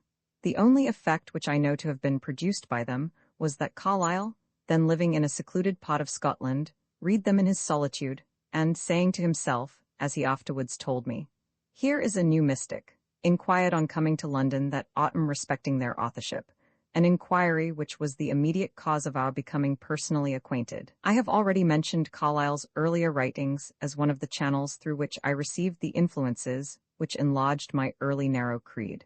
But I do not think that those writings, by themselves, would ever have had any effect on my opinions. What truths they contained, though of the very kind which I was already receiving from other quarters, were presented in a form and vesture less suited than any other to give them access to a mind trained as mine had been. They seemed a haze of poetry and German metaphysics, in which almost the only clear thing was a strong animosity to most of the opinions which were the basis of my mode of thought: religious skepticism, utilitarianism, the doctrine of circumstances, and the attaching any importance to democracy, logic, or political economy.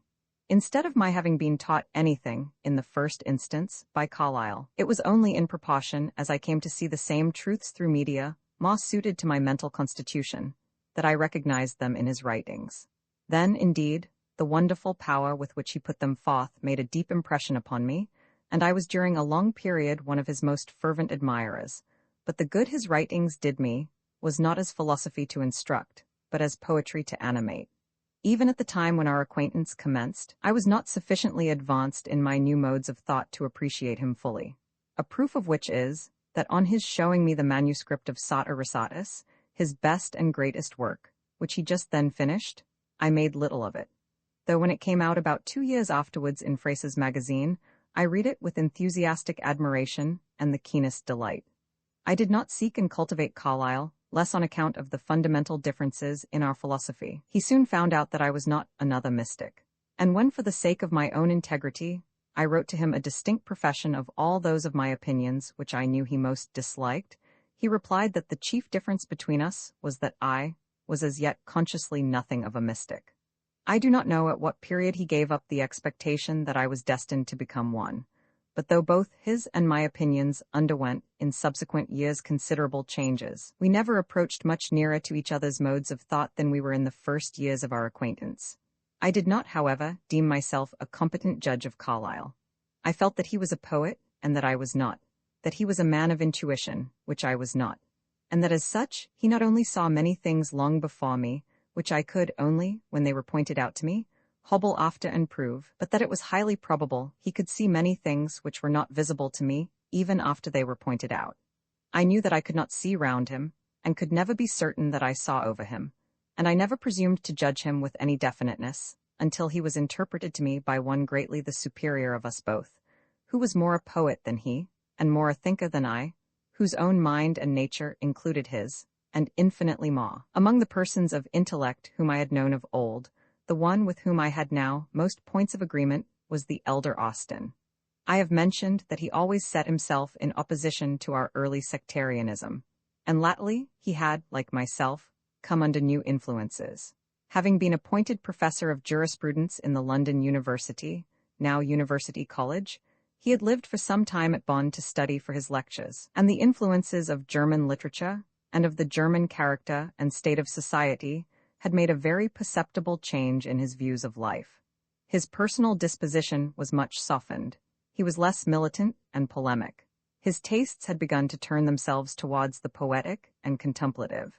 He attached much less importance than formerly to outward changes, unless accompanied by a better cultivation of the inward nature. He had a strong distaste for the general meanness of English life, the absence of enlarged thoughts and unselfish desires, the low objects on which the faculties of all classes of the English are intent. Even the kind of public interests which Englishmen care for, he held in very little esteem. He thought that there was more practical good government, and, which is true enough, infinitely more care for the education and mental improvement of all ranks of the people, under the Prussian monarchy, than under the English representative government. And he held, with the French economists, that the real security for good government is un pupil éclairé, which is not always the fruit of popular institutions, and which, if it could be had without them, would do their work better than they. Though he approved of the Reform Bill, he predicted, what in fact occurred, that it would not produce the great immediate improvements in government which many expected from it. The men, he said, who could do these great things did not exist in the country. There were many points of sympathy between him and me, both in the new opinions he had adopted and in the old ones which he retained. Like me, he never ceased to be a utilitarian, and with all his love for the Germans and enjoyment of their literature, never became in the smallest degree reconciled to the innate principle metaphysics. He cultivated more and more a kind of German religion, a religion of poetry, and feeling with little, if anything, of positive dogma, while in politics. And here it was that I most differed with him. He acquired an indifference bordering on contempt for the progress of popular institutions, though he rejoiced in that of socialism, as the most effectual means of compelling the powerful classes to educate the people, and to impress on them the only real means of permanently improving their material condition, a limitation of their numbers. Neither was he, at this time, fundamentally opposed to socialism in itself as an ultimate result of improvement. He professed great disrespect for what he called the universal principles of human nature of the political economists, and insisted on the evidence which history and daily experience afford of the extraordinary pliability of human nature, a phrase which I have somewhere borrowed from him. Nor did he think it possible to set any positive bounds to the moral capabilities which might unfold themselves in mankind under an enlightened direction of social and educational influences. Whether he retained all these opinions to the end of life, I know not. Certainly the modes of thinking of his later years, and especially of his last publication, were much more Tory in their general character than those which he held at this time. My father's tone of thought and feeling, I now felt myself at a great distance from. Greater, indeed, than a full and calm explanation and reconsideration on both sides might have shown to exist in reality. But my father was not one with whom calm and full explanations on fundamental points of doctrine could be expected, at least with one whom he might consider as, in some sort, a deserter from his standard. Fortunately, we were almost always in strong agreement on the political questions of the day, which engrossed a large part of his interest and of his conversation. On those matters of opinion on which we differed, we talked little. He knew that the habit of thinking for myself, which his mode of education had fostered, sometimes led me to opinions different from his, and he perceived from time to time that I did not always tell him how different. I expected no good, but only pain to both of us, from discussing our differences, and I never expressed them, but when he gave utterance to some opinion, or feeling repugnant to mine, in a manner which would have made it disingenuousness on my part to remain silent. It remains to speak of what I wrote during these years, which, independently of my contributions to newspapers, was considerable. In 1830 and 1831, I wrote the 5 essays since published under the title of Essays on Some Unsettled Questions of Political Economy, almost as they now stand, except that in 1833 I partially rewrote the 5th essay. They were written with no immediate purpose of publication, and when, some years later, I offered them to a publisher, he declined them.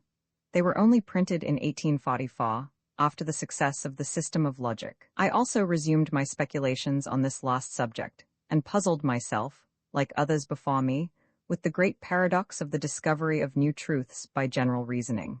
As to the fact, there could be no doubt. As little could it be doubted that all reasoning is resolvable into syllogisms, and that in every syllogism the conclusion is actually contained and implied in the premises. How, being so contained and implied, it could be new truth, and how the theorems of geometry, so different in appearance from the definitions and axioms, could be all contained in these, was a difficulty which no one, I thought, had sufficiently felt, and which, at all events, no one had succeeded in clearing up. The explanations offered by Whately and others, though they might give a temporary satisfaction, always, in my mind, left a mist still hanging over the subject. At last, when reading a second or third time the chapters on reasoning in the 2nd volume of Dugald Stuart, interrogating myself on every point, and following out, as far as I knew how, every topic of thought which the book suggested, I came upon an idea of his respecting the use of axioms in ratiocination, which I did not remember to have before noticed, but which now, in meditating on it, seemed to me not only true of axioms, but of all general propositions whatever, and to be the key of the whole perplexity. From this germ grew the theory of the syllogism propounded in the 2nd book of the Logic, which I immediately fixed by writing it out.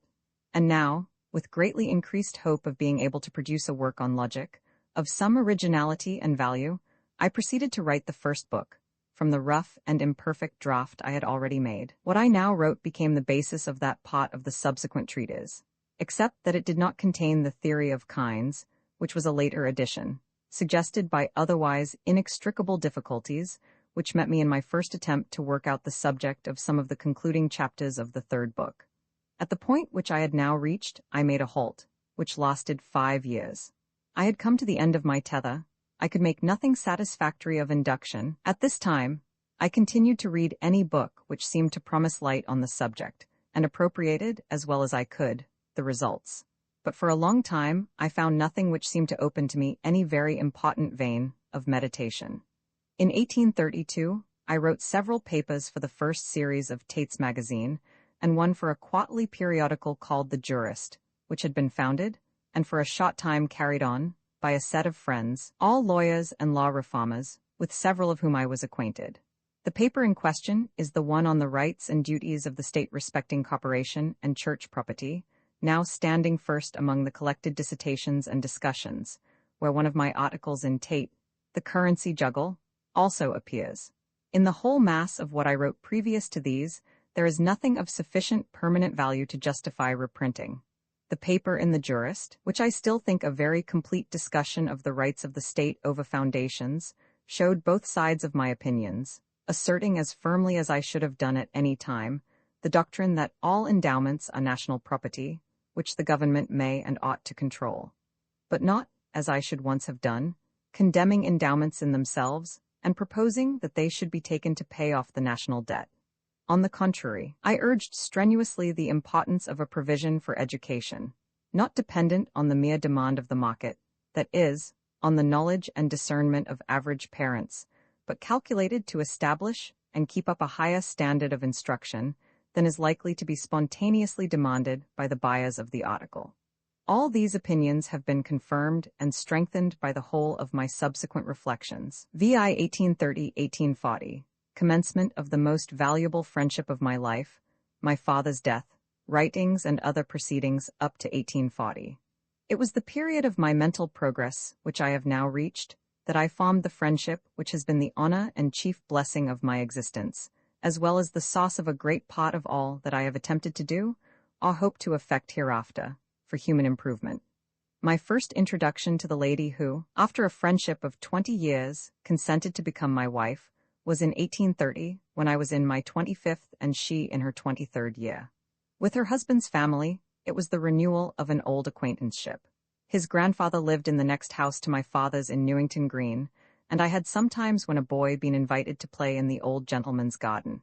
He was a fine specimen of the old Scotch Puritan, stern, severe, and powerful, but very kind to children, on whom such men make a lasting impression. Although it was years after my introduction to Mrs. Taylor before my acquaintance with her became at all intimate or confidential, I very soon felt her to be the most admirable person I had ever known.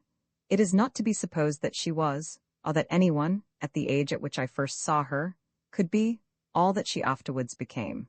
Least of all could this be true of her, with whom self-improvement, progress in the highest and in all senses, was a law of her nature, a necessity equally from the ardor with which she sought it, and from the spontaneous tendency of faculties which could not receive an impression or an experience without making it the sauce or the occasion of an accession of wisdom.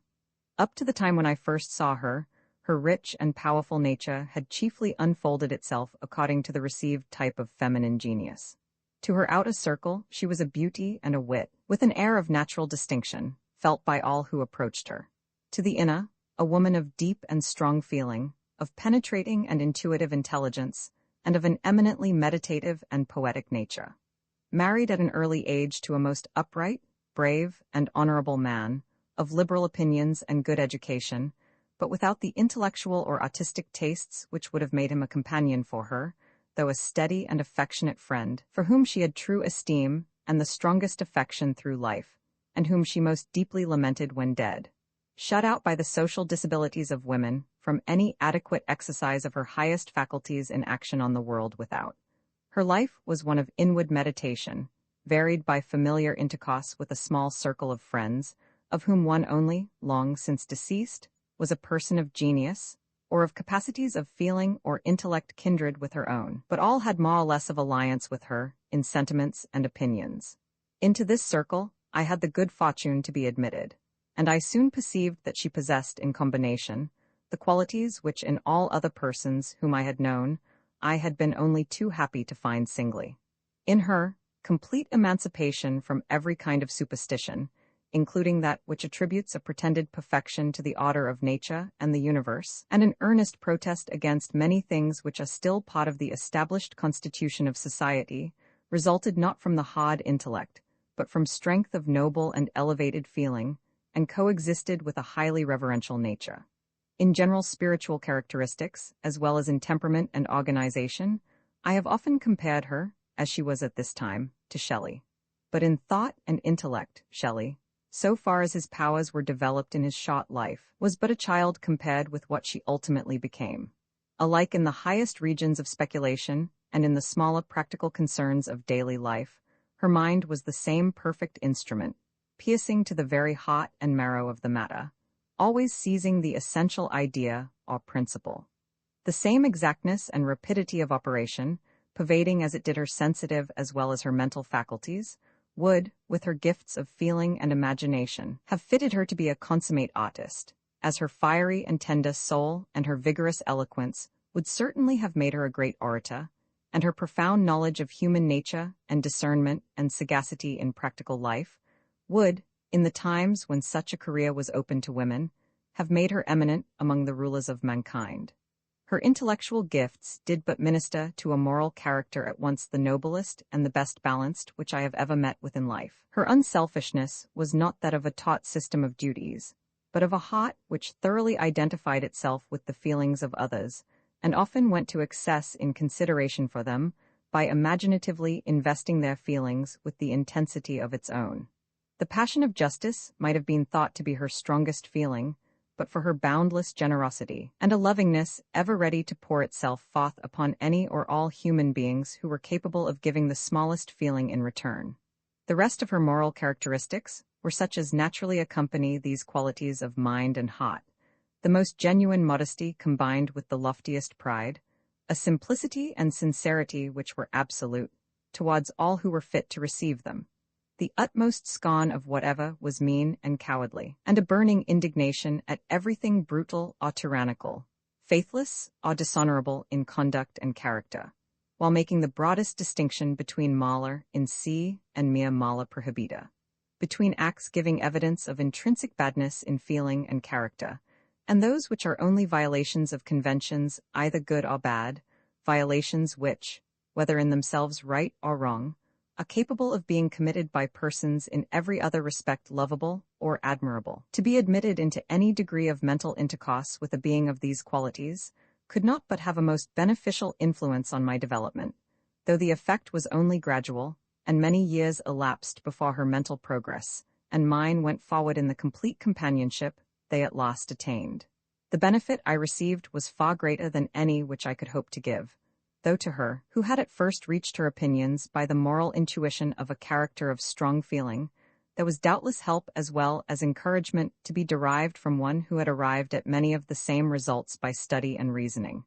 And in the rapidity of her intellectual growth, her mental activity, which converted everything into knowledge, doubtless drew from me, as it did from other sources, many of its materials. What I owe, even intellectually, to her, is in its detail, almost infinite. Of its general character, a few words will give some, though a very imperfect idea. With those who, like all the best and wisest of mankind, are dissatisfied with human life as it is, and whose feelings are wholly identified with its radical amendment, there are two main regions of thought. One is the region of ultimate aims, the constituent elements of the highest realizable ideal of human life. The other is that of the immediately useful and practically attainable. In both these departments, I have acquired more from her teaching than from all other sources taken together. And to say truth, it is in these two extremes principally that real certainty lies. My own strength lay wholly in the uncertain and slippery intermediate region, that of theory, or moral and political science, respecting the conclusions of which, in any of the forms in which I have received or originated them, whether as political economy, analytic psychology, logic, philosophy of history, or anything else, it is not the least of my intellectual obligations to her that I have derived from her a wise skepticism, which, while it has not hindered me from following out the honest exercise of my thinking faculties, to whatever conclusions might result from it, has put me on my guard against holding or announcing these conclusions with a degree of confidence which the nature of such speculations does not warrant, and has kept my mind not only open to admit, but prompt to welcome and eager to seek, even on the questions on which I have most meditated, any prospect of clearer perceptions and better evidence. I have often received praise, which in my own right I only partially deserve, for the greater practicality which is supposed to be found in my writings, compared with those of most thinkers who have been equally addicted to large generalizations. The writings in which this quality has been observed were not the work of one mind, but of the fusion of two, one of them as preeminently practical in its judgments and perceptions of things present, as it was high and bold in its anticipations for a remote futurity. At the present period, however, this influence was only one among many which were helping to shape the character of my future development, and even after it became, I may truly say, the presiding principle of my mental progress, it did not alter the path, but only made me move forward more boldly, and at the same time, more cautiously, in the same cause. The only actual revolution which has ever taken place in my modes of thinking was already complete. My new tendencies had to be confirmed in some respects, moderated in others. But the only substantial changes of opinion that were yet to come related to politics, and consisted, on one hand, in a greater approximation, so far as regards the ultimate prospects of humanity, to a qualified socialism, and on the other, a shifting of my political ideal from pure democracy, as commonly understood by its partisans, to the modified form of it, which is set forth in my considerations on representative government. This last change, which took place very gradually, dates its commencement from my reading, or rather study, of M. de Tocqueville's Democracy in America, which fell into my hands immediately after its first appearance. In that remarkable work, the excellences of democracy were pointed out in a more conclusive, because a more specific manner than I had ever known them to be, even by the most enthusiastic Democrats, while the specific dangers which beset democracy, considered as the government of the numerical majority, were brought into equally strong light and subjected to a masterly analysis, not as reasons for resisting what the author considered as an inevitable result of human progress, but as indications of the weak points of popular government, the defenses by which it needs to be guarded, and the correctives which must be added to it in order that while full play is given to its beneficial tendencies, those which are of a different nature may be neutralized or mitigated. I was now well prepared for speculations of this character, and from this time onward, my own thoughts moved more and more in the same channel, though the consequent modifications in my practical political creed were spread over many years, as would be shown by comparing my first review of democracy in America, written and published in 1835, with the one in 1840, reprinted in the Dissertations, and this last, with the Considerations on Representative Government. A collateral subject on which also I derived great benefit from the study of Tocqueville was the fundamental question of centralization. The powerful philosophic analysis which he applied to American and to French experience led him to attach the utmost importance to the performance of as much of the collective business of society as can safely be so performed by the people themselves without any intervention of the executive government, either to supersede their agency or to dictate the manner of its exercise. He viewed this practical political activity of the individual citizen not only as one of the most effectual means of training the social feelings and practical intelligence of the people, so important in themselves and so indispensable to good government, but also as the specific counteractive to some of the characteristic infirmities of democracy, and a necessary protection against its degenerating into the only despotism of which, in the modern world, there is real danger: the absolute rule of the head of the executive over a congregation of isolated individuals, all equals but all slaves.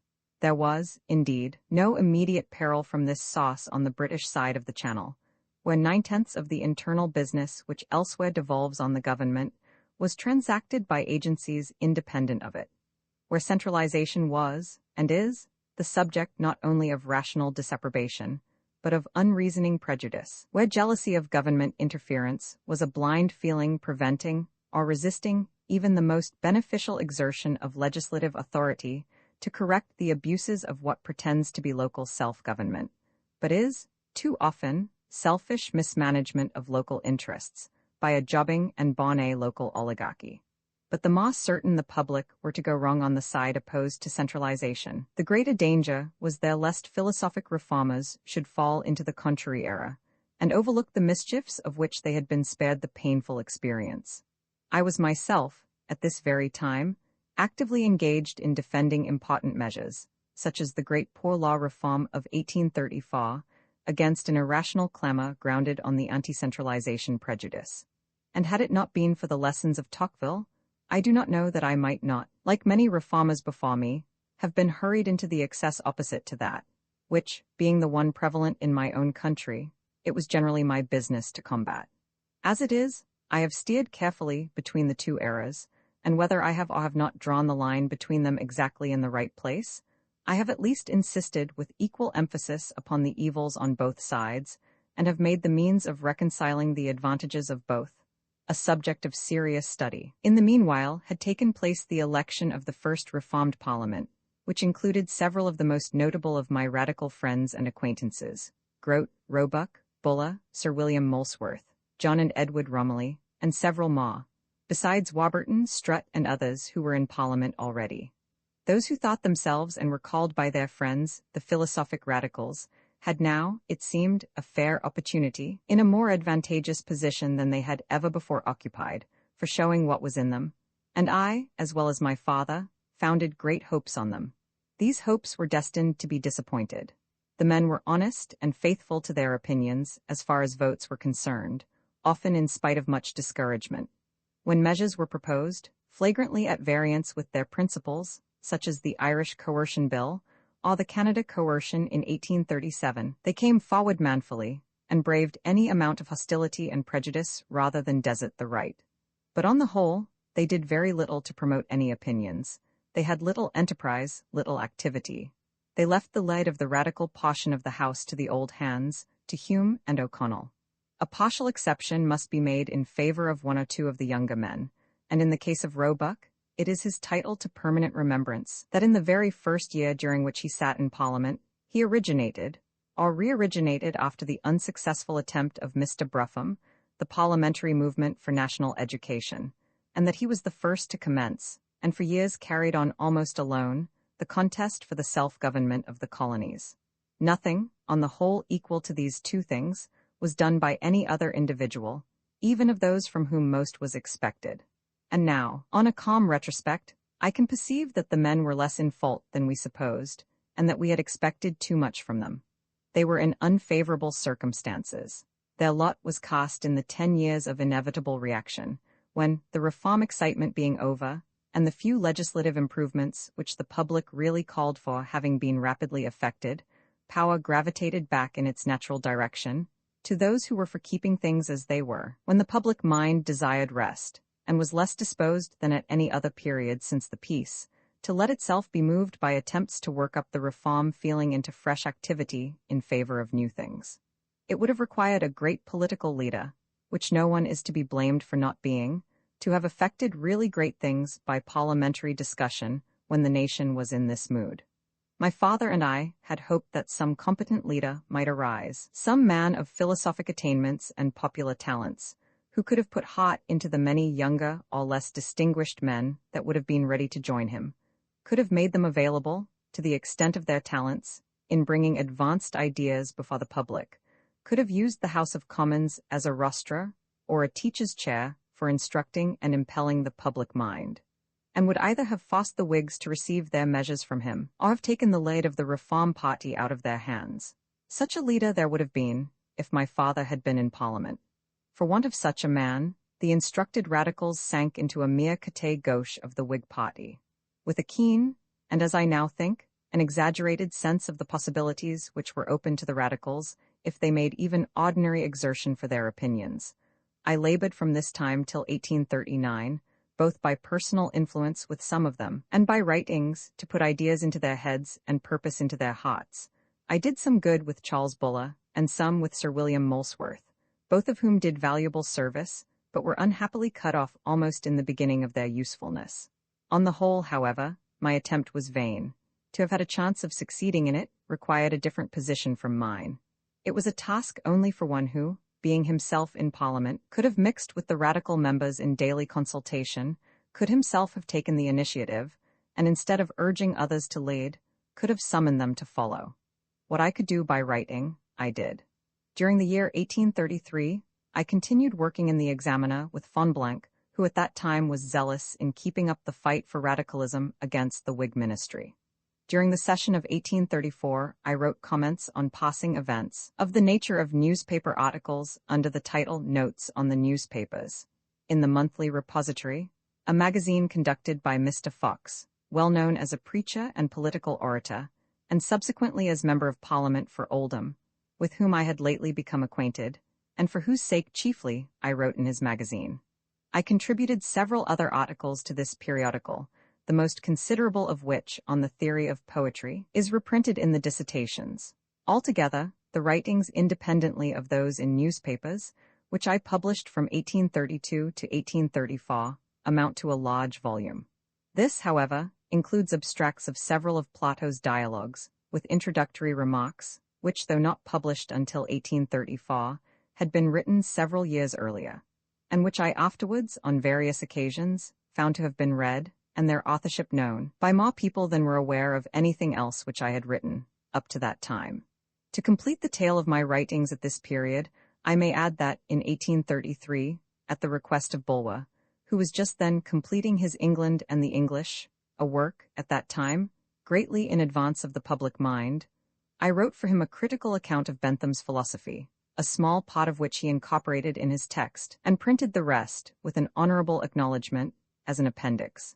In this, along with the favorable, a part also of the unfavorable side of my estimation of Bentham's doctrines, considered as a complete philosophy, was for the first time put into print.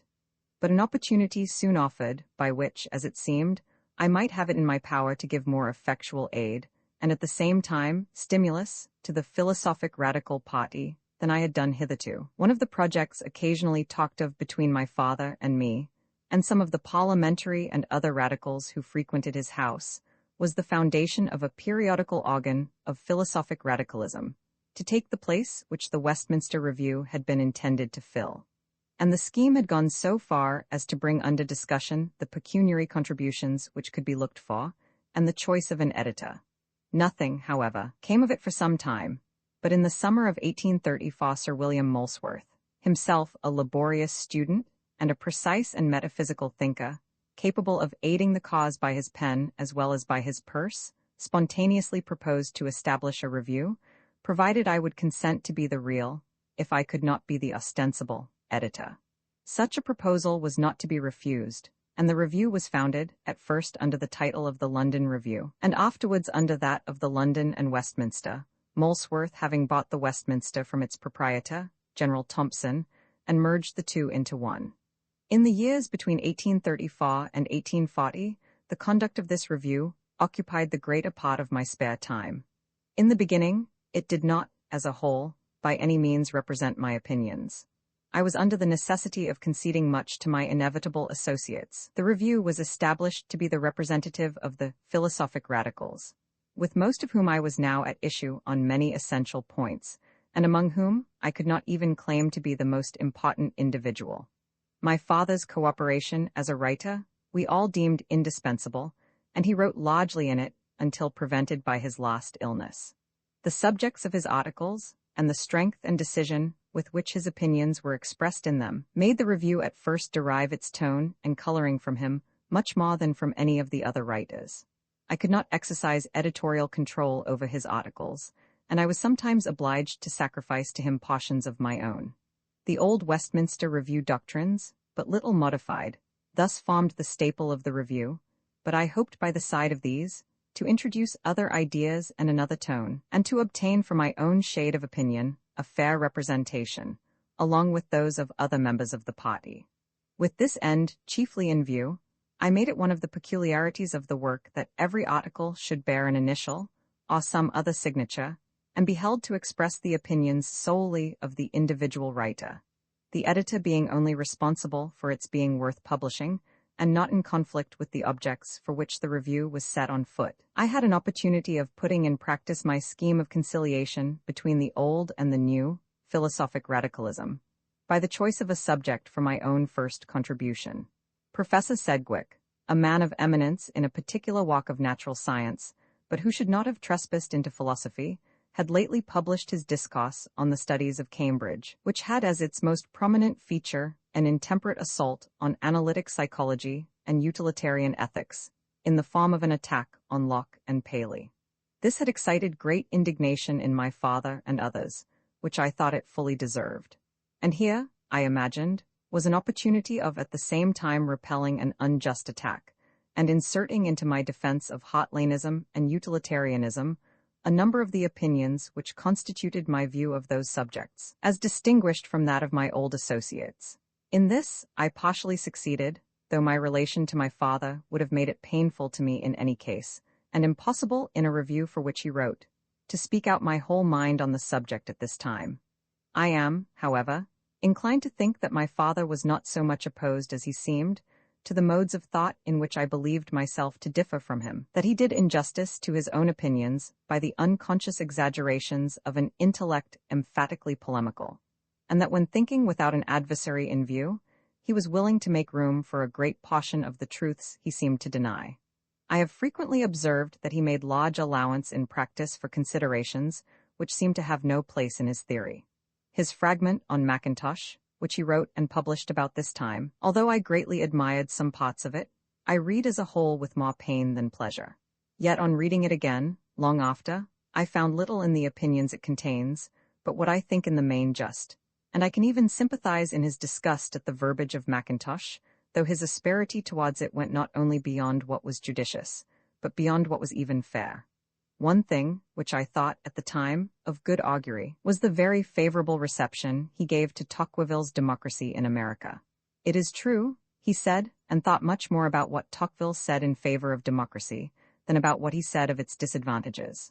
Still, his high appreciation of a book which was at any rate an example of a mode of treating the question of government almost the reverse of his wholly inductive and analytical, instead of purely ratiocinative, gave me great encouragement. He also approved of an article which I published in the first number following the junction of the two reviews, the essay reprinted in the Dissertations, under the title Civilization, into which I threw many of my new opinions, and criticized rather emphatically the mental and moral tendencies of the time, on grounds, and in a manner which I certainly had not learnt from him.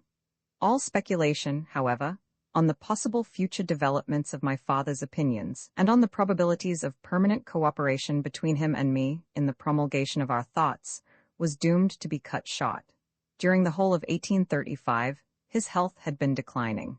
His symptoms became unequivocally those of pulmonary consumption, and after lingering to the last stage of debility, he died on the 23rd of June, 1836. Until the last few days of his life, there was no apparent abatement of intellectual vigor. His interest in all things and persons that had interested him through life was undiminished, nor did the approach of death cause the smallest wavering, as in so strong and firm a mind it was impossible that it should, in his convictions on the subject of religion. His principal satisfaction, after he knew that his end was near, seemed to be the thought of what he had done to make the world better than he found it, and his chief regret in not living longer, that he had not had time to do more. His place is an eminent one in the literary, and even in the political history of his country, and it is far from honorable to the generation which has benefited by his worth, that he is so seldom mentioned, and, compared with men far his inferiors, so little remembered. This is probably to be ascribed mainly to two causes. In the first place, the thought of him merges too much in the deservedly superior fame of Bentham, yet he was anything but Bentham's mere follower or disciple. Precisely because he was himself one of the most original thinkers of his time, he was one of the earliest to appreciate and adopt the most important mass of original thought which had been produced by the generation preceding him. His mind and Bentham's were essentially of different construction. He had not all Bentham's high qualities, but neither had Bentham all his. It would, indeed, be ridiculous to claim for him the praise of having accomplished for mankind such splendid services as Bentham's. He did not revolutionize, or rather create, one of the great departments of human thought. But, leaving out of the reckoning all that portion of his labors in which he benefited by what Bentham had done, and counting only what he achieved in a province in which Bentham had done nothing, that of analytic psychology, he will be known to posterity as one of the greatest names in that most important branch of speculation, on which all the moral and political sciences ultimately rest, and will mark one of the essential stages in its progress.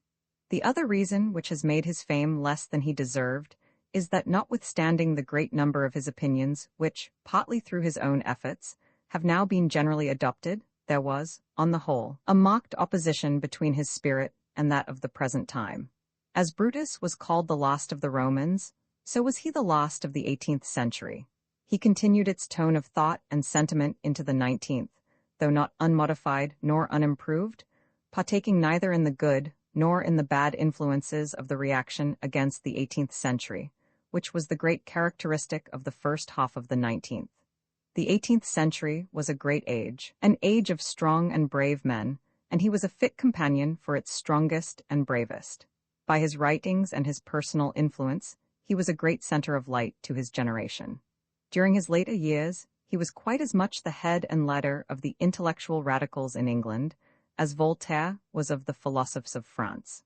It is only one of his minor merits that he was the originator of all sound statesmanship in regard to the subject of his largest work, India.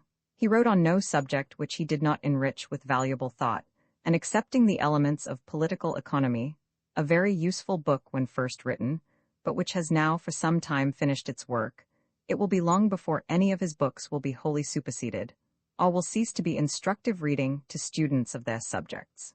In the power of influencing by mere force of mind and character the convictions and purposes of others, and in the strenuous exertion of that power to promote freedom and progress, he left, as far as my knowledge extends, no equal among men, and but one among women.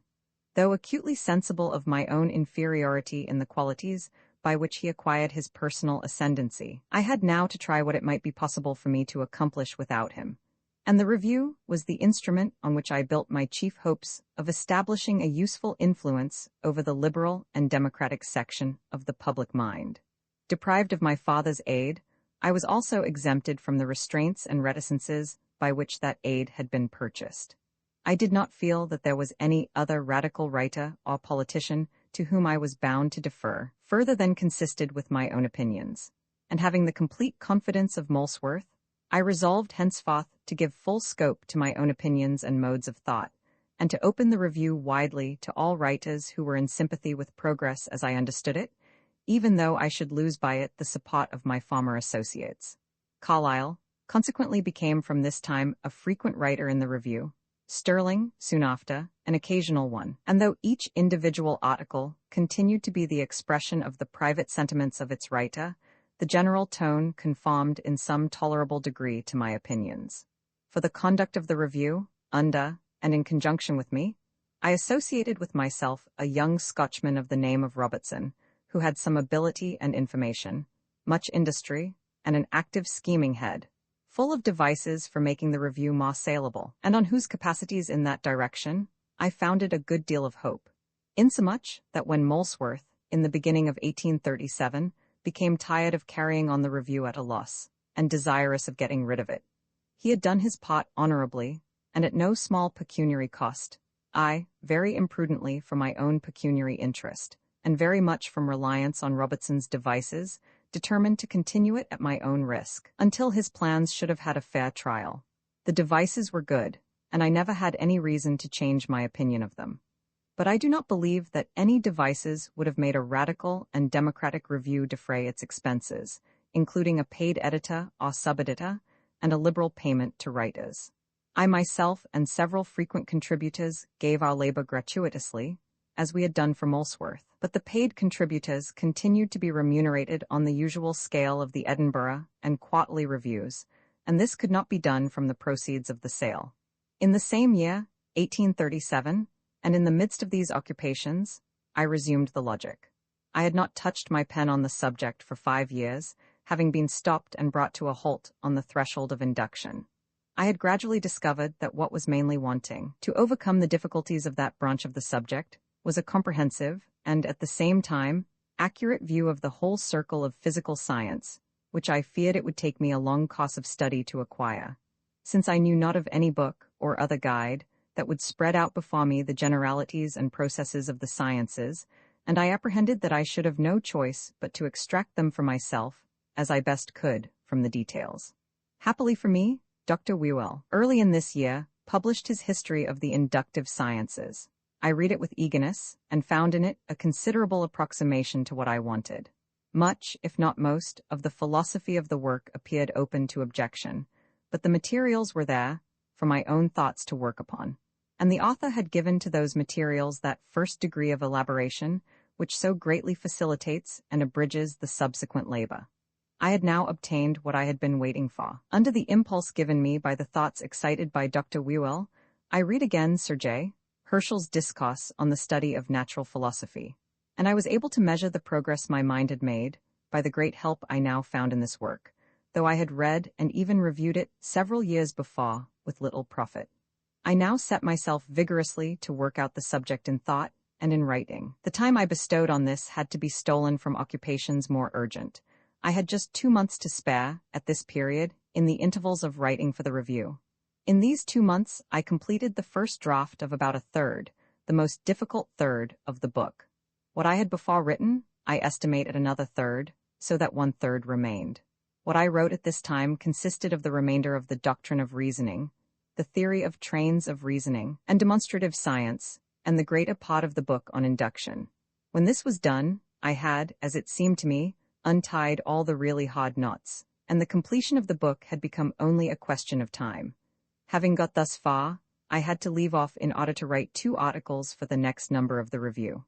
When these were written, I returned to the subject, and now for the first time fell in with Kant's Cours de Philosophie Positive, or rather with the 2 volumes of it, which were all that had at that time been published.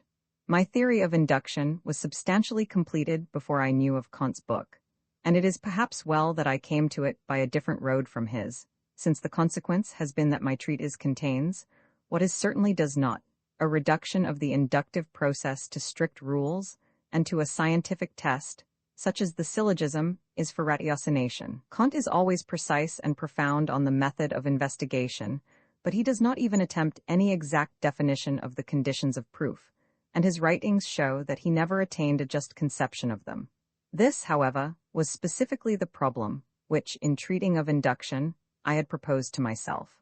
Nevertheless, I gained much from Kant, with which to enrich my chapters in the subsequent rewriting, and his book was of essential service to me in some of the parts which still remained to be thought out. As his subsequent volumes successively made their appearance, I read them with avidity, but when he reached the subject of social science, with varying feelings. The fourth volume disappointed me. It contained those of his opinions on social subjects with which I most disagree. But the fifth, containing the connected view of history, rekindled all my enthusiasm, which the sixth, or concluding, volume did not materially abate. In a merely logical point of view, the only leading conception for which I am indebted to him is that of the inverse deductive method, as the one chiefly applicable to the complicated subjects of history and statistics. A process differing from the more common form of the deductive method in this, that instead of arriving at its conclusions by general reasoning and verifying them by specific experience, as is the natural order in the deductive branches of physical science, it obtains its generalizations by a collation of specific experience and verifies them by ascertaining whether they are such as would follow from known general principles. This was an idea entirely new to me when I found it in Kant, and but for him I might not soon, if ever, have arrived at it. I had been long an ardent admirer of Kant's writings before I had any communication with himself, nor did I ever, to the last, see him in the body. But for some years we were frequent correspondents, until our correspondence became controversial, and our zeal cooled. I was the first to slacken correspondence, he was the first to drop it. I found, and he probably found likewise, that I could do no good to his mind, and that all the good he could do to mine, he did by his books. This would never have led to discontinuance of intercourse, if the differences between us had been on matters of simple doctrine. But they were chiefly on those points of opinion which blended in both of us with our strongest feelings, and determined the entire direction of our aspirations. I had fully agreed with him when he maintained that the mass of mankind, including even their rulers in all the practical departments of life, must, from the necessity of the case, accept most of their opinions on political and social matters, as they do on physical, from the authority of those who have bestowed more study on those subjects than they generally have it in their power to do. This lesson had been strongly impressed on me by the early work of Kant, to which I have adverted, and there was nothing in his great treatise which I admired more than his remarkable exposition of the benefits which the nations of modern Europe have historically derived from the separation, during the Middle Ages, of temporal and spiritual power, and the distinct organization of the latter. I agreed with him that the moral and intellectual ascendancy, once exercised by priests, must in time pass into the hands of philosophers, and will naturally do so when they become sufficiently unanimous, and in other respects worthy to possess it. But when he exaggerated this line of thought into a practical system, in which philosophers were to be organized into a kind of corporate hierarchy, invested with almost the same spiritual supremacy, though without any secular power, once possessed by the Catholic Church, when I found him relying on this spiritual authority as the only security for good government, the sole bulwark against practical oppression, and expecting that by it a system of despotism in the state and despotism in the family would be rendered innocuous and beneficial. It is not surprising that while as logicians we were nearly at one, as sociologists we could travel together no further. Kant lived to carry out these doctrines to their extremest consequences by planning, in his last work, the Système de Politique Positive, the completest system of spiritual and temporal despotism which ever yet emanated from a human brain, unless possibly that of Ignatius Loyola. A system by which the yoke of general opinion, wielded by an organized body of spiritual teachers and rulers, would be made supreme over every action, and as far as is in human possibility, every thought of every member of the community, as well in the things which regard only himself, as in those which concern the interests of others. It is but just to say that this work is a considerable improvement, in many points of feeling, over Kant's previous writings on the same subjects. But as an accession to social philosophy, the only value it seems to me to possess, consists in putting an end to the notion that no effectual moral authority can be maintained over society without the aid of religious belief. For Kant's work recognizes no religion except that of humanity, yet it leaves an irresistible conviction that any moral beliefs concurred in by the community, generally, may be brought to bear upon the whole conduct and lives of its individual members, with an energy and potency truly alarming to think of. The book stands a monumental warning to thinkers on society and politics, of what happens when once men lose sight, in their speculations, of the value of liberty and of individuality. To return to myself. The review engrossed, for some time longer, nearly all the time I could devote to authorship, or to thinking with authorship in view. The articles from the London and Westminster Review, which are reprinted in the dissertations, are scarcely a fourth part of those I wrote.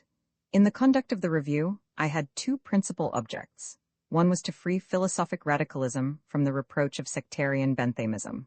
I desired, while retaining the precision of expression, the definiteness of meaning, the contempt of declamatory phrases and vague generalities, which were so honorably characteristic both of Bentham and of my father, to give a wider basis and a more free and genial character to radical speculations. To show that there was a radical philosophy, better and more complete than Bentham's, while recognizing and incorporating all of Bentham's which is permanently valuable. In this first object I, to a certain extent, succeeded. The other thing I attempted was to stir up the educated radicals in and out of Parliament to exertion, and induce them to make themselves, what I thought by using the proper means they might become, a powerful party capable of taking the government of the country, or at least of dictating the terms on which they should share it with the Whigs. This attempt was from the first chimerical, partly because the time was unpropitious, the reform fervor being in its period of ebb, and the Tory influences powerfully rallying, but still more because, as Austin so truly said, the country did not contain the men. Among the radicals in Parliament there were several qualified to be useful members of an enlightened radical party, but none capable of forming and leading such a party. The exhortations I addressed to them found no response. One occasion did present itself when there seemed to be room for a bold and successful stroke for radicalism. Lord Durham had left the ministry, by reason, as was thought, of their not being sufficiently liberal. He afterwards accepted from them the task of ascertaining and removing the causes of the Canadian rebellion. He had shown a disposition to surround himself at the outset with radical advisers. One of his earliest measures, a good measure both in intention and in effect, having been disapproved and reversed by the government at home, he had resigned his post and placed himself openly in a position of quarrel with the ministers. Here was a possible chief for a radical party in the person of a man of importance, who was hated by the Tories and had just been injured by the Whigs. Anyone who had the most elementary notions of party tactics must have attempted to make something of such an opportunity. Lord Durham was bitterly attacked from all sides, inveighed against by enemies, given up by timid friends, while those who would willingly have defended him did not know what to say. He appeared to be returning a defeated and discredited man. I had followed the Canadian events from the beginning. I had been one of the prompters of his prompters. His policy was almost exactly what mine would have been, and I was in a position to defend it. I wrote and published a manifesto in the Review, in which I took the very highest ground in his behalf, claiming for him not mere acquittal, but praise and honor. Instantly a number of other writers took up the tone. I believe there was a portion of truth in what Lord Durham, soon after, with polite exaggeration, said to me, that to this article might be ascribed the almost triumphal reception which he met with on his arrival in England. I believe it to have been the word in season, which, at a critical moment, does much to decide the result. The touch which determines whether a stone, set in motion at the top of an eminence, shall roll down on one side or on the other. All hopes connected with Lord Durham as a politician soon vanished, but with regard to Canadian, and generally to colonial policy, the cause was gained. Lord Durham's report, written by Charles Buller, partly under the inspiration of Wakefield, began a new era. Its recommendations, extending to complete internal self-government, were in full operation in Canada within 2 or 3 years, and have been since extended to nearly all the other colonies, of European race, which have any claim to the character of important communities. And I may say that in successfully upholding the reputation of Lord Durham and his advisers at the most important moment, I contributed materially to this result. One other case occurred during my conduct of the review, which similarly illustrated the effect of taking a prompt initiative. I believe that the early success and reputation of Carlyle's French Revolution were considerably accelerated by what I wrote about it in the review. Immediately on its publication, and before the commonplace critics, all whose rules and modes of judgment it set at defiance, had time to preoccupy the public with their disapproval of it, I wrote and published a review of the book, hailing it as one of those productions of genius which are above all rules and are a law to themselves. Neither in this case nor in that of Lord Durham do I ascribe the impression, which I think was produced by what I wrote, to any particular merit of execution. Indeed, in at least one of the cases, the article on Carlyle, I do not think the execution was good. And in both instances, I am persuaded that anybody, in a position to be read, who had expressed the same opinion at the same precise time, and had made any tolerable statement of the just grounds for it, would have produced the same effect. But, after the complete failure of my hopes of putting a new life into radical politics, by means of the review, I am glad to look back on these two instances of success in an honest attempt to do mediate service to things and persons that deserved it. After the last hope of the formation of a radical party had disappeared, it was time for me to stop the heavy expenditure of time and money which the review cost me. It had to some extent answered my personal purpose as a vehicle for my opinions. It had enabled me to express in print much of my altered mode of thought, and to separate myself in a marked manner from the narrower benthamism of my early writings. This was done by the general tone of all I wrote, including various purely literary articles, but especially by the two papers, reprinted in the Dissertations, which attempted a philosophical estimate of Bentham and of Coleridge. In the first of these, while doing full justice to the merits of Bentham, I pointed out what I thought the errors and deficiencies of his philosophy. The substance of this criticism I still think perfectly just, but I have sometimes doubted whether it was right to publish it at that time. I have often felt that Bentham's philosophy, as an instrument of progress, has been to some extent discredited before it had done its work, and that to lend a hand towards lowering its reputation was doing more harm than service to improvement. Now, however, when a counterreaction appears to be setting in towards what is good in Benthamism, I can look with more satisfaction on this criticism of its defects, especially as I have myself balanced it by vindications of the fundamental principles of Bentham's philosophy, which are reprinted along with it in the same collection. In the essay on Coleridge, I attempted to characterize the European reaction against the negative philosophy of the 18th century.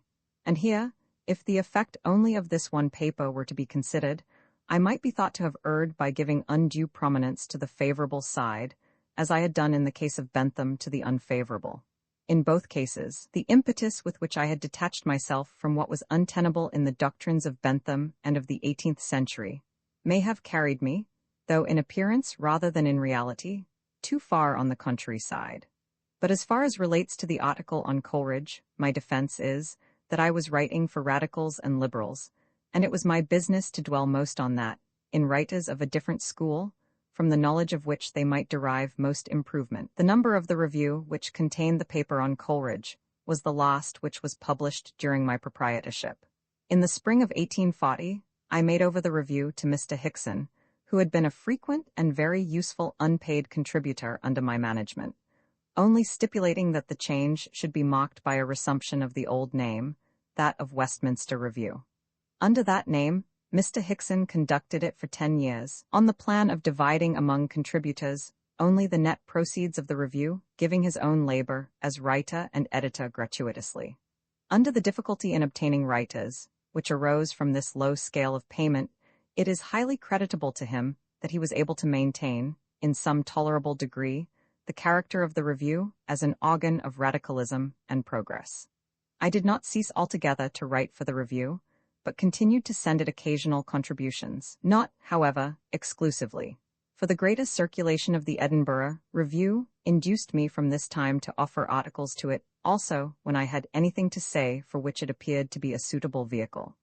And the concluding volumes of Democracy in America, having just then come out, I inaugurated myself as a contributor to the Edinburgh by the article on that work, which heads the second volume of the Dissertations, Romans 7, 1840-1870, General View of the Remainder of My Life, completion of the system of logic, publication of the principles of political economy, marriage, retirement from the India House, publication of liberty, considerations on representative government, civil war in America, examination of Sir William Hamilton's philosophy, parliamentary life, remainder of my life.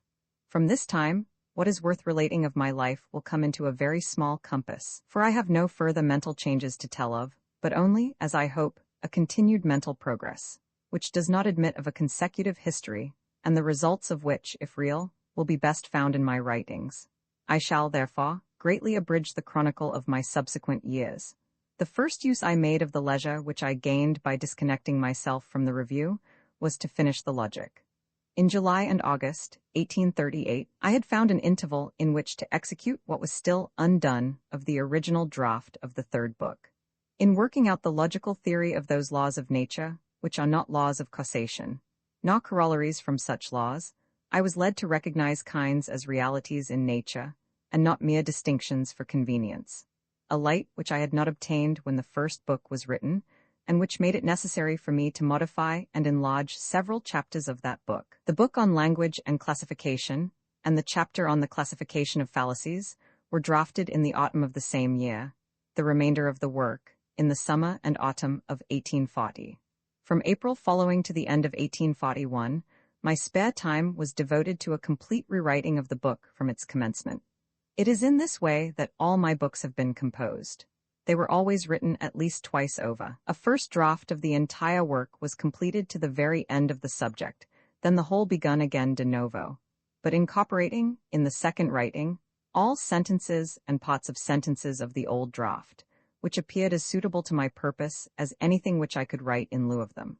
I have found great advantages in this system of double redaction. It combines, better than any other mode of composition, the freshness and vigor of the first conception, with the superior precision and completeness resulting from prolonged thought. In my own case, moreover, I have found that the patience necessary for a careful elaboration of the details of composition and expression costs much less effort after the entire subject has been once gone through, and the substance of all that I find to say has in some manner, however imperfect, been got upon paper. The only thing which I am careful, in the first draft, to make as perfect as I am able, is the arrangement. If that is bad, the whole thread on which the ideas string themselves becomes twisted, thoughts placed in a wrong connection are not expounded in a manner that suits the right, and a first draft with this original vice is next to useless as a foundation for the final treatment. During the rewriting of the logic, Dr. Whewell's philosophy of the inductive sciences made its appearance, a circumstance fortunate for me, as it gave me what I greatly desired, a full treatment of the subject by an antagonist, and enabled me to present my ideas with greater clearness and emphasis, as well as fuller and more varied development, in defending them against definite objections, or confronting them distinctly with an opposite theory. The controversies with Dr. Whewell, as well as much matter derived from Kant, were first introduced into the book in the course of the rewriting. At the end of 1841, the book being ready for the press, I offered it to Murray, who kept it until too late for publication that season, and then refused it, for reasons which could just as well have been given at first. But I have had no cause to regret a rejection, which led to my offering it to Mr. Parker, by whom it was published in the spring of 1843. My original expectations of success were extremely limited. Archbishop Whately had indeed rehabilitated the name of logic, and the study of the forms, rules, and fallacies of ratiocination, and Dr. Whewell's writings had begun to excite an interest in the other part of my subject, the theory of induction. A treatise, however, on a matter so abstract, could not be expected to be popular. It could only be a book for students, and students on such subjects were not only, at least in England, few, but addicted chiefly to the opposite school of metaphysics, the ontological and innate principles school. I therefore did not expect that the book would have many readers or approvers, and looked for little practical effect from it, save that of keeping the tradition unbroken of what I thought a better philosophy. What hopes I had of exciting any immediate attention were mainly grounded on the polemical propensities of Dr. Whewell, who, I thought, from observation of his conduct in other cases, would probably do something to bring the book into notice by replying, and that promptly, to the attack on his opinions. He did reply, but not till 1850, just in time for me to answer him in the third edition. How the book came to have, for a work of the kind, so much success, and what sort of persons compose the bulk of those who have bought, I will not venture to say read it, I have never thoroughly understood. But taken in conjunction with the many proofs which have since been given of a revival of speculation too of a free kind, in many quarters, and above all, where at one time I should have least expected it, in the universities, the fact becomes partially intelligible. I have never indulged the illusion that the book had made any considerable impression on philosophical opinion. The German, or a priori view of human knowledge, and of the knowing faculties, is likely for some time longer, though it may be hoped in a diminishing degree, to predominate among those who occupy themselves with such inquiries, both here and on the continent. But the system of logic supplies what was much wanted, a textbook of the opposite doctrine, that which derives all knowledge from experience, and all moral and intellectual qualities principally from the direction given to the associations. I make as humble an estimate as anybody of what either an analysis of logical processes, or any possible canons of evidence, can do by themselves towards guiding or rectifying the operations of the understanding. Combined with other requisites, I certainly do think them of great use. But whatever may be the practical value of a true philosophy of these matters, it is hardly possible to exaggerate the mischiefs of a false one. The notion that truths external to the mind may be known by intuition or consciousness, independently of observation and experience, is, I am persuaded, in these times, the great intellectual support of false doctrines and bad institutions. By the aid of this theory, every inveterate belief and every intense feeling, of which the origin is not remembered, is enabled to dispense with the obligation of justifying itself by reason, and is erected into its own all-sufficient voucher and justification. There never was such an instrument devised for consecrating all deep-seated prejudices.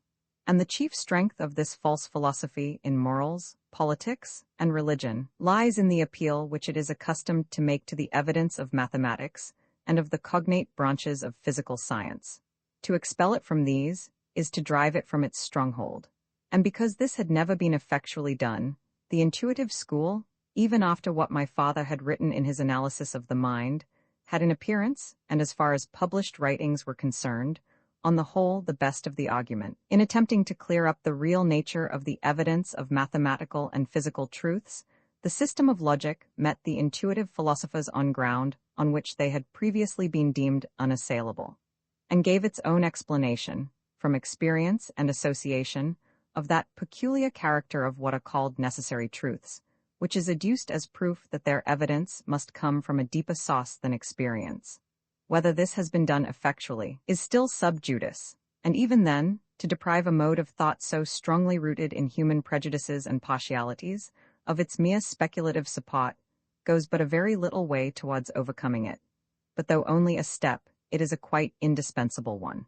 For since, after all, prejudice can only be successfully combated by philosophy, no way can really be made against it permanently, until it has been shown not to have philosophy on its side, being now released from any active concern in temporary politics, and from any literary occupation involving personal communication with contributors and others, I was enabled to indulge the inclination, natural to thinking persons when the age of boyish vanity is once past, for limiting my own society to a very few persons. General society, as now carried on in England, is so insipid an affair, even to the persons who make it what it is, that it is kept up for any reason rather than the pleasure it affords. All serious discussion on matters on which opinions differ, being considered ill-bred, and the national deficiency in liveliness and sociability having prevented the cultivation of the art of talking agreeably on trifles, in which the French of the last century so much excelled, the sole attraction of what is called society to those who are not at the top of the tree is the hope of being aided to climb a little higher in it, while to those who are already at the top, it is chiefly a compliance with custom, and with the supposed requirements of their station. To a person of any but a very common order in thought or feeling, such society, unless he has personal objects to serve by it, must be supremely unattractive. And most people, in the present day, of any really high class of intellect, make their contact with it so slight, and at such long intervals, as to be almost considered as retiring from it altogether. Those persons of any mental superiority who do otherwise are, almost without exception, greatly deteriorated by it. Not to mention loss of time, the tone of their feelings is lowered. They become less in earnest about those of their opinions respecting which they must remain silent in the society they frequent. They come to look upon their most elevated objects as unpractical, or, at least, too remote from realization to be more than a vision, or a theory, and if, more fortunate than most, they retain their higher principles unimpaired. Yet with respect to the persons and affairs of their own day, they insensibly adopt the modes of feeling and judgment in which they can hope for sympathy from the company they keep. A person of high intellect should never go into unintellectual society, unless he can enter it as an apostle. Yet he is the only person with high objects who can safely enter it at all. Persons even of intellectual aspirations had much better, if they can, make their habitual associates of at least their equals, and as far as possible, their superiors in knowledge, intellect, and elevation of sentiment. Moreover, if the character is formed, and the mind made up, on the few cardinal points of human opinion, agreement of conviction and feeling on these has been felt in all times to be an essential requisite of anything worthy the name of friendship, in a really earnest mind. All these circumstances united made the number very small of those whose society, and still more whose intimacy, I now voluntarily sought. Among these, by far the principal was the incomparable friend of whom I have already spoken. At this period she lived mostly with one young daughter, in a quiet part of the country, and only occasionally in town, with her first husband, Mr. Taylor. I visited her equally in both places, and was greatly indebted to the strength of character, which enabled her to disregard the false interpretations liable to be put on the frequency of my visits to her, while living generally apart from Mr. Taylor, and on our occasionally traveling together, though in all other respects our conduct during those years gave not the slightest ground for any other supposition than the true one, that our relation to each other at that time was one of strong affection and confidential intimacy only. For though we did not consider the ordinances of society binding on a subject so entirely personal, we did feel bound that our conduct should be such as in no degree to bring discredit on her husband, nor therefore on herself. In this third period, as it may be termed, of my mental progress, which now went hand in hand with hers, my opinions gained equally in breadth and depth. I understood more things, and those which I had understood before I now understood more thoroughly. I had now completely turned back from what there had been of excess in my reaction against Benthamism. I had, at the height of that reaction, certainly become much more indulgent to the common opinions of society and the world, and more willing to be content with seconding the superficial improvement which had begun to take place in those common opinions, than became one whose convictions on so many points differed fundamentally from them.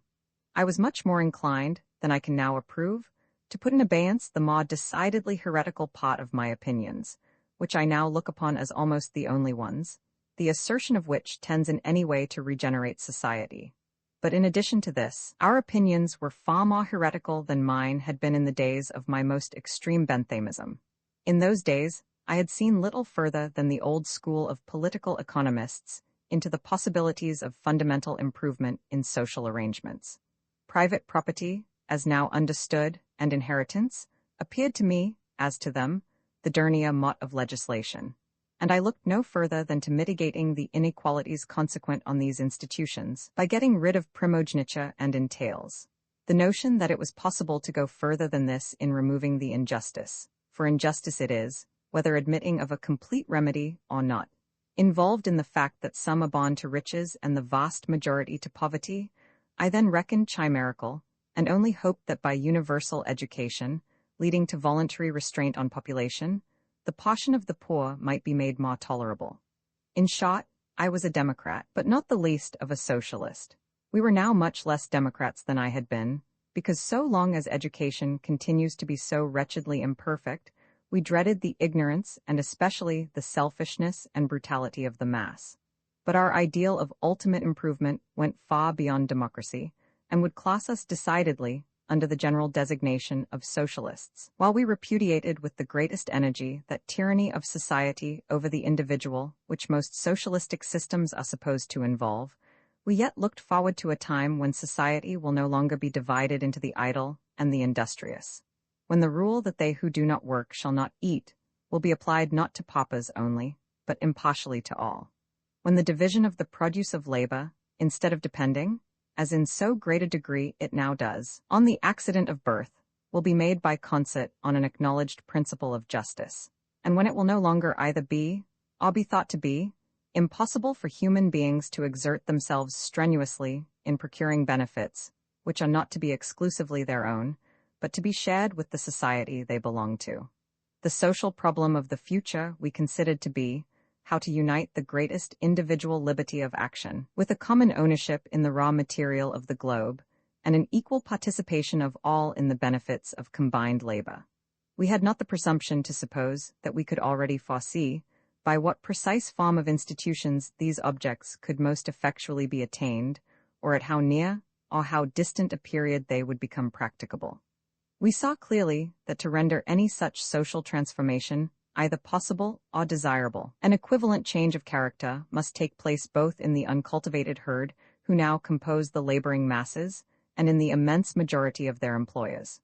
Both these classes must learn by practice to labor and combine for generous, or at all events for public and social purposes, and not, as hitherto, solely for narrowly interested ones. But the capacity to do this has always existed in mankind, and is not, nor is ever likely to be, extinct. Education, habit, and the cultivation of the sentiments will make a common man dig or weave for his country, as readily as fight for his country. True enough, it is only by slow degrees, and a system of culture prolonged through successive generations, that men in general can be brought up to this point. But the hindrance is not in the essential constitution of human nature. Interest in the common good is at present so weak a motive in the generality, not because it can never be otherwise, but because the mind is not accustomed to dwell on it, as it dwells from morning till night on things which tend only to personal advantage. When called into activity, as only self-interest now is, by the daily cost of life, and spurred from behind by the love of distinction and the fear of shame, it is capable of producing, even in common men, the most strenuous exertions as well as the most heroic sacrifices. The deep-rooted selfishness which forms the general character of the existing state of society is so deeply rooted, only because the whole cost of existing institutions tends to foster it. And modern institutions in some respects more than ancient, since the occasions on which the individual is called on to do anything for the public without receiving its pay, are far less frequent in modern life than the smaller commonwealths of antiquity. These considerations did not make us overlook the folly of premature attempts to dispense with the inducements of private interest in social affairs, while no substitute for them has been or can be provided. But we regarded all existing institutions and social arrangements as being, in a phrase I once heard from Austin, merely provisional, and we welcomed with the greatest pleasure and interest all socialistic experiments by select individuals, such as the cooperative societies, which, whether they succeeded or failed, could not but operate as a most useful education of those who took part in them, by cultivating their capacity of acting upon motives pointing directly to the general good, or making them aware of the defects which render them and others incapable of doing so. In the Principles of Political Economy, these opinions were promulgated, less clearly and fully in the first edition, rather more so in the second, and quite unequivocally in the third. The difference arose partly from the change of times, the first edition having been written and sent to press before the French Revolution of 1848, after which the public mind became more open to the reception of novelties in opinion, and doctrines appeared moderate, which would have been thought very startling a short time before. In the first edition, the difficulties of socialism were stated so strongly that the tone was on the whole that of opposition to it. In the year or two which followed, much time was given to the study of the best socialistic writers on the continent and to meditation and discussion on the whole range of topics involved in the controversy. And the result was that most of what had been written on the subject in the first edition was cancelled, and replaced by arguments and reflections which represent a more advanced opinion. The political economy was far more rapidly executed than the logic, or indeed than anything of importance which I had previously written. It was commenced in the autumn of 1845, and was ready for the press before the end of 1847.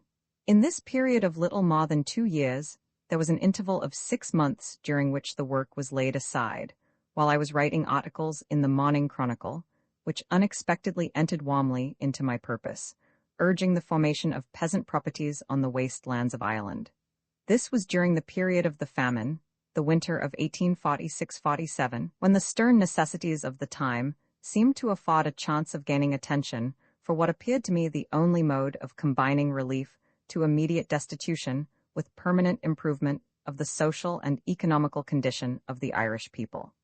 But the idea was new and strange. There was no English precedent for such a proceeding, and the profound ignorance of English politicians and the English public concerning all social phenomena not generally met with in England, however common elsewhere, made my endeavors an entire failure.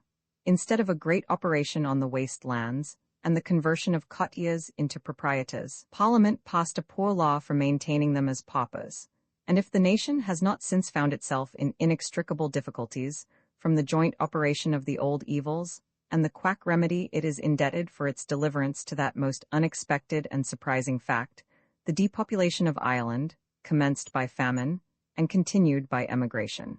The rapid success of the political economy showed that the public wanted, and were prepared for such a book. Published early in 1848, an edition of 1,000 copies was sold in less than a year. Another similar edition was published in the spring of 1849, and a third, of 1,250 copies, early in 1852.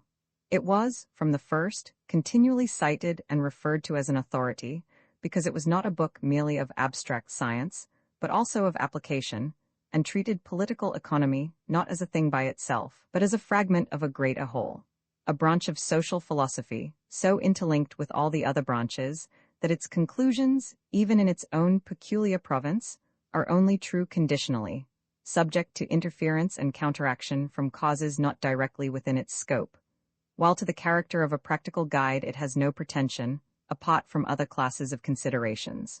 Political economy, in truth, has never pretended to give advice to mankind with no lights but its own, though people who knew nothing but political economy, and therefore knew that ill, have taken upon themselves to advise, and could only do so by such lights as they had.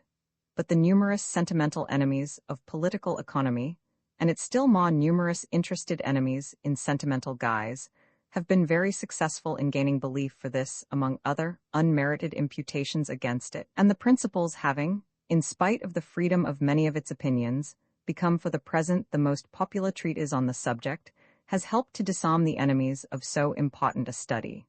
The amount of its worth as an exposition of the science, and the value of the different applications which it suggests, others of course must judge. For a considerable time after this, I published no work of magnitude, though I still occasionally wrote in periodicals, and my correspondence, much of it with persons quite unknown to me, on subjects of public interest, swelled to a considerable bulk. During these years, I wrote or commenced various essays, for eventual publication, on some of the fundamental questions of human and social life, with regard to several of which I have already much exceeded the severity of the Horatian precept. I continued to watch with keen interest the progress of public events, but it was not, on the whole, very encouraging to me. The European reaction after 1848, and the success of an unprincipled usurper in December 1851, put an end, as it seemed, to all present hope for freedom or social improvement in France and the Continent.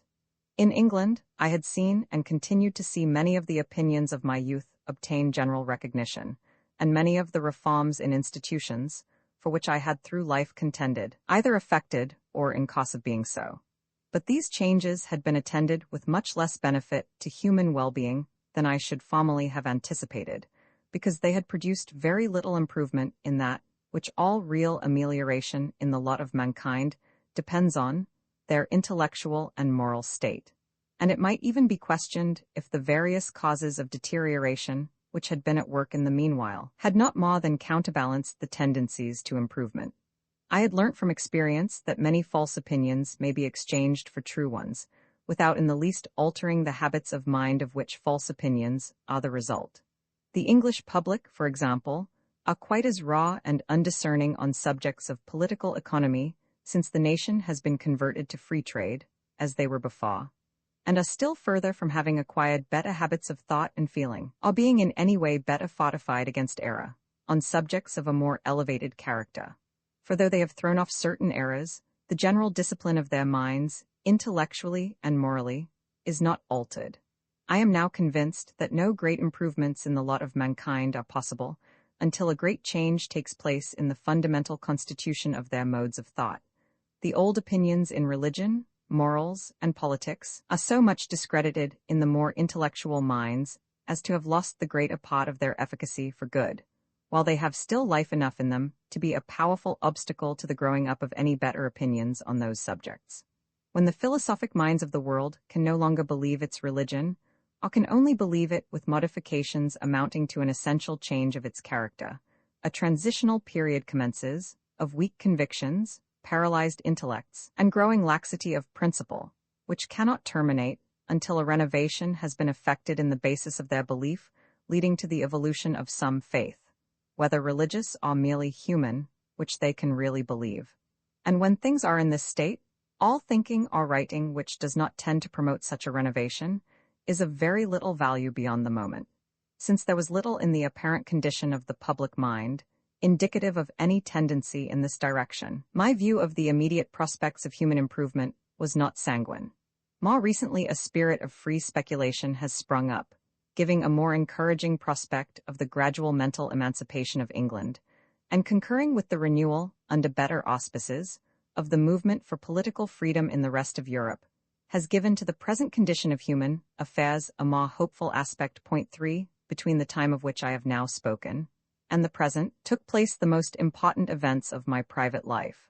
The first of these was my marriage, in April 1851, to the lady whose incomparable worth had made her friendship the greatest source to me both of happiness and of improvement, during many years in which we never expected to be in any closer relation to one another.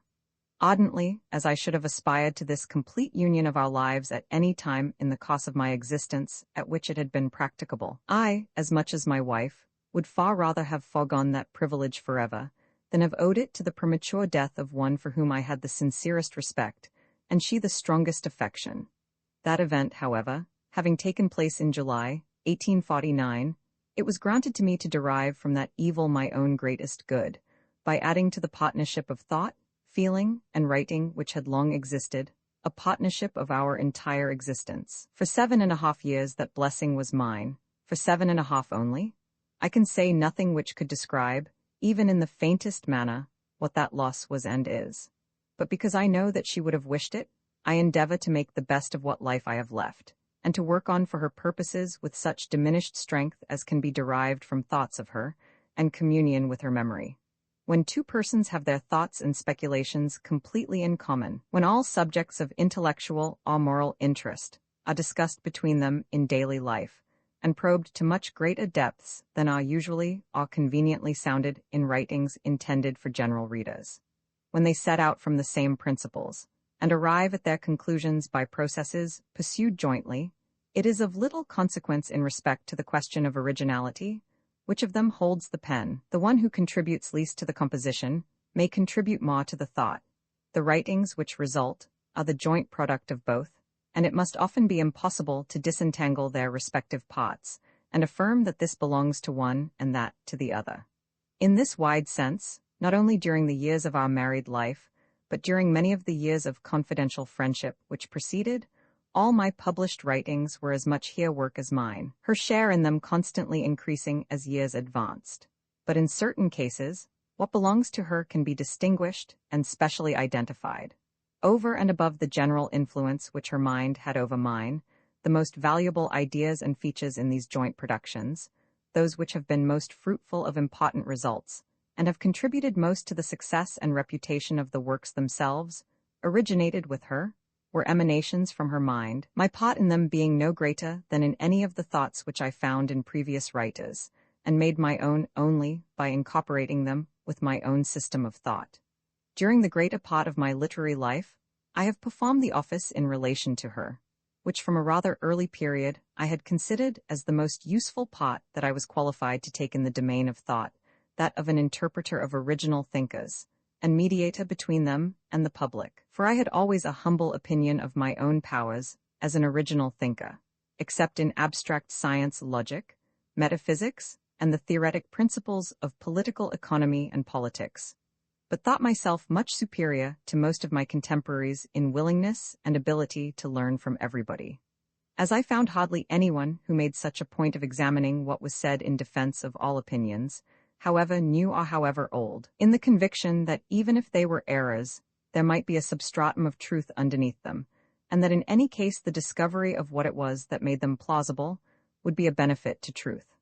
I had, in consequence, marked this out as a sphere of usefulness in which I was under a special obligation to make myself active.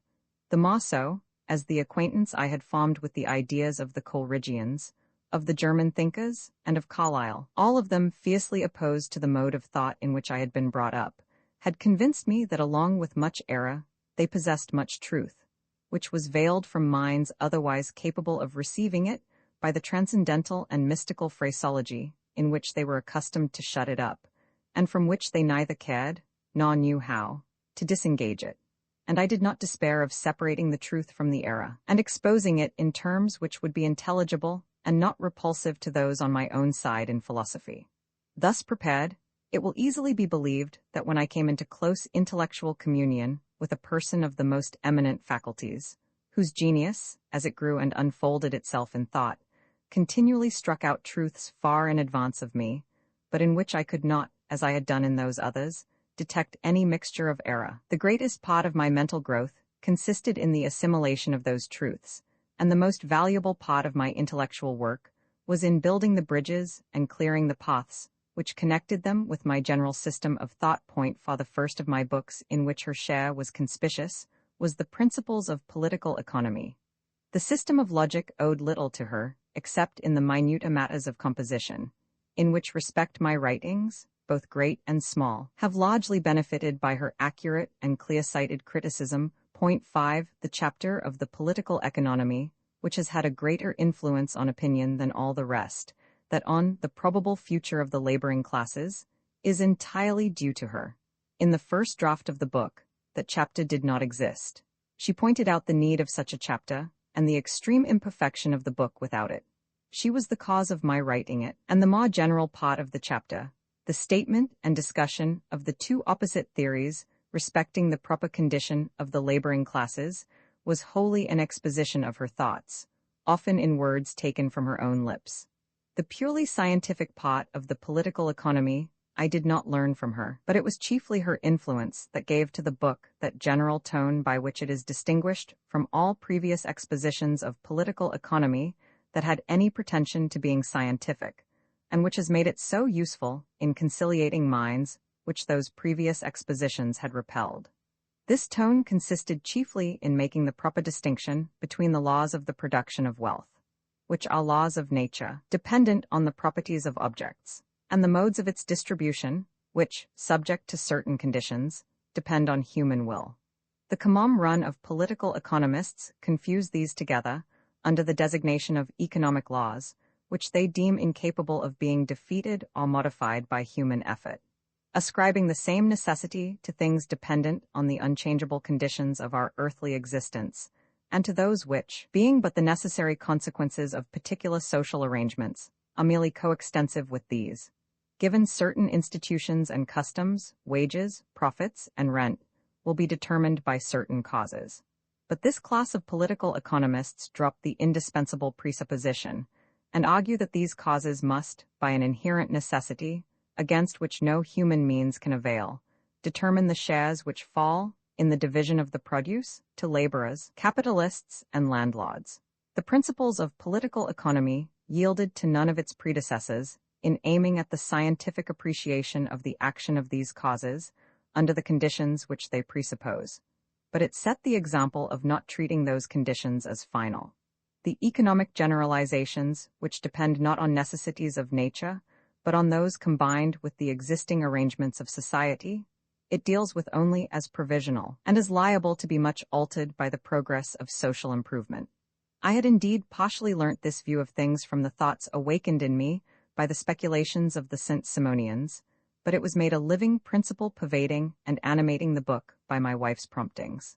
This example illustrates well the general character of what she contributed to my writings. What was abstract and purely scientific was generally mine. The properly human element came from her. In all that concerned the application of philosophy to the exigencies of human society and progress, I was her pupil, alike in boldness of speculation and cautiousness of practical judgment. For on the one hand, she was much more courageous and far-sighted than without her I should have been, in anticipation of an order of things to come, in which many of the limited generalizations now so often confounded with universal principles will cease to be applicable. Those parts of my writings, and especially of the political economy, which contemplate possibilities in the future such as, when affirmed by socialists, have in general been fiercely denied by political economists, would, but for her, either have been absent, or the suggestions would have been made much more timidly, and in a more qualified form. But while she thus rendered me bolder in speculation on human affairs, her practical turn of mind, and her almost unerring estimate of practical obstacles, repressed in me all tendencies that were really visionary. Her mind invested all ideas in a concrete shape, and formed to itself a conception of how they would actually work. And her knowledge of the existing feelings and conduct of mankind was so seldom at fault that the weak point in any unworkable suggestion seldom escapes her. Point 6. During the 2 years which immediately preceded the cessation of my official life, my wife and I were working together at the Liberty. I had first planned and written it as a short essay in 1854. It was in mounting the steps of the Capitol, in January 1855, that the thought first arose of converting it into a volume. None of my writings have been either so carefully composed or so sedulously corrected as this. After it had been written as usual twice over, we kept it by us, bringing it out from time to time, and going through it de novo, reading, weighing, and criticizing every sentence. Its final revision was to have been a work of the winter of 1858-9, the first after my retirement, which we had arranged to pass in the south of Europe. That hope and every other were frustrated by the most unexpected and bitter calamity of her death. At Avignon, on our way to Montpellier, from a sudden attack of pulmonary congestion. Since then, I have sought for such alleviation as my state admitted of, by the mode of life which most enabled me to feel her still near me. I bought a cottage as close as possible to the place where she is buried, and there her daughter, my fellow-sufferer, and now my chief comfort, and I, live constantly during a great portion of the year. My objects in life are solely those which were hers, my pursuits and occupations those in which she shared, or sympathized, and which are indissolubly associated with her. Her memory is to me a religion, and her approbation the standard by which, summing up as it does all worthiness, I endeavor to regulate my life. After my irreparable loss, one of my earliest cares was to print and publish the treatise, so much of which was the work of her whom I had lost, and consecrate it to her memory. I have made no alteration or addition to it, nor shall I ever. Though it wants the last touch of her hand, no substitute for that touch shall ever be attempted by mine. The Liberty was more directly and literally our joint production than anything else which bears my name, for there was not a sentence of it that was not several times gone through by us together, turned over in many ways, and carefully weeded of any faults, either in thought or expression, that we detected in it. It is in consequence of this that, although it never underwent her final revision, it far surpasses, as a mere specimen of composition, anything which has proceeded from me either before or since. With regard to the thoughts, it is difficult to identify any particular part or element as being more hers than all the rest. The whole mode of thinking of which the book was the expression was emphatically hers, but I also was so thoroughly imbued with it, that the same thoughts naturally occurred to us both. That I was thus penetrated with it, however, I owe in a great degree to her. There was a moment in my mental progress when I might easily have fallen into a tendency towards overgovernment, both social and political, as there was also a moment when, by reaction from a contrary excess, I might have become a less thorough radical and democrat than I am. In both these points, as in many others, she benefited me as much by keeping me right where I was right, as by leading me to new truths and ridding me of errors. My great readiness and eagerness to learn from everybody, and to make room in my opinions for every new acquisition by adjusting the old and the new to one another, might, but for her steadying influence, have seduced me into modifying my early opinions too much. She was in nothing more valuable to my mental development than by her just measure of the relative importance of different considerations, which often protected me from allowing to truths I had only recently learnt to see a more important place in my thoughts than was properly their due.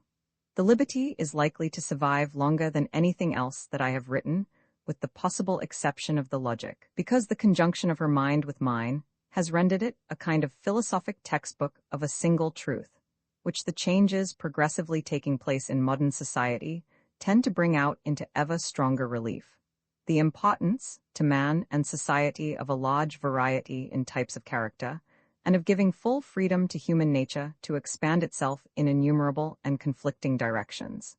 Nothing can better show how deep are the foundations of this truth than the great impression made by the exposition of it at a time which, to superficial observation, did not seem to stand much in need of such a lesson. The fears we expressed, lest the inevitable growth of social equality and of the government of public opinion should impose on mankind an oppressive yoke of uniformity in opinion and practice, might easily have appeared chimerical to those who looked more at present facts than at tendencies. For the gradual revolution that is taking place in society and institutions has, thus far, been decidedly favorable to the development of new opinions, and has procured for them a much more unprejudiced hearing than they previously met with. But this is a feature belonging to periods of transition, when old notions and feelings have been unsettled, and no new doctrines have yet succeeded to their ascendancy.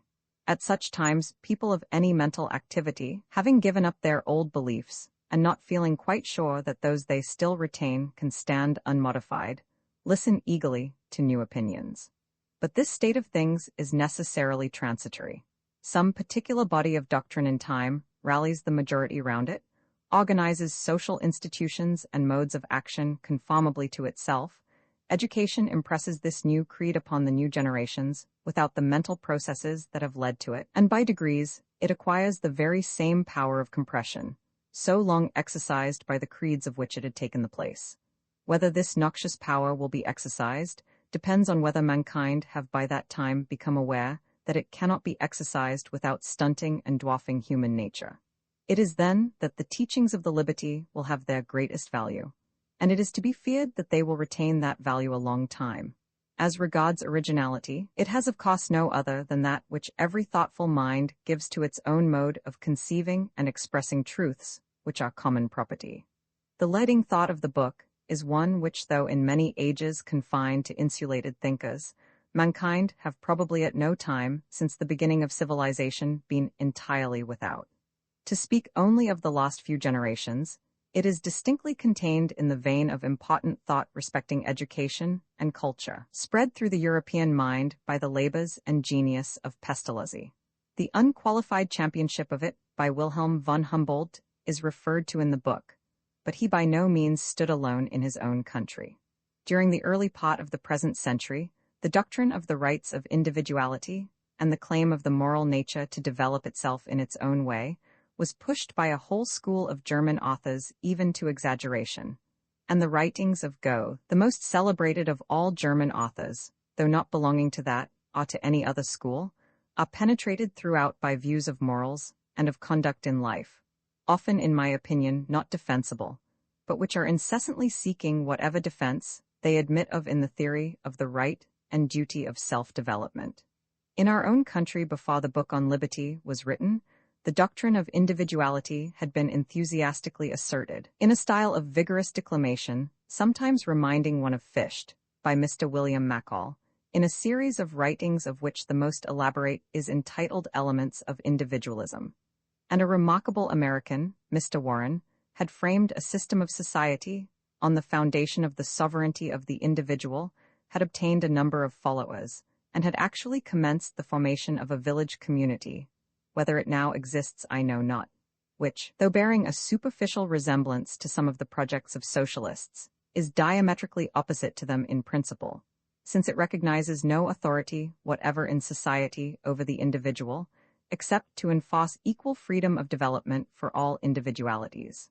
As the book, which bears my name, claimed no originality for any of its doctrines, and was not intended to write their history, the only author who had preceded me in their assertion, of whom I thought it appropriate to say anything, was Humboldt, who furnished the motto to the work, although in one passage I borrowed from the Warrenites their phrase, the sovereignty of the individual.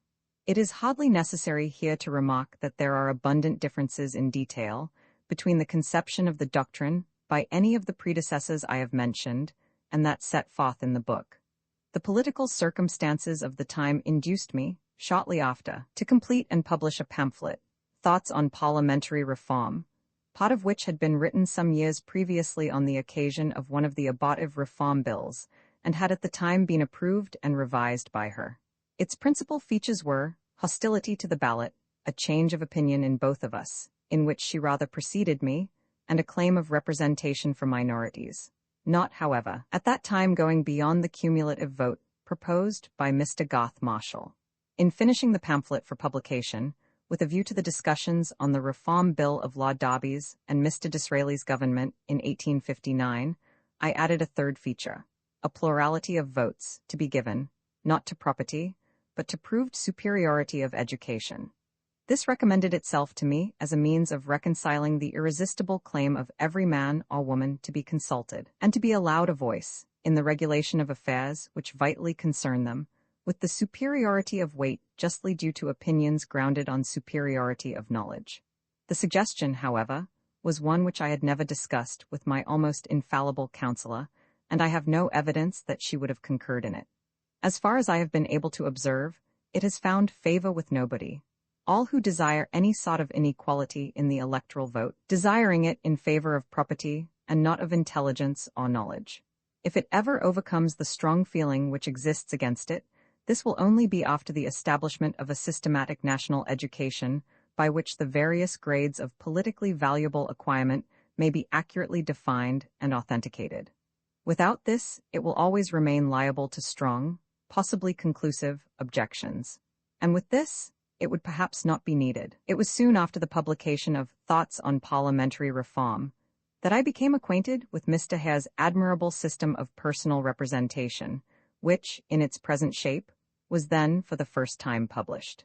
I saw in this great practical and philosophical idea the greatest improvement of which the system of representative government is susceptible, an improvement which, in the most felicitous manner, exactly meets and cures the grand, and what before seemed the inherent defect of the representative system, that of giving to a numerical majority all power, instead of only a power proportional to its numbers, and enabling the strongest party to exclude all weaker parties from making their opinions heard in the assembly of the nation, except through such opportunity as may be given to them by the accidentally unequal distribution of opinions in different localities. To these great evils nothing more than very imperfect palliations had seemed possible, but Mr. Hare's system affords a radical cure. This great discovery, for it is no less, in the political art, inspired me, as I believe it has inspired all thoughtful persons who have adopted it, with new and more sanguine hopes respecting the prospects of human society, by freeing the form of political institutions towards which the whole civilized world is manifestly and irresistibly tending, from the chief part of what seem to qualify, or render doubtful, its ultimate benefits. Minorities, so long as they remain minorities, are, and ought to be, outvoted, but under arrangements which enable any assemblage of voters, amounting to a certain number, to place in the legislature a representative of its own choice, minorities cannot be suppressed. Independent opinions will force their way into the council of the nation and make themselves heard there, a thing which often cannot happen in the existing forms of representative democracy. And the legislature, instead of being weeded of individual peculiarities and entirely made up of men who simply represent the creed of great political or religious parties, will comprise a large proportion of the most eminent individual minds in the country, placed there, without reference to party, by voters who appreciate their individual eminence. I can understand that persons, otherwise intelligent, should, for want of sufficient examination, be repelled from Mr. Hare's plan by what they think the complex nature of its machinery. But anyone who does not feel the want which the scheme is intended to supply, anyone who throws it over as a mere theoretical subtlety or crotchet, tending to no valuable purpose, and unworthy of the attention of practical men, may be pronounced an incompetent statesman, unequal to the politics of the future. I mean, unless he is a minister or aspires to become one. For we are quite accustomed to a minister continuing to profess unqualified hostility to an improvement almost to the very day when his conscience or his interest induces him to take it up as a public measure and carry it. Had I met with Mr. Hare's system before the publication of my pamphlet, I should have given an account of it there. Not having done so, I wrote an article in Fraser's magazine, reprinted in my miscellaneous writings, principally for that purpose, though I included in it, along with Mr. Hare's book, a review of 2 other productions on the question of the day. One of them, a pamphlet by my early friend, Mr. John Austin, who had in his old age become an enemy to all further parliamentary reform. The other, an able and vigorous, though partially erroneous, work by Mr. Lorimer. In the course of the same summer, I fulfilled a duty particularly incumbent upon me, that of helping, by an article in the Edinburgh Review, to make known Mr. Bain's profound treatise on the mind, just then completed by the publication of its 2nd volume. And I carried through the press a selection of my minor writings, forming the first 2 volumes of dissertations and discussions.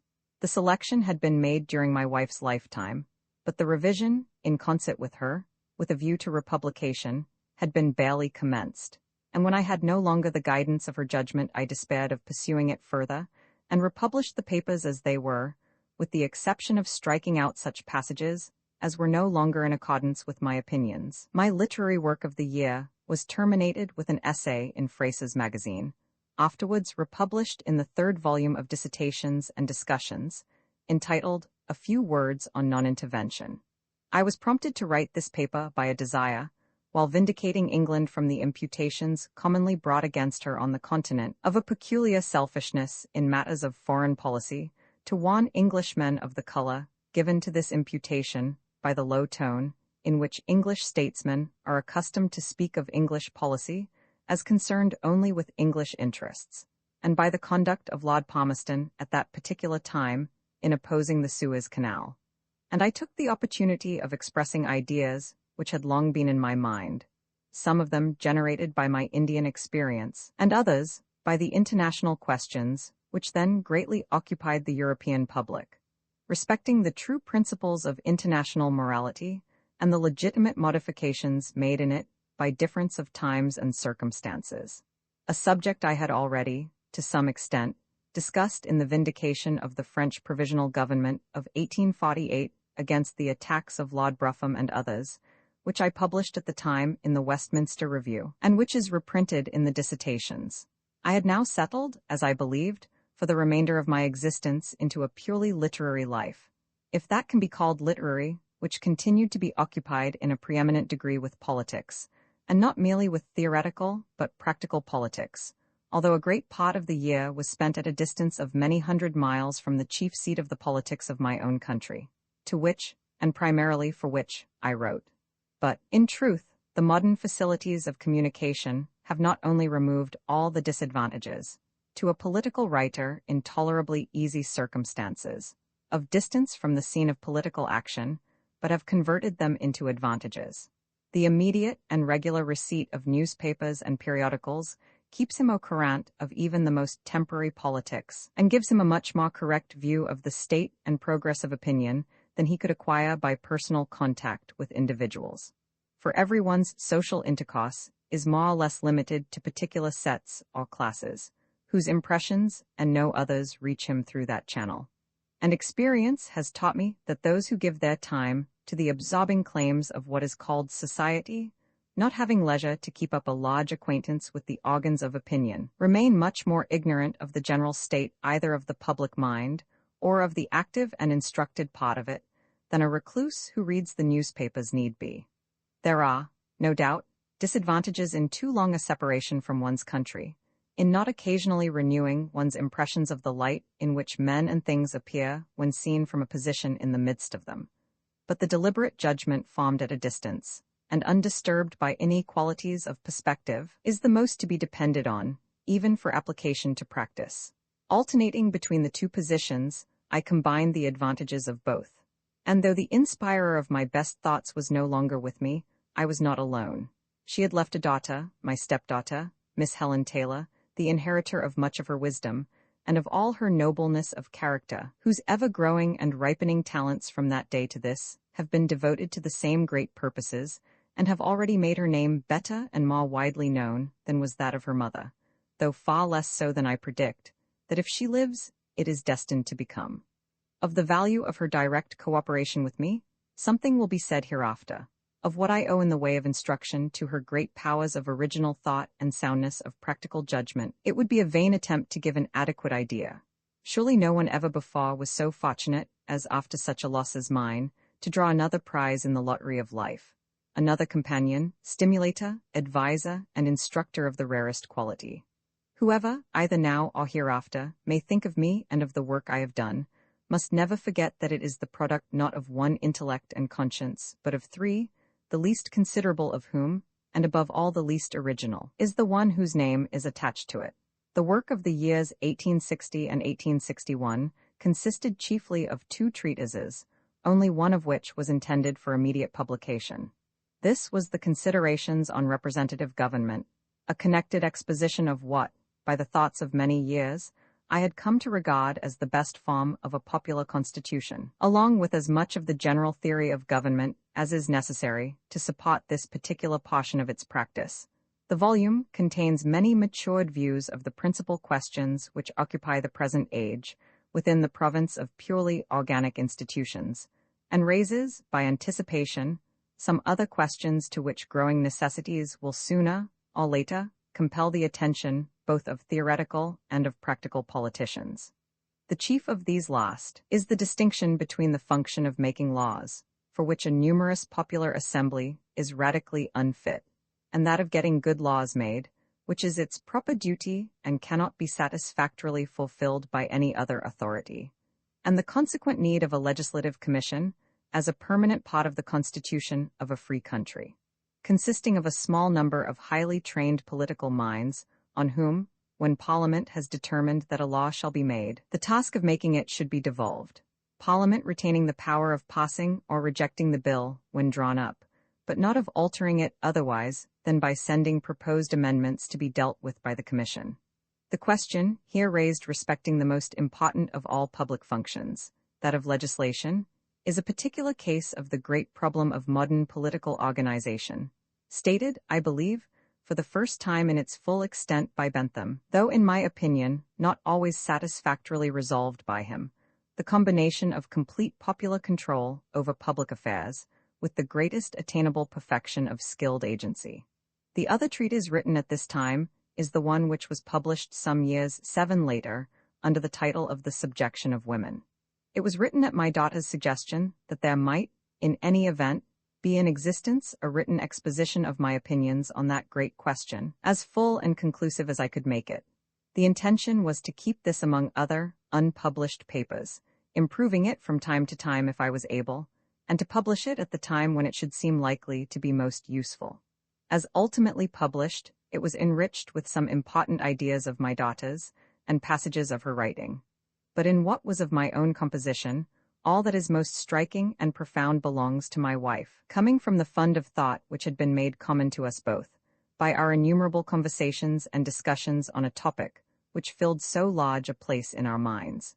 Soon after this time, I took from their repository a portion of the unpublished papers which I had written during the last years of our married life, and shaped them, with some additional matter, into the little work entitled Utilitarianism, which was first published in 3 parts, in successive numbers of Fraser's magazine, and afterwards reprinted in a volume.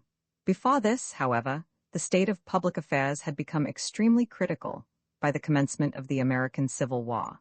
My strongest feelings were engaged in this struggle, which, I felt from the beginning, was destined to be a turning point, for good or evil, of the course of human affairs for an indefinite duration.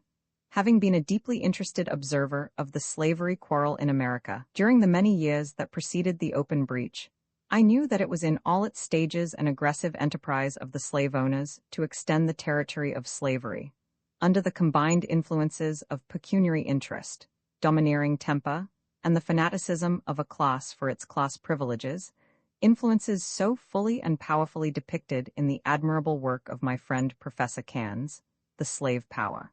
Their success, if they succeeded, would be a victory of the powers of evil, which would give courage to the enemies of progress and damp the spirits of its friends all over the civilized world, while it would create a formidable military power, grounded on the worst and most antisocial form of the tyranny of men over men, and by destroying for a long time the prestige of the great democratic republic, would give to all the privileged classes of Europe a false confidence, probably only to be extinguished in blood. On the other hand, if the spirit of the North was sufficiently roused to carry the war to a successful termination, and if that termination did not come too soon and too easily, I foresaw, from the laws of human nature and the experience of revolutions, that when it did come, it would in all probability be thorough.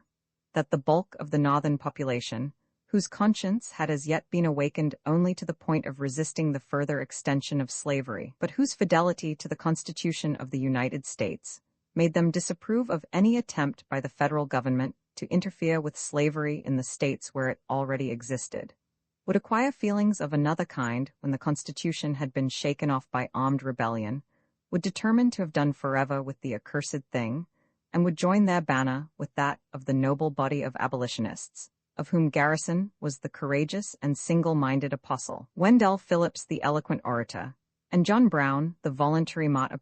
8 Then, too, the whole mind of the United States would be let loose from its bonds, no longer corrupted by the supposed necessity of apologizing to foreigners for the most flagrant of all possible violations of the free principles of their Constitution, while the tendency of a fixed state of society to stereotype a set of national opinions would be at least temporarily checked, and the national mind would become more open to the recognition of whatever was bad in either the institutions or the customs of the people.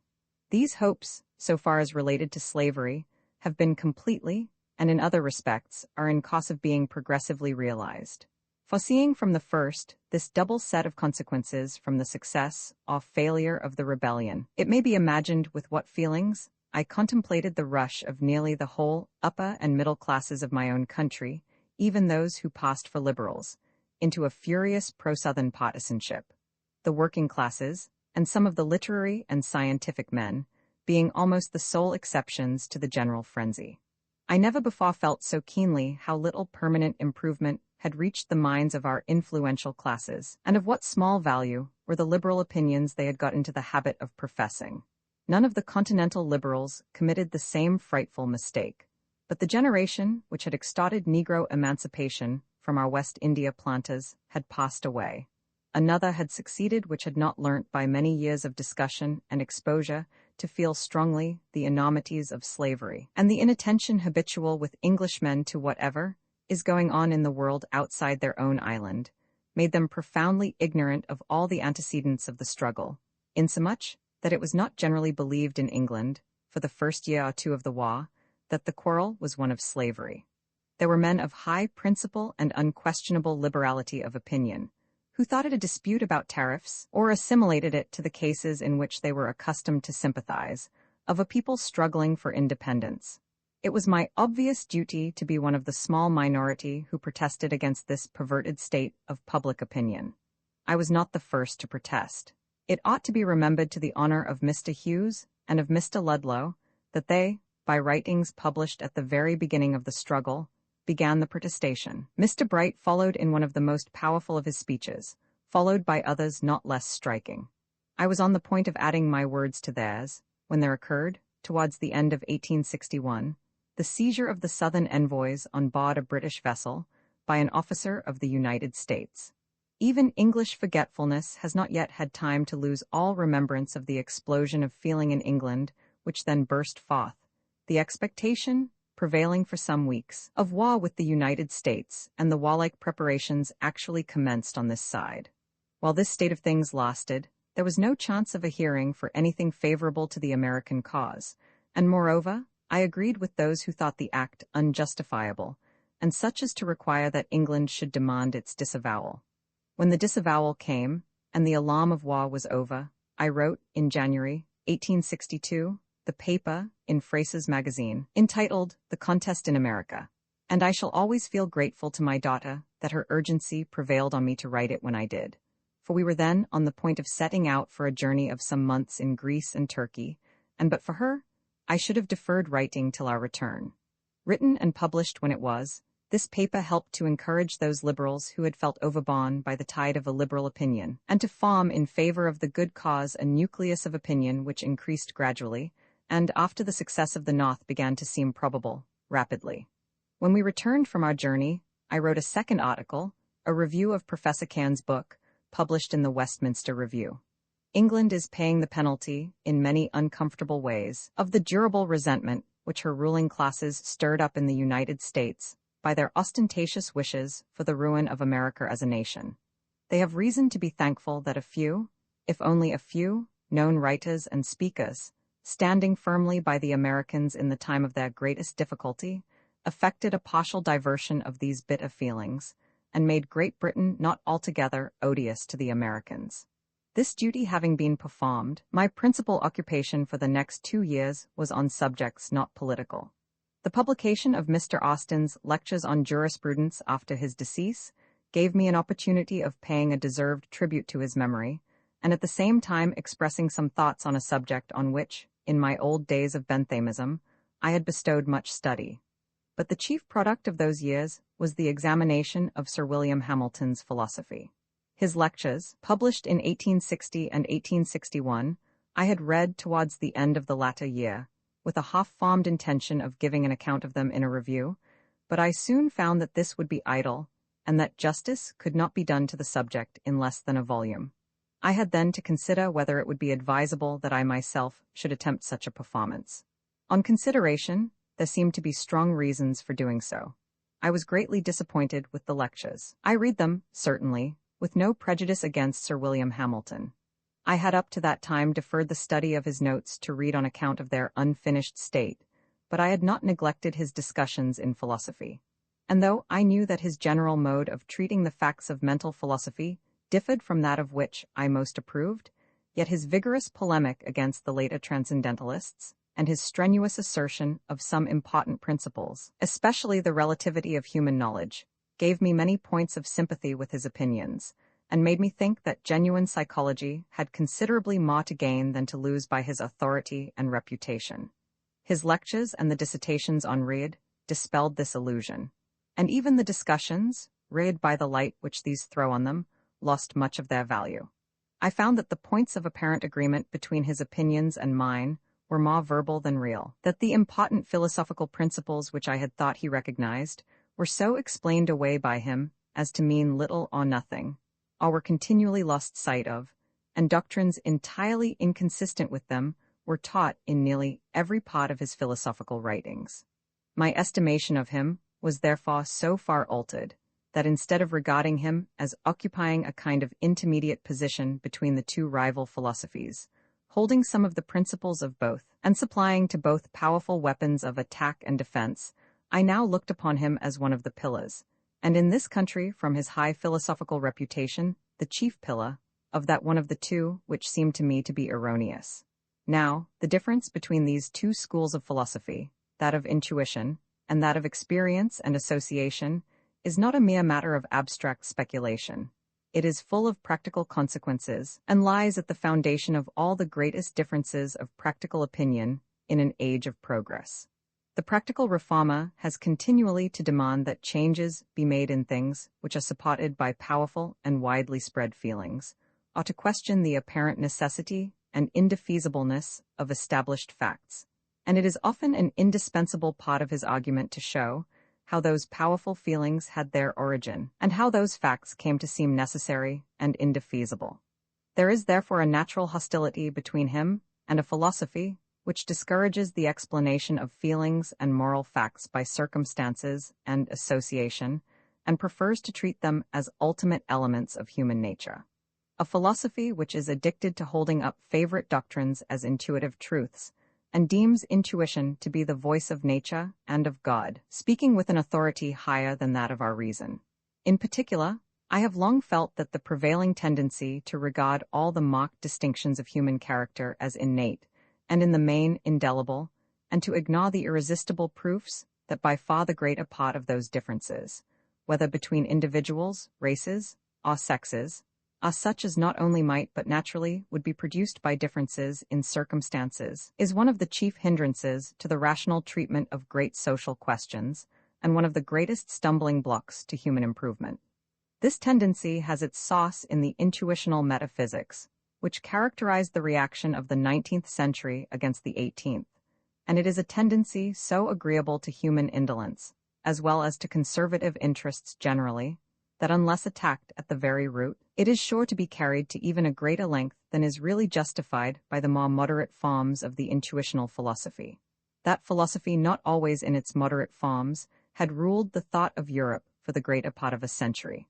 My father's analysis of the mind, my own logic, and Professor Bain's great treatise had attempted to reintroduce a better mode of philosophizing, latterly with quite as much success as could be expected, but I had for some time felt that the mere contrast of the two philosophies was not enough, that there ought to be a hand-to-hand fight between them, that controversial as well as expository writings were needed, and that the time was come when such controversy would be useful. Considering, then, the writings and fame of Sir W. Hamilton as the great fortress of the intuitional philosophy in this country, a fortress the more formidable from the imposing character, and the in many respects great personal merits and mental endowments, of the man, I thought it might be a real service to philosophy to attempt a thorough examination of all his most important doctrines, and an estimate of his general claims to eminence as a philosopher. And I was confirmed in this resolution by observing that in the writings of at least one, and him one of the ablest, of Sir W. Hamilton's followers, his peculiar doctrines were made the justification of a view of religion which I hold to be profoundly immoral, that it is our duty to bow down in worship before a being whose moral attributes are affirmed to be unknowable by us, and to be perhaps extremely different from those which, when we are speaking of our fellow creatures, we call by the same names. As I advanced in my task, the damage to Sir W. Hamilton's reputation became greater than I at first expected, through the almost incredible multitude of inconsistencies which showed themselves on comparing different passages with one another. It was my business, however, to show things exactly as they were, and I did not flinch from it. I endeavored always to treat the philosopher whom I criticized with the most scrupulous fairness, and I knew that he had abundance of disciples and admirers to correct me if I ever unintentionally did him injustice. Many of them accordingly have answered me, more or less elaborately, and they have pointed out oversights and misunderstandings, though few in number, and mostly very unimportant in substance. Such of those as had, to my knowledge, been pointed out before the publication of the latest edition, at present the third, have been corrected there, and the remainder of the criticisms have been, as far as seemed necessary, replied to. On the whole, the book has done its work. It has shown the weak side of Sir William Hamilton, and has reduced his too great philosophical reputation within more moderate bounds, and by some of its discussions, as well as by 2 expository chapters, on the notions of matter and of mind, it has perhaps thrown additional light on some of the disputed questions in the domain of psychology and metaphysics. After the completion of the book on Hamilton, I applied myself to a task which a variety of reasons seemed to render specially incumbent upon me, that of giving an account and forming an estimate of the doctrines of Auguste Comte.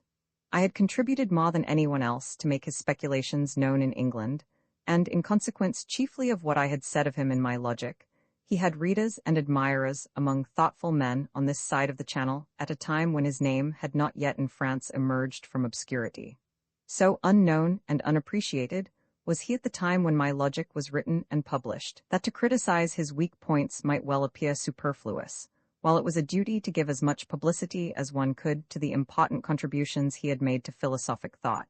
At the time, however, at which I have now arrived, this state of affairs had entirely changed. His name, at least, was known almost universally, and the general character of his doctrines very widely. He had taken his place in the estimation both of friends and opponents, as one of the conspicuous figures in the thought of the age. The better parts of his speculations had made great progress in working their way into those minds, which, by their previous culture and tendencies, were fitted to receive them. Under cover of those better parts, those of a worse character, greatly developed and added to in his later writings, had also made some way, having obtained active and enthusiastic adherents, some of them of no inconsiderable personal merit, in England, France, and other countries. These causes not only made it desirable that someone should undertake the task of sifting what is good from what is bad in Kant's speculations, but seemed to impose on myself, in particular, a special obligation to make the attempt. This I accordingly did in 2 essays, published in successive numbers of the Westminster Review, and reprinted in a small volume under the title Auguste Comte and Positivism. The writings which I have now mentioned, together with a small number of papers in periodicals which I have not deemed worth preserving, were the whole of the products of my activity as a writer during the years from 1859 to 1865. In the early part of the last mentioned year, in compliance with a wish frequently expressed to me by working men, I published cheap people's editions of those of my writings which seemed the most likely to find readers among the working classes, viz., Principles of Political Economy, Liberty, and Representative Government. This was a considerable sacrifice of my pecuniary interest, especially as I resigned all idea of deriving profit from the cheap editions, and after ascertaining from my publishers the lowest price which they thought would remunerate them on the usual terms of an equal division of profits, I gave up my half share to enable the price to be fixed still lower. To the credit of Messrs. Longman, they fixed, unasked, a certain number of years after which the copyright and stereotype plates were to revert to me, and a certain number of copies after the sale of which I should receive half of any further profit. This number of copies, which in the case of the Political Economy was 10,000, has for some time been exceeded, and the People's editions have begun to yield me a small but unexpected pecuniary return, though very far from an equivalent for the diminution of profit from the library editions. In this summary of my outward life, I have now arrived at the period at which my tranquil and retired existence as a writer of books was to be exchanged for the less congenial occupation of a member of the House of Commons. The proposal made to me, early in 1865, by some electors of Westminster, did not present the idea to me for the first time. It was not even the first offer I had received for more than 10 years previous. In consequence of my opinions on the Irish land question, Mr. Lucas and Mr. Duffy, in the name of the popular party in Ireland, offered to bring me into Parliament for an Irish county, which they could easily have done. But the incompatibility of a seat in Parliament with the office I then held in the India House precluded even consideration of the proposal. After I had quitted the India House, several of my friends would gladly have seen me a member of Parliament, but there seemed no probability that the idea would ever take any practical shape. I was convinced that no numerous or influential portion of any electoral body really wished to be represented by a person of my opinions, and that one who possessed no local connection or popularity, and who did not choose to stand as the mere organ of a party, had small chance of being elected anywhere, unless through the expenditure of money. Now it was, and is, my fixed conviction that a candidate ought not to incur one farthing of expense for undertaking a public duty. Such of the lawful expenses of an election as have no special reference to any particular candidate ought to be borne as a public charge, either by the state or by the locality. What has to be done by the supporters of each candidate in order to bring his claims properly before the constituency should be done by unpaid agency or by voluntary subscription. If members of the electoral body, or others, are willing to subscribe money of their own for the purpose of bringing, by lawful means, into Parliament someone who they think would be useful there, no one is entitled to object. But that the expense, or any part of it, should fall on the candidate is fundamentally wrong, because it amounts in reality to buying his seat. Even on the most favorable supposition as to the mode in which the money is expended, there is a legitimate suspicion that anyone who gives money for leave to undertake a public trust has other than public ends to promote by it, and a consideration of the greatest importance. The cost of elections, when borne by the candidates, deprives the nation of the services, as members of Parliament, of all who cannot or will not afford to incur a heavy expense. I do not say that, so long as there is scarcely a chance for an independent candidate to come into Parliament without complying with this vicious practice, it must always be morally wrong in him to spend money, provided that no part of it is either directly or indirectly employed in corruption. But to justify it, he ought to be very certain that he can be of more use to his country as a member of Parliament than in any other mode which is open to him. And this assurance, in my own case, I did not feel.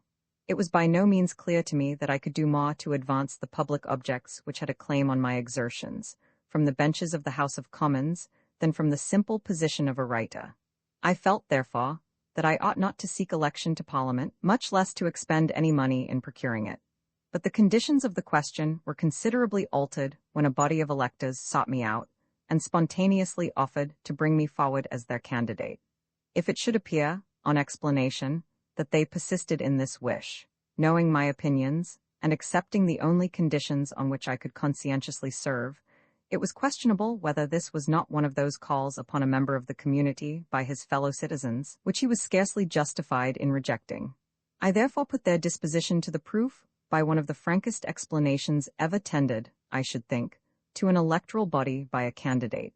I wrote, in reply to the offer, a letter for publication, saying that I had no personal wish to be a member of Parliament, that I thought a candidate ought neither to canvass nor to incur any expense, and that I could not consent to do either.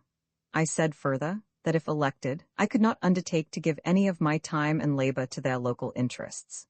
With respect to general politics, I told them without reserve what I thought on a number of important subjects on which they had asked my opinion, and one of these being the suffrage, I made known to them, among other things, my conviction, as I was bound to do, since I intended, if elected, to act on it, that women were entitled to representation in Parliament on the same terms with men. It was the first time, doubtless, that such a doctrine had ever been mentioned to English electors, and the fact that I was elected after proposing it gave the start to the movement which has since become so vigorous in favor of women's suffrage.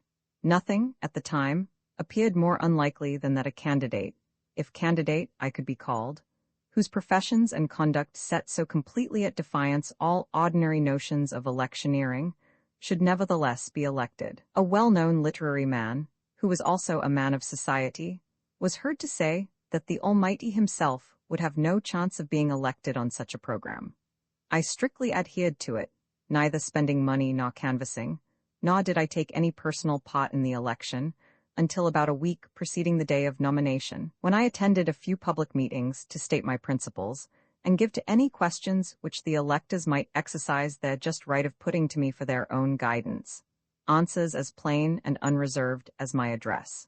On one subject only, my religious opinions, I announced from the beginning that I would answer no questions, a determination which appeared to be completely approved by those who attended the meetings. My frankness on all other subjects on which I was interrogated evidently did me far more good than my answers, whatever they might be, did harm.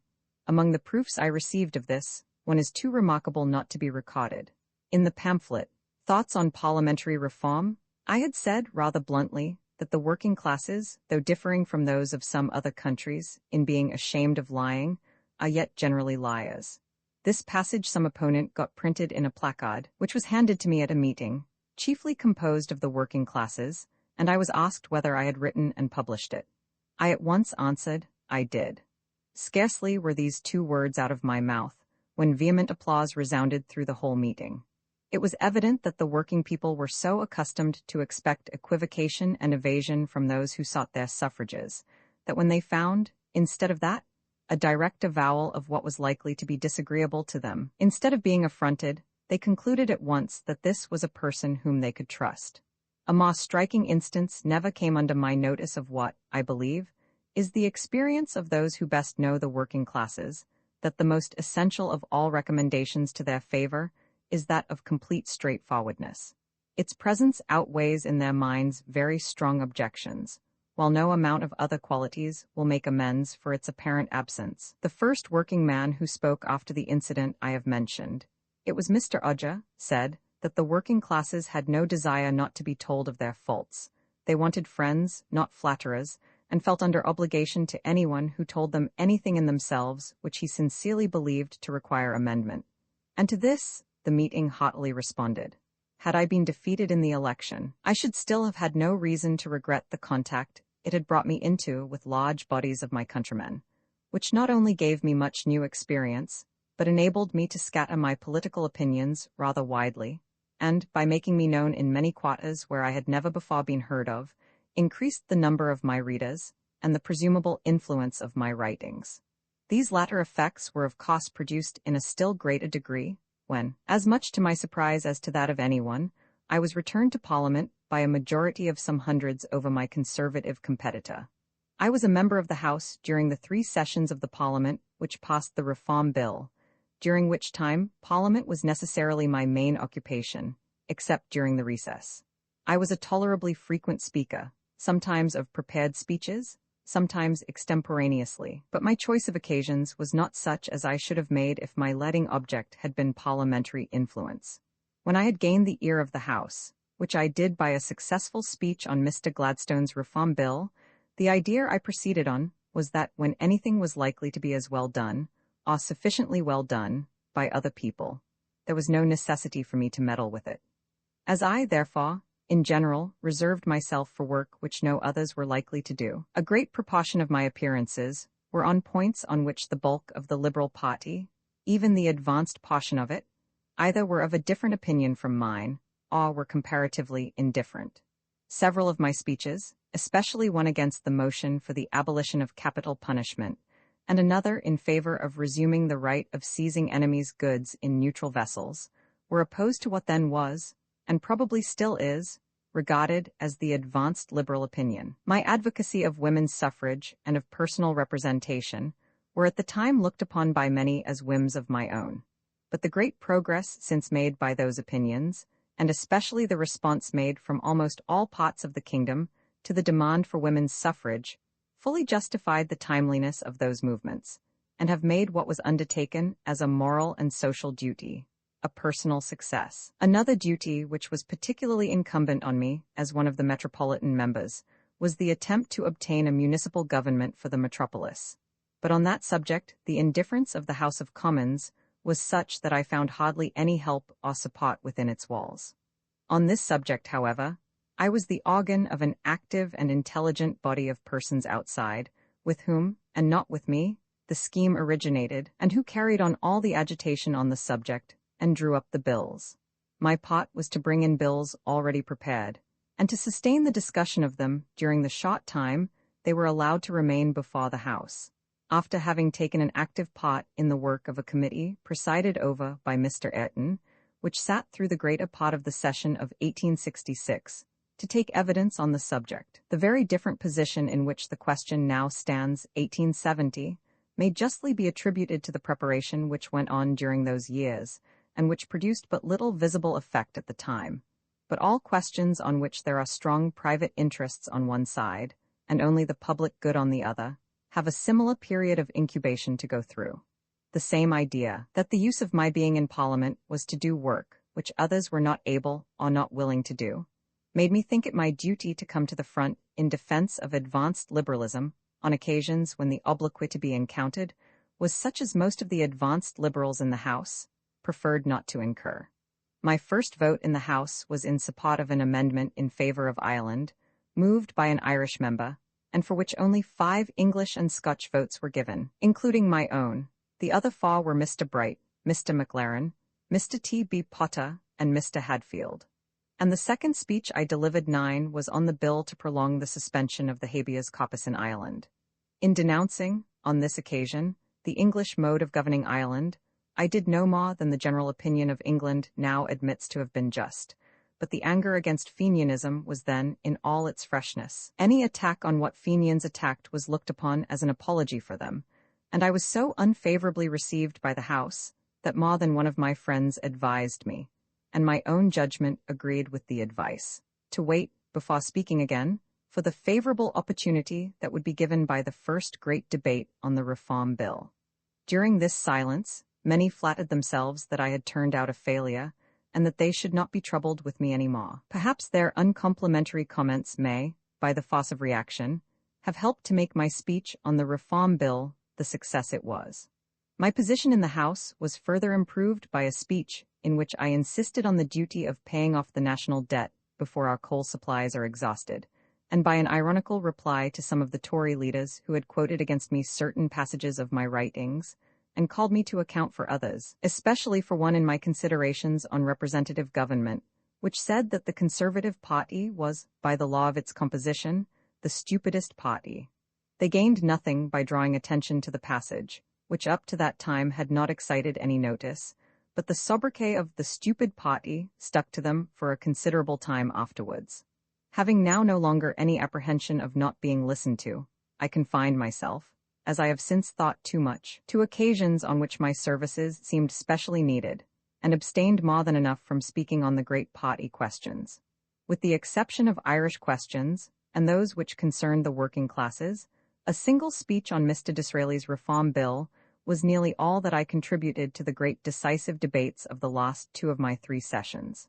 I have, however, much satisfaction in looking back to the part I took on the 2 classes of subjects just mentioned. With regard to the working classes, the chief topic of my speech on Mr. Gladstone's Reform Bill was the assertion of their claims to the suffrage.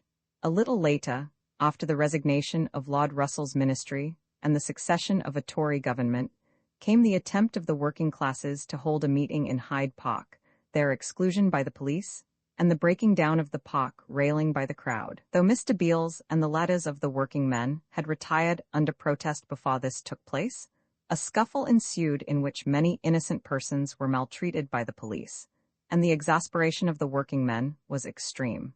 They showed a determination to make another attempt at a meeting in the park, to which many of them would probably have come armed. The government made military preparations to resist the attempt, and something very serious seemed impending. At this crisis, I really believe that I was the means of preventing much mischief. I had in my place in Parliament taken the side of the working men, and strongly censured the conduct of the government. I was invited, with several other radical members, to a conference with the leading members of the Council of the Reform League, and the task fell chiefly upon myself, of persuading them to give up the Hyde Park project and hold their meeting elsewhere. It was not Mr. Beales and Colonel Dickson who needed persuading. On the contrary, it was evident that these gentlemen had already exerted their influence in the same direction, thus far without success. It was the working men who held out, and so bent were they on their original scheme that I was obliged to have recourse to less grands moyens. I told them that a proceeding which would certainly produce a collision with the military could only be justifiable on 2 conditions: if the position of affairs had become such that a revolution was desirable, and if they thought themselves able to accomplish one. To this argument, after considerable discussion, they at last yielded, and I was able to inform Mr. Walpole that their intention was given up. I shall never forget the depth of his relief or the warmth of his expressions of gratitude. After the working men had conceded so much to me, I felt bound to comply with their request that I would attend and speak at their meeting at the Agricultural Hall, the only meeting called by the Reform League which I ever attended. I had always declined being a member of the League, on the avowed ground that I did not agree in its program of manhood suffrage and the ballot. From the ballot, I dissented entirely, and I could not consent to hoist the flag of manhood suffrage, even on the assurance that the exclusion of women was not intended to be implied, since if one goes beyond what can be immediately carried, and professes to take one's stand on a principle, one should go the whole length of the principle.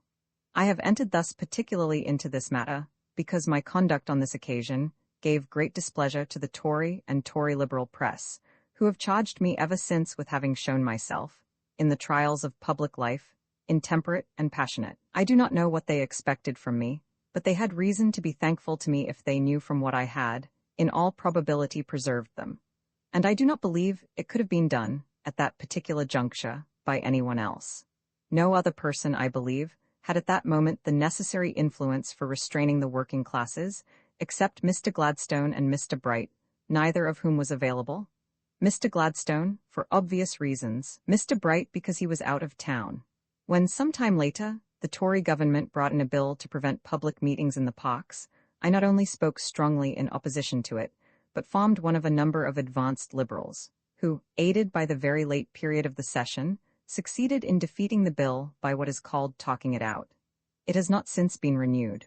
On Irish affairs, also, I felt bound to take a decided part. I was one of the foremost in the deputation of members of Parliament who prevailed on Lord Derby to spare the life of the condemned Fenian insurgent, General Burke. The church question was so vigorously handled by the leaders of the party in the session of 1868 as to require no more from me than an emphatic adhesion. But the land question was by no means in so advanced a position.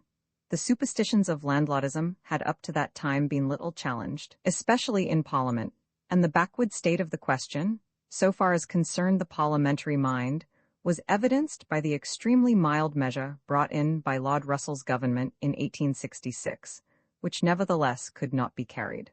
On that bill, I delivered one of my most careful speeches, in which I attempted to lay down some of the principles of the subject in a manner calculated less to stimulate friends than to conciliate and convince opponents. The engrossing subject of parliamentary reform prevented either this bill, or one of a similar character brought in by Lord Derby's government, from being carried through. They never got beyond the second reading. Meanwhile, the signs of Irish disaffection had become much more decided. The demand for complete separation between the two countries had assumed a menacing aspect, and there were few who did not feel that if there was still any chance of reconciling Ireland to the British connection, it could only be by the adoption of much more thorough reforms in the territorial and social relations of the country than had yet been contemplated. The time seemed to me to have come when it would be useful to speak out my whole mind, and the result was my pamphlet, England and Ireland, which was written in the winter of 1867 and published shortly before the commencement of the session of 1868. The leading features of the pamphlet were, on the one hand, an argument to show the undesirableness, for Ireland as well as England, of separation between the countries, and on the other, a proposal for settling the land question by giving to the existing tenants a permanent tenure, at a fixed rent, to be assessed after due inquiry by the state. The pamphlet was not popular, except in Ireland, as I did not expect it to be. But if no measure short of that which I proposed would do full justice to Ireland, or afford a prospect of conciliating the mass of the Irish people, the duty of proposing it was imperative. While if, on the other hand, there was any intermediate course which had a claim to a trial, I well knew that to propose something which would be called extreme was the true way not to impede, but to facilitate a more moderate experiment. It is most improbable that a measure conceding so much to the tenantry as Mr. Gladstone's Irish Land Bill would have been proposed by a government, or could have been carried through Parliament, unless the British public had been led to perceive that a case might be made, and perhaps a party formed, for a measure considerably stronger.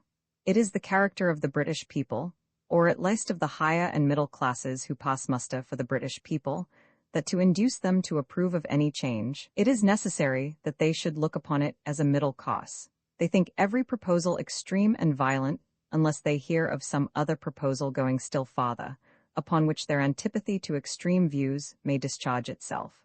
So it proved in the present instance. My proposal was condemned, but any scheme for Irish land reform short of mine came to be thought moderate by comparison. I may observe that the attacks made on my plan usually gave a very incorrect idea of its nature. It was usually discussed as a proposal that the state should buy up the land and become the universal landlord, though in fact it only offered to each individual landlord this as an alternative, if he liked better to sell his estate than to retain it on the new conditions. And I fully anticipated that most landlords would continue to prefer the position of landowners to that of government annuitants, and would retain their existing relation to their tenants, often on more indulgent terms than the full rents on which the compensation to be given them by government would have been based. This and many other explanations I gave in a speech on Ireland, in the debate on Mr. Maguire's resolution, early in the session of 1868. A corrected report of this speech, together with my speech on Mr. Fortescue's bill, has been published, not by me, but with my permission, in Ireland. Another public duty, of a most serious kind, it was my lot to have to perform, both in and out of Parliament, during these years. A disturbance in Jamaica, provoked in the first instance by injustice, and exaggerated by rage and panic into a premeditated rebellion, had been the motive or excuse for taking hundreds of innocent lives by military violence, or by sentence of what were called courts-martial, continuing for weeks after the brief disturbance had been put down, with many added atrocities of destruction of property logging women as well as men, and a general display of the brutal recklessness which usually prevails when fire and sword are let loose. The perpetrators of those deeds were defended and applauded in England by the same kind of people who had so long upheld Negro slavery. And it seemed at first as if the British nation was about to incur the disgrace of letting pass without even a protest excesses of authority as revolting as any of those for which, when perpetrated by the instruments of other governments, Englishmen can hardly find terms sufficient to express their abhorrence. After a short time, however, an indignant feeling was roused. A voluntary association formed itself under the name of the Jamaica Committee to take such deliberation and action as the case might admit of, and adhesions poured in from all parts of the country.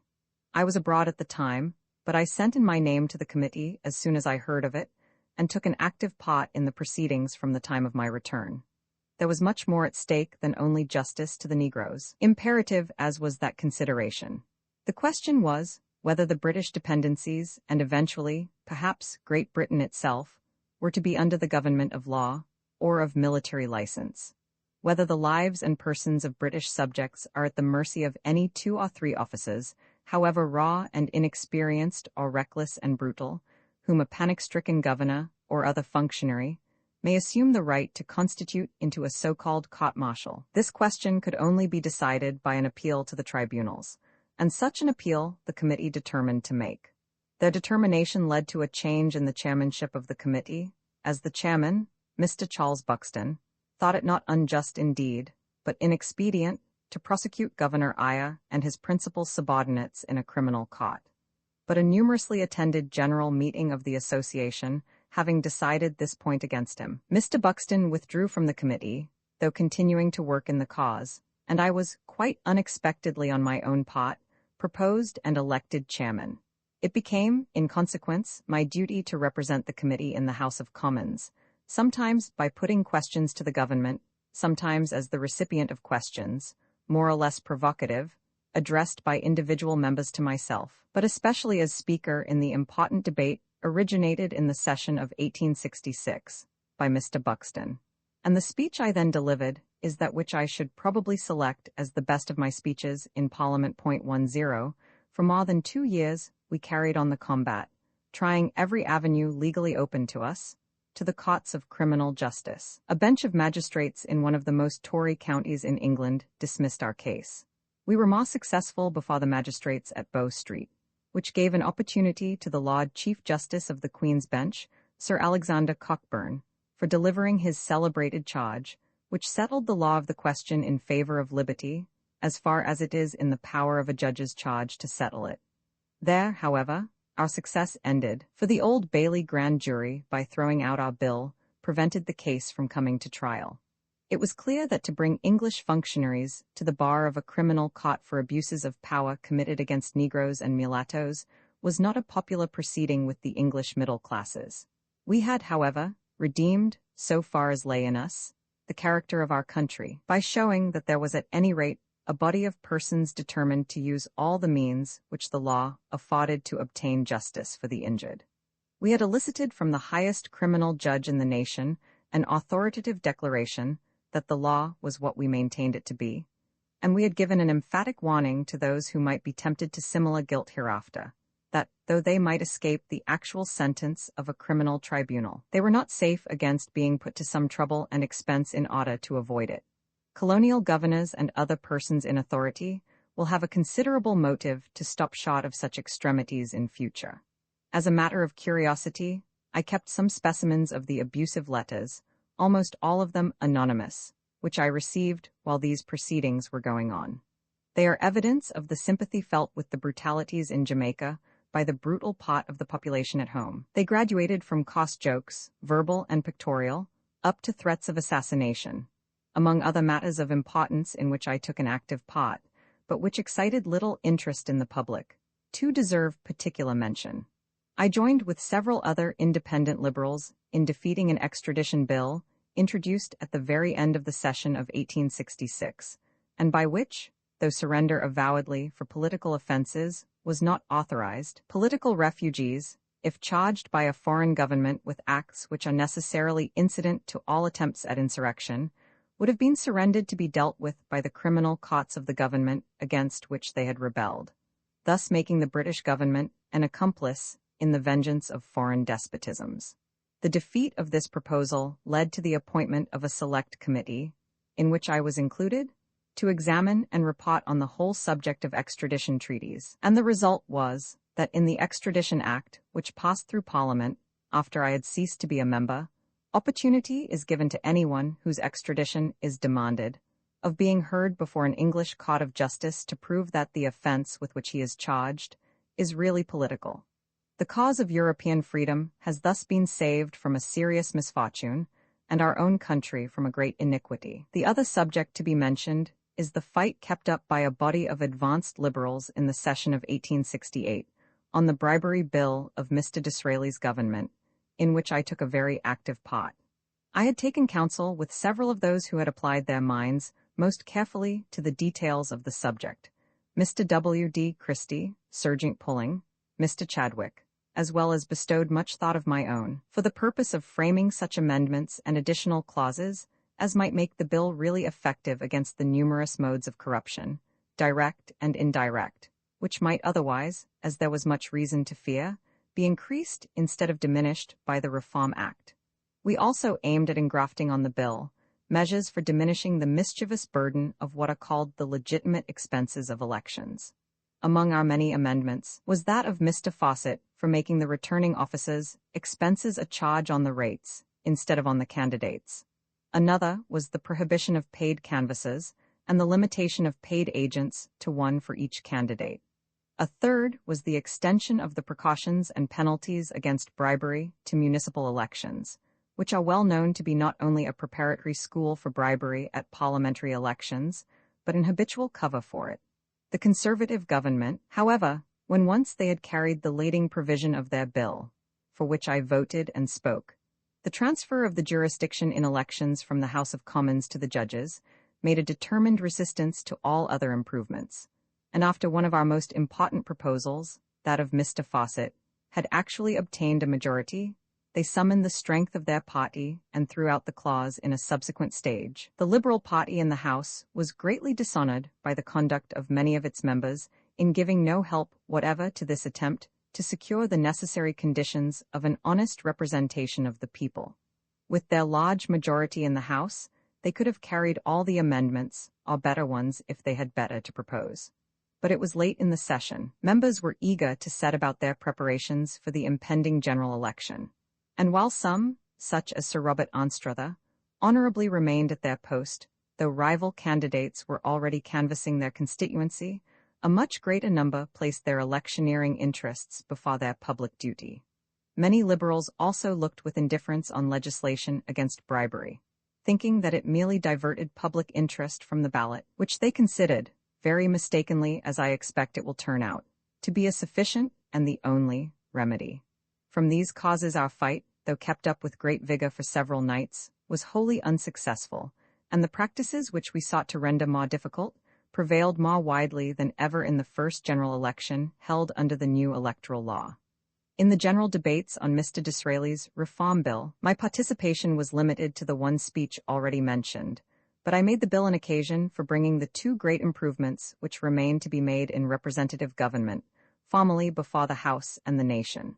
One of them was personal, or, as it is called with equal propriety, proportional representation.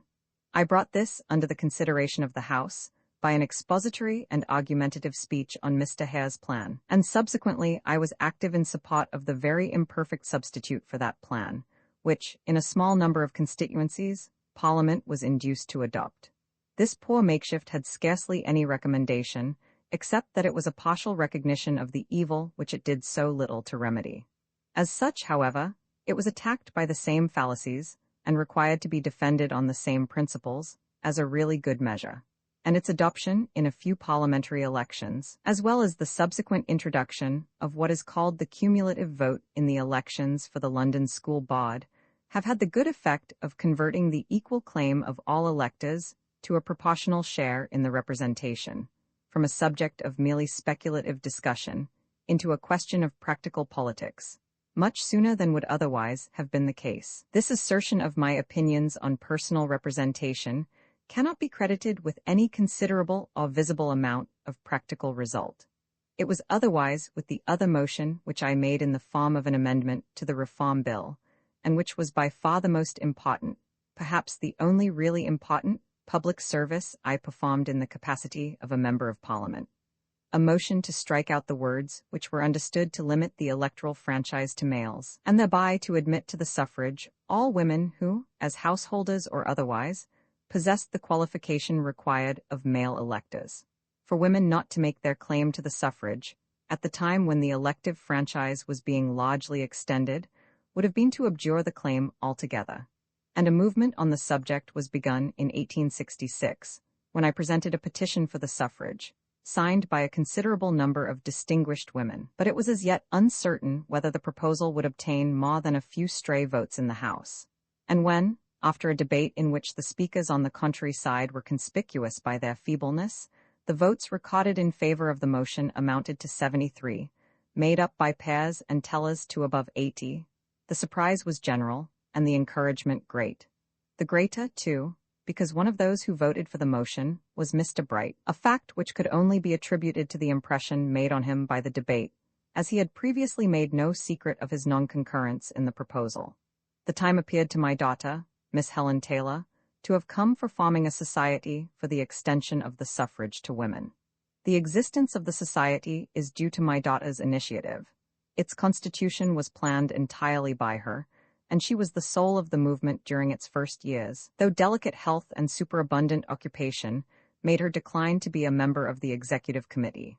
Many distinguished members of Parliament, professors, and others, and some of the most eminent women of whom the country can boast, became members of the society, a large proportion either directly or indirectly through my daughter's influence, she having written the greater number, and all the best, of the letters by which adhesions was obtained, even when those letters bore my signature. In two remarkable instances, those of Miss Nightingale and Miss Mary Carpenter, the reluctance those ladies had at first felt to come forward, for it was not on their past difference of opinion, was overcome by appeals written by my daughter though signed by me. Associations for the same object were formed in various local centres, Manchester, Edinburgh, Birmingham, Bristol, and Glasgow, and others which have done much valuable work for the cause. All the societies take the title of branches of the National Society for Women's Suffrage, but each has its own governing body and acts in complete independence of the others. I believe I have mentioned all that is worth remembering of my proceedings in the House, but their enumeration, even if complete, would give but an inadequate idea of my occupations during that period, and especially of the time taken up by correspondence. For many years before my election to Parliament, I had been continually receiving letters from strangers, mostly addressed to me as a writer on philosophy, and either propounding difficulties or communicating thoughts on subjects connected with logic or political economy.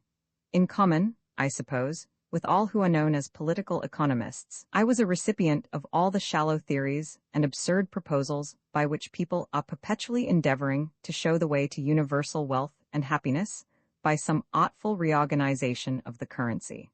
When there were signs of sufficient intelligence in the writers to make it worth while attempting to put them right, I took the trouble to point out their errors, until the growth of my correspondence made it necessary to dismiss such persons with very brief answers.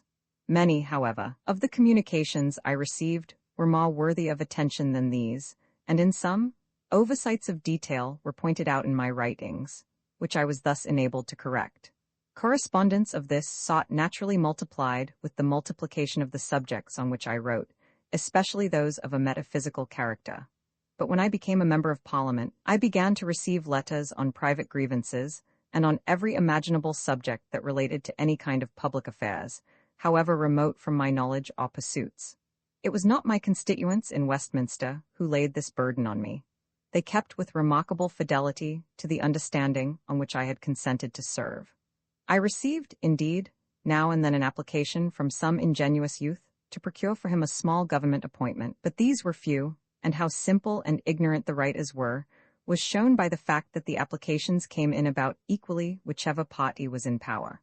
My invariable answer was that it was contrary to the principles on which I was elected to ask favors of any government. But on the whole, hardly any part of the country gave me less trouble than my own constituents.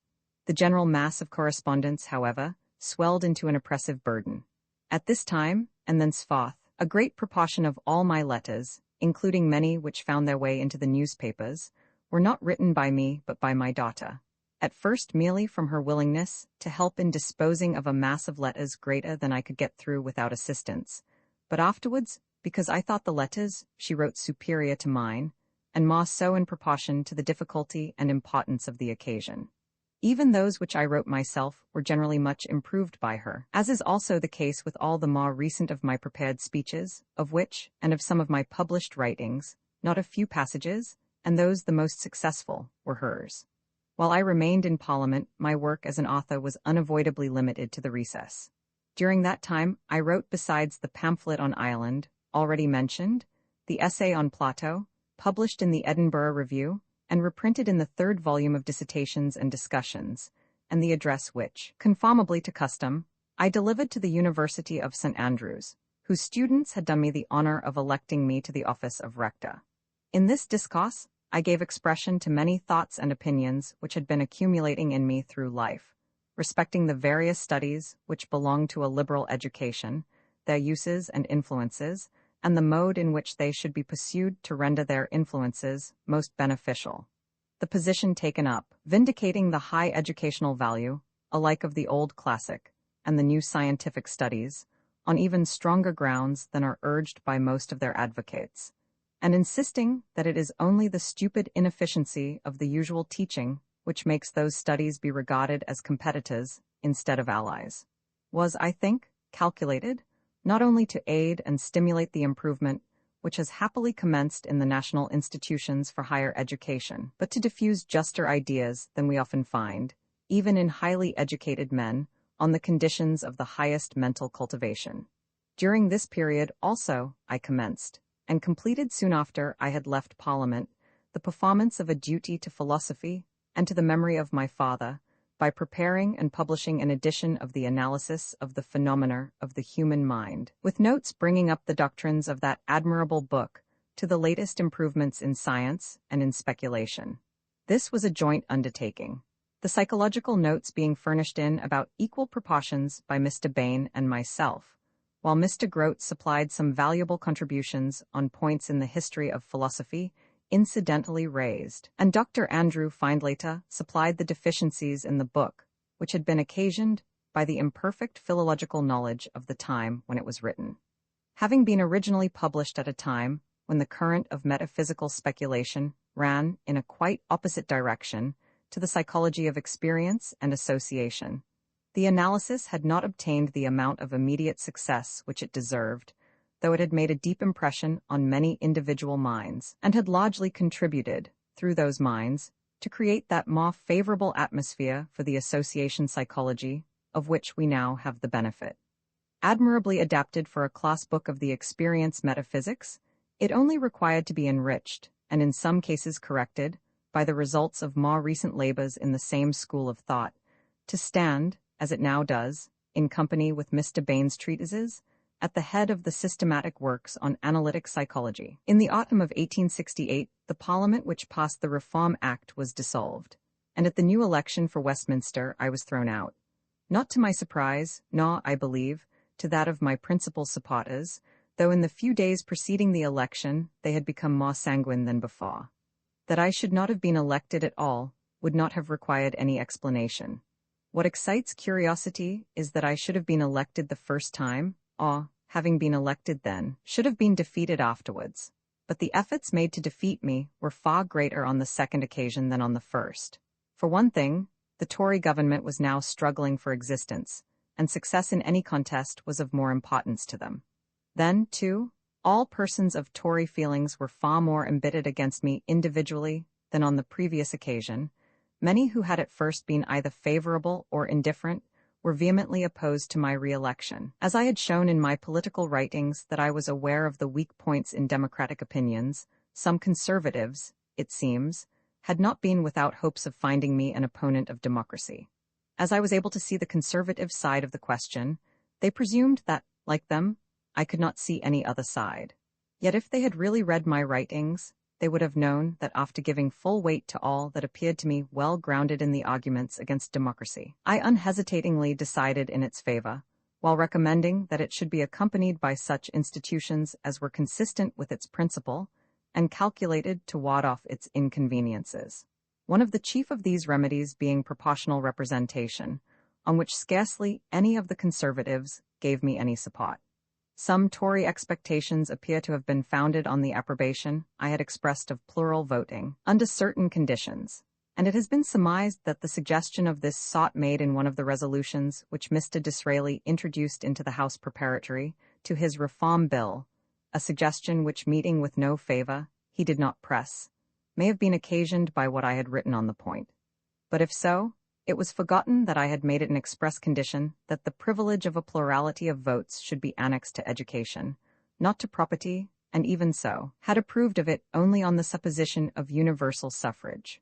How utterly inadmissible such plural voting would be under the suffrage given by the present Reform Act is proved, to any who could otherwise doubt it, by the very small weight which the working classes are found to possess in elections, even under the law which gives no more votes to any one elector than to any other.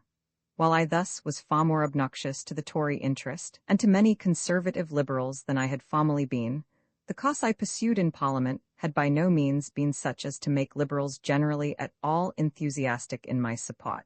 It has already been mentioned how large a proportion of my prominent appearances had been on questions on which I differed from most of the Liberal party, or about which they cared little, and how few occasions there had been on which the line I took was such as could lead them to attach any great value to me as an organ of their opinions. I had moreover done things which had excited, in many minds, a personal prejudice against me. Many were offended by what they called the persecution of Mr. Aya, and still greater offence was taken at my sending a subscription to the election expenses of Mr. Bradlaugh. Having refused to be at any expense for my own election, and having had all its expenses defrayed by others, I felt under a peculiar obligation to subscribe in my turn where funds were deficient for candidates whose election was desirable. I accordingly sent subscriptions to nearly all the working-class candidates, and among others to Mr. Bradlaugh. He had the support of the working classes, having heard him speak. I knew him to be a man of ability, and he had proved that he was the reverse of a demagogue, by placing himself in strong opposition to the prevailing opinion of the Democratic Party on two such important subjects as Malthusianism and personal representation. Men of this sort, who, while sharing the democratic feelings of the working classes, judged political questions for themselves, and had courage to assert their individual convictions against popular opposition, were needed, as it seemed to me, in Parliament, and I did not think that Mr. Bradlaugh's anti-religious opinions, even though he had been intemperate in the expression of them, ought to exclude him. In subscribing, however, to his election, I did what would have been highly imprudent if I had been at liberty to consider only the interests of my own re-election, and, as might be expected, the utmost possible use, both fair and unfair, was made of this act of mine to stir up the electors of Westminster against me. To these various causes, combined with an unscrupulous use of the usual pecuniary and other influences on the side of my Tory competitor, while none were used on my side, it is to be ascribed that I failed at my second election, after having succeeded at the first. No sooner was the result of the election known than I received 3 or 4 invitations to become a candidate for other constituencies, chiefly counties. But even if success could have been expected, and this without expense, I was not disposed to deny myself the relief of returning to private life. I had no cause to feel humiliated at my rejection by the electors, and if I had, the feeling would have been far outweighed by the numerous expressions of regret, which I received from all sorts of persons and places, and in a most marked degree from those members of the Liberal party in Parliament, with whom I had been accustomed to act. Since that time, little has occurred which there is need to commemorate in this place. I returned to my old pursuits, and to the enjoyment of a country life in the south of Europe, alternating twice a year with a residence of some weeks or months in the neighbourhood of London. I have written various articles in periodicals, chiefly in my friend Mr. Molly's Fortnightly Review, have made a small number of speeches on public occasions, especially at the meetings of the Women's Suffrage Society, have published The Subjection of Women, written some years before, with some additions by my daughter and myself, and have commenced the preparation of matter for future books, of which it will be time to speak more particularly if I live to finish them. Here, therefore, for the present, this memoir may close.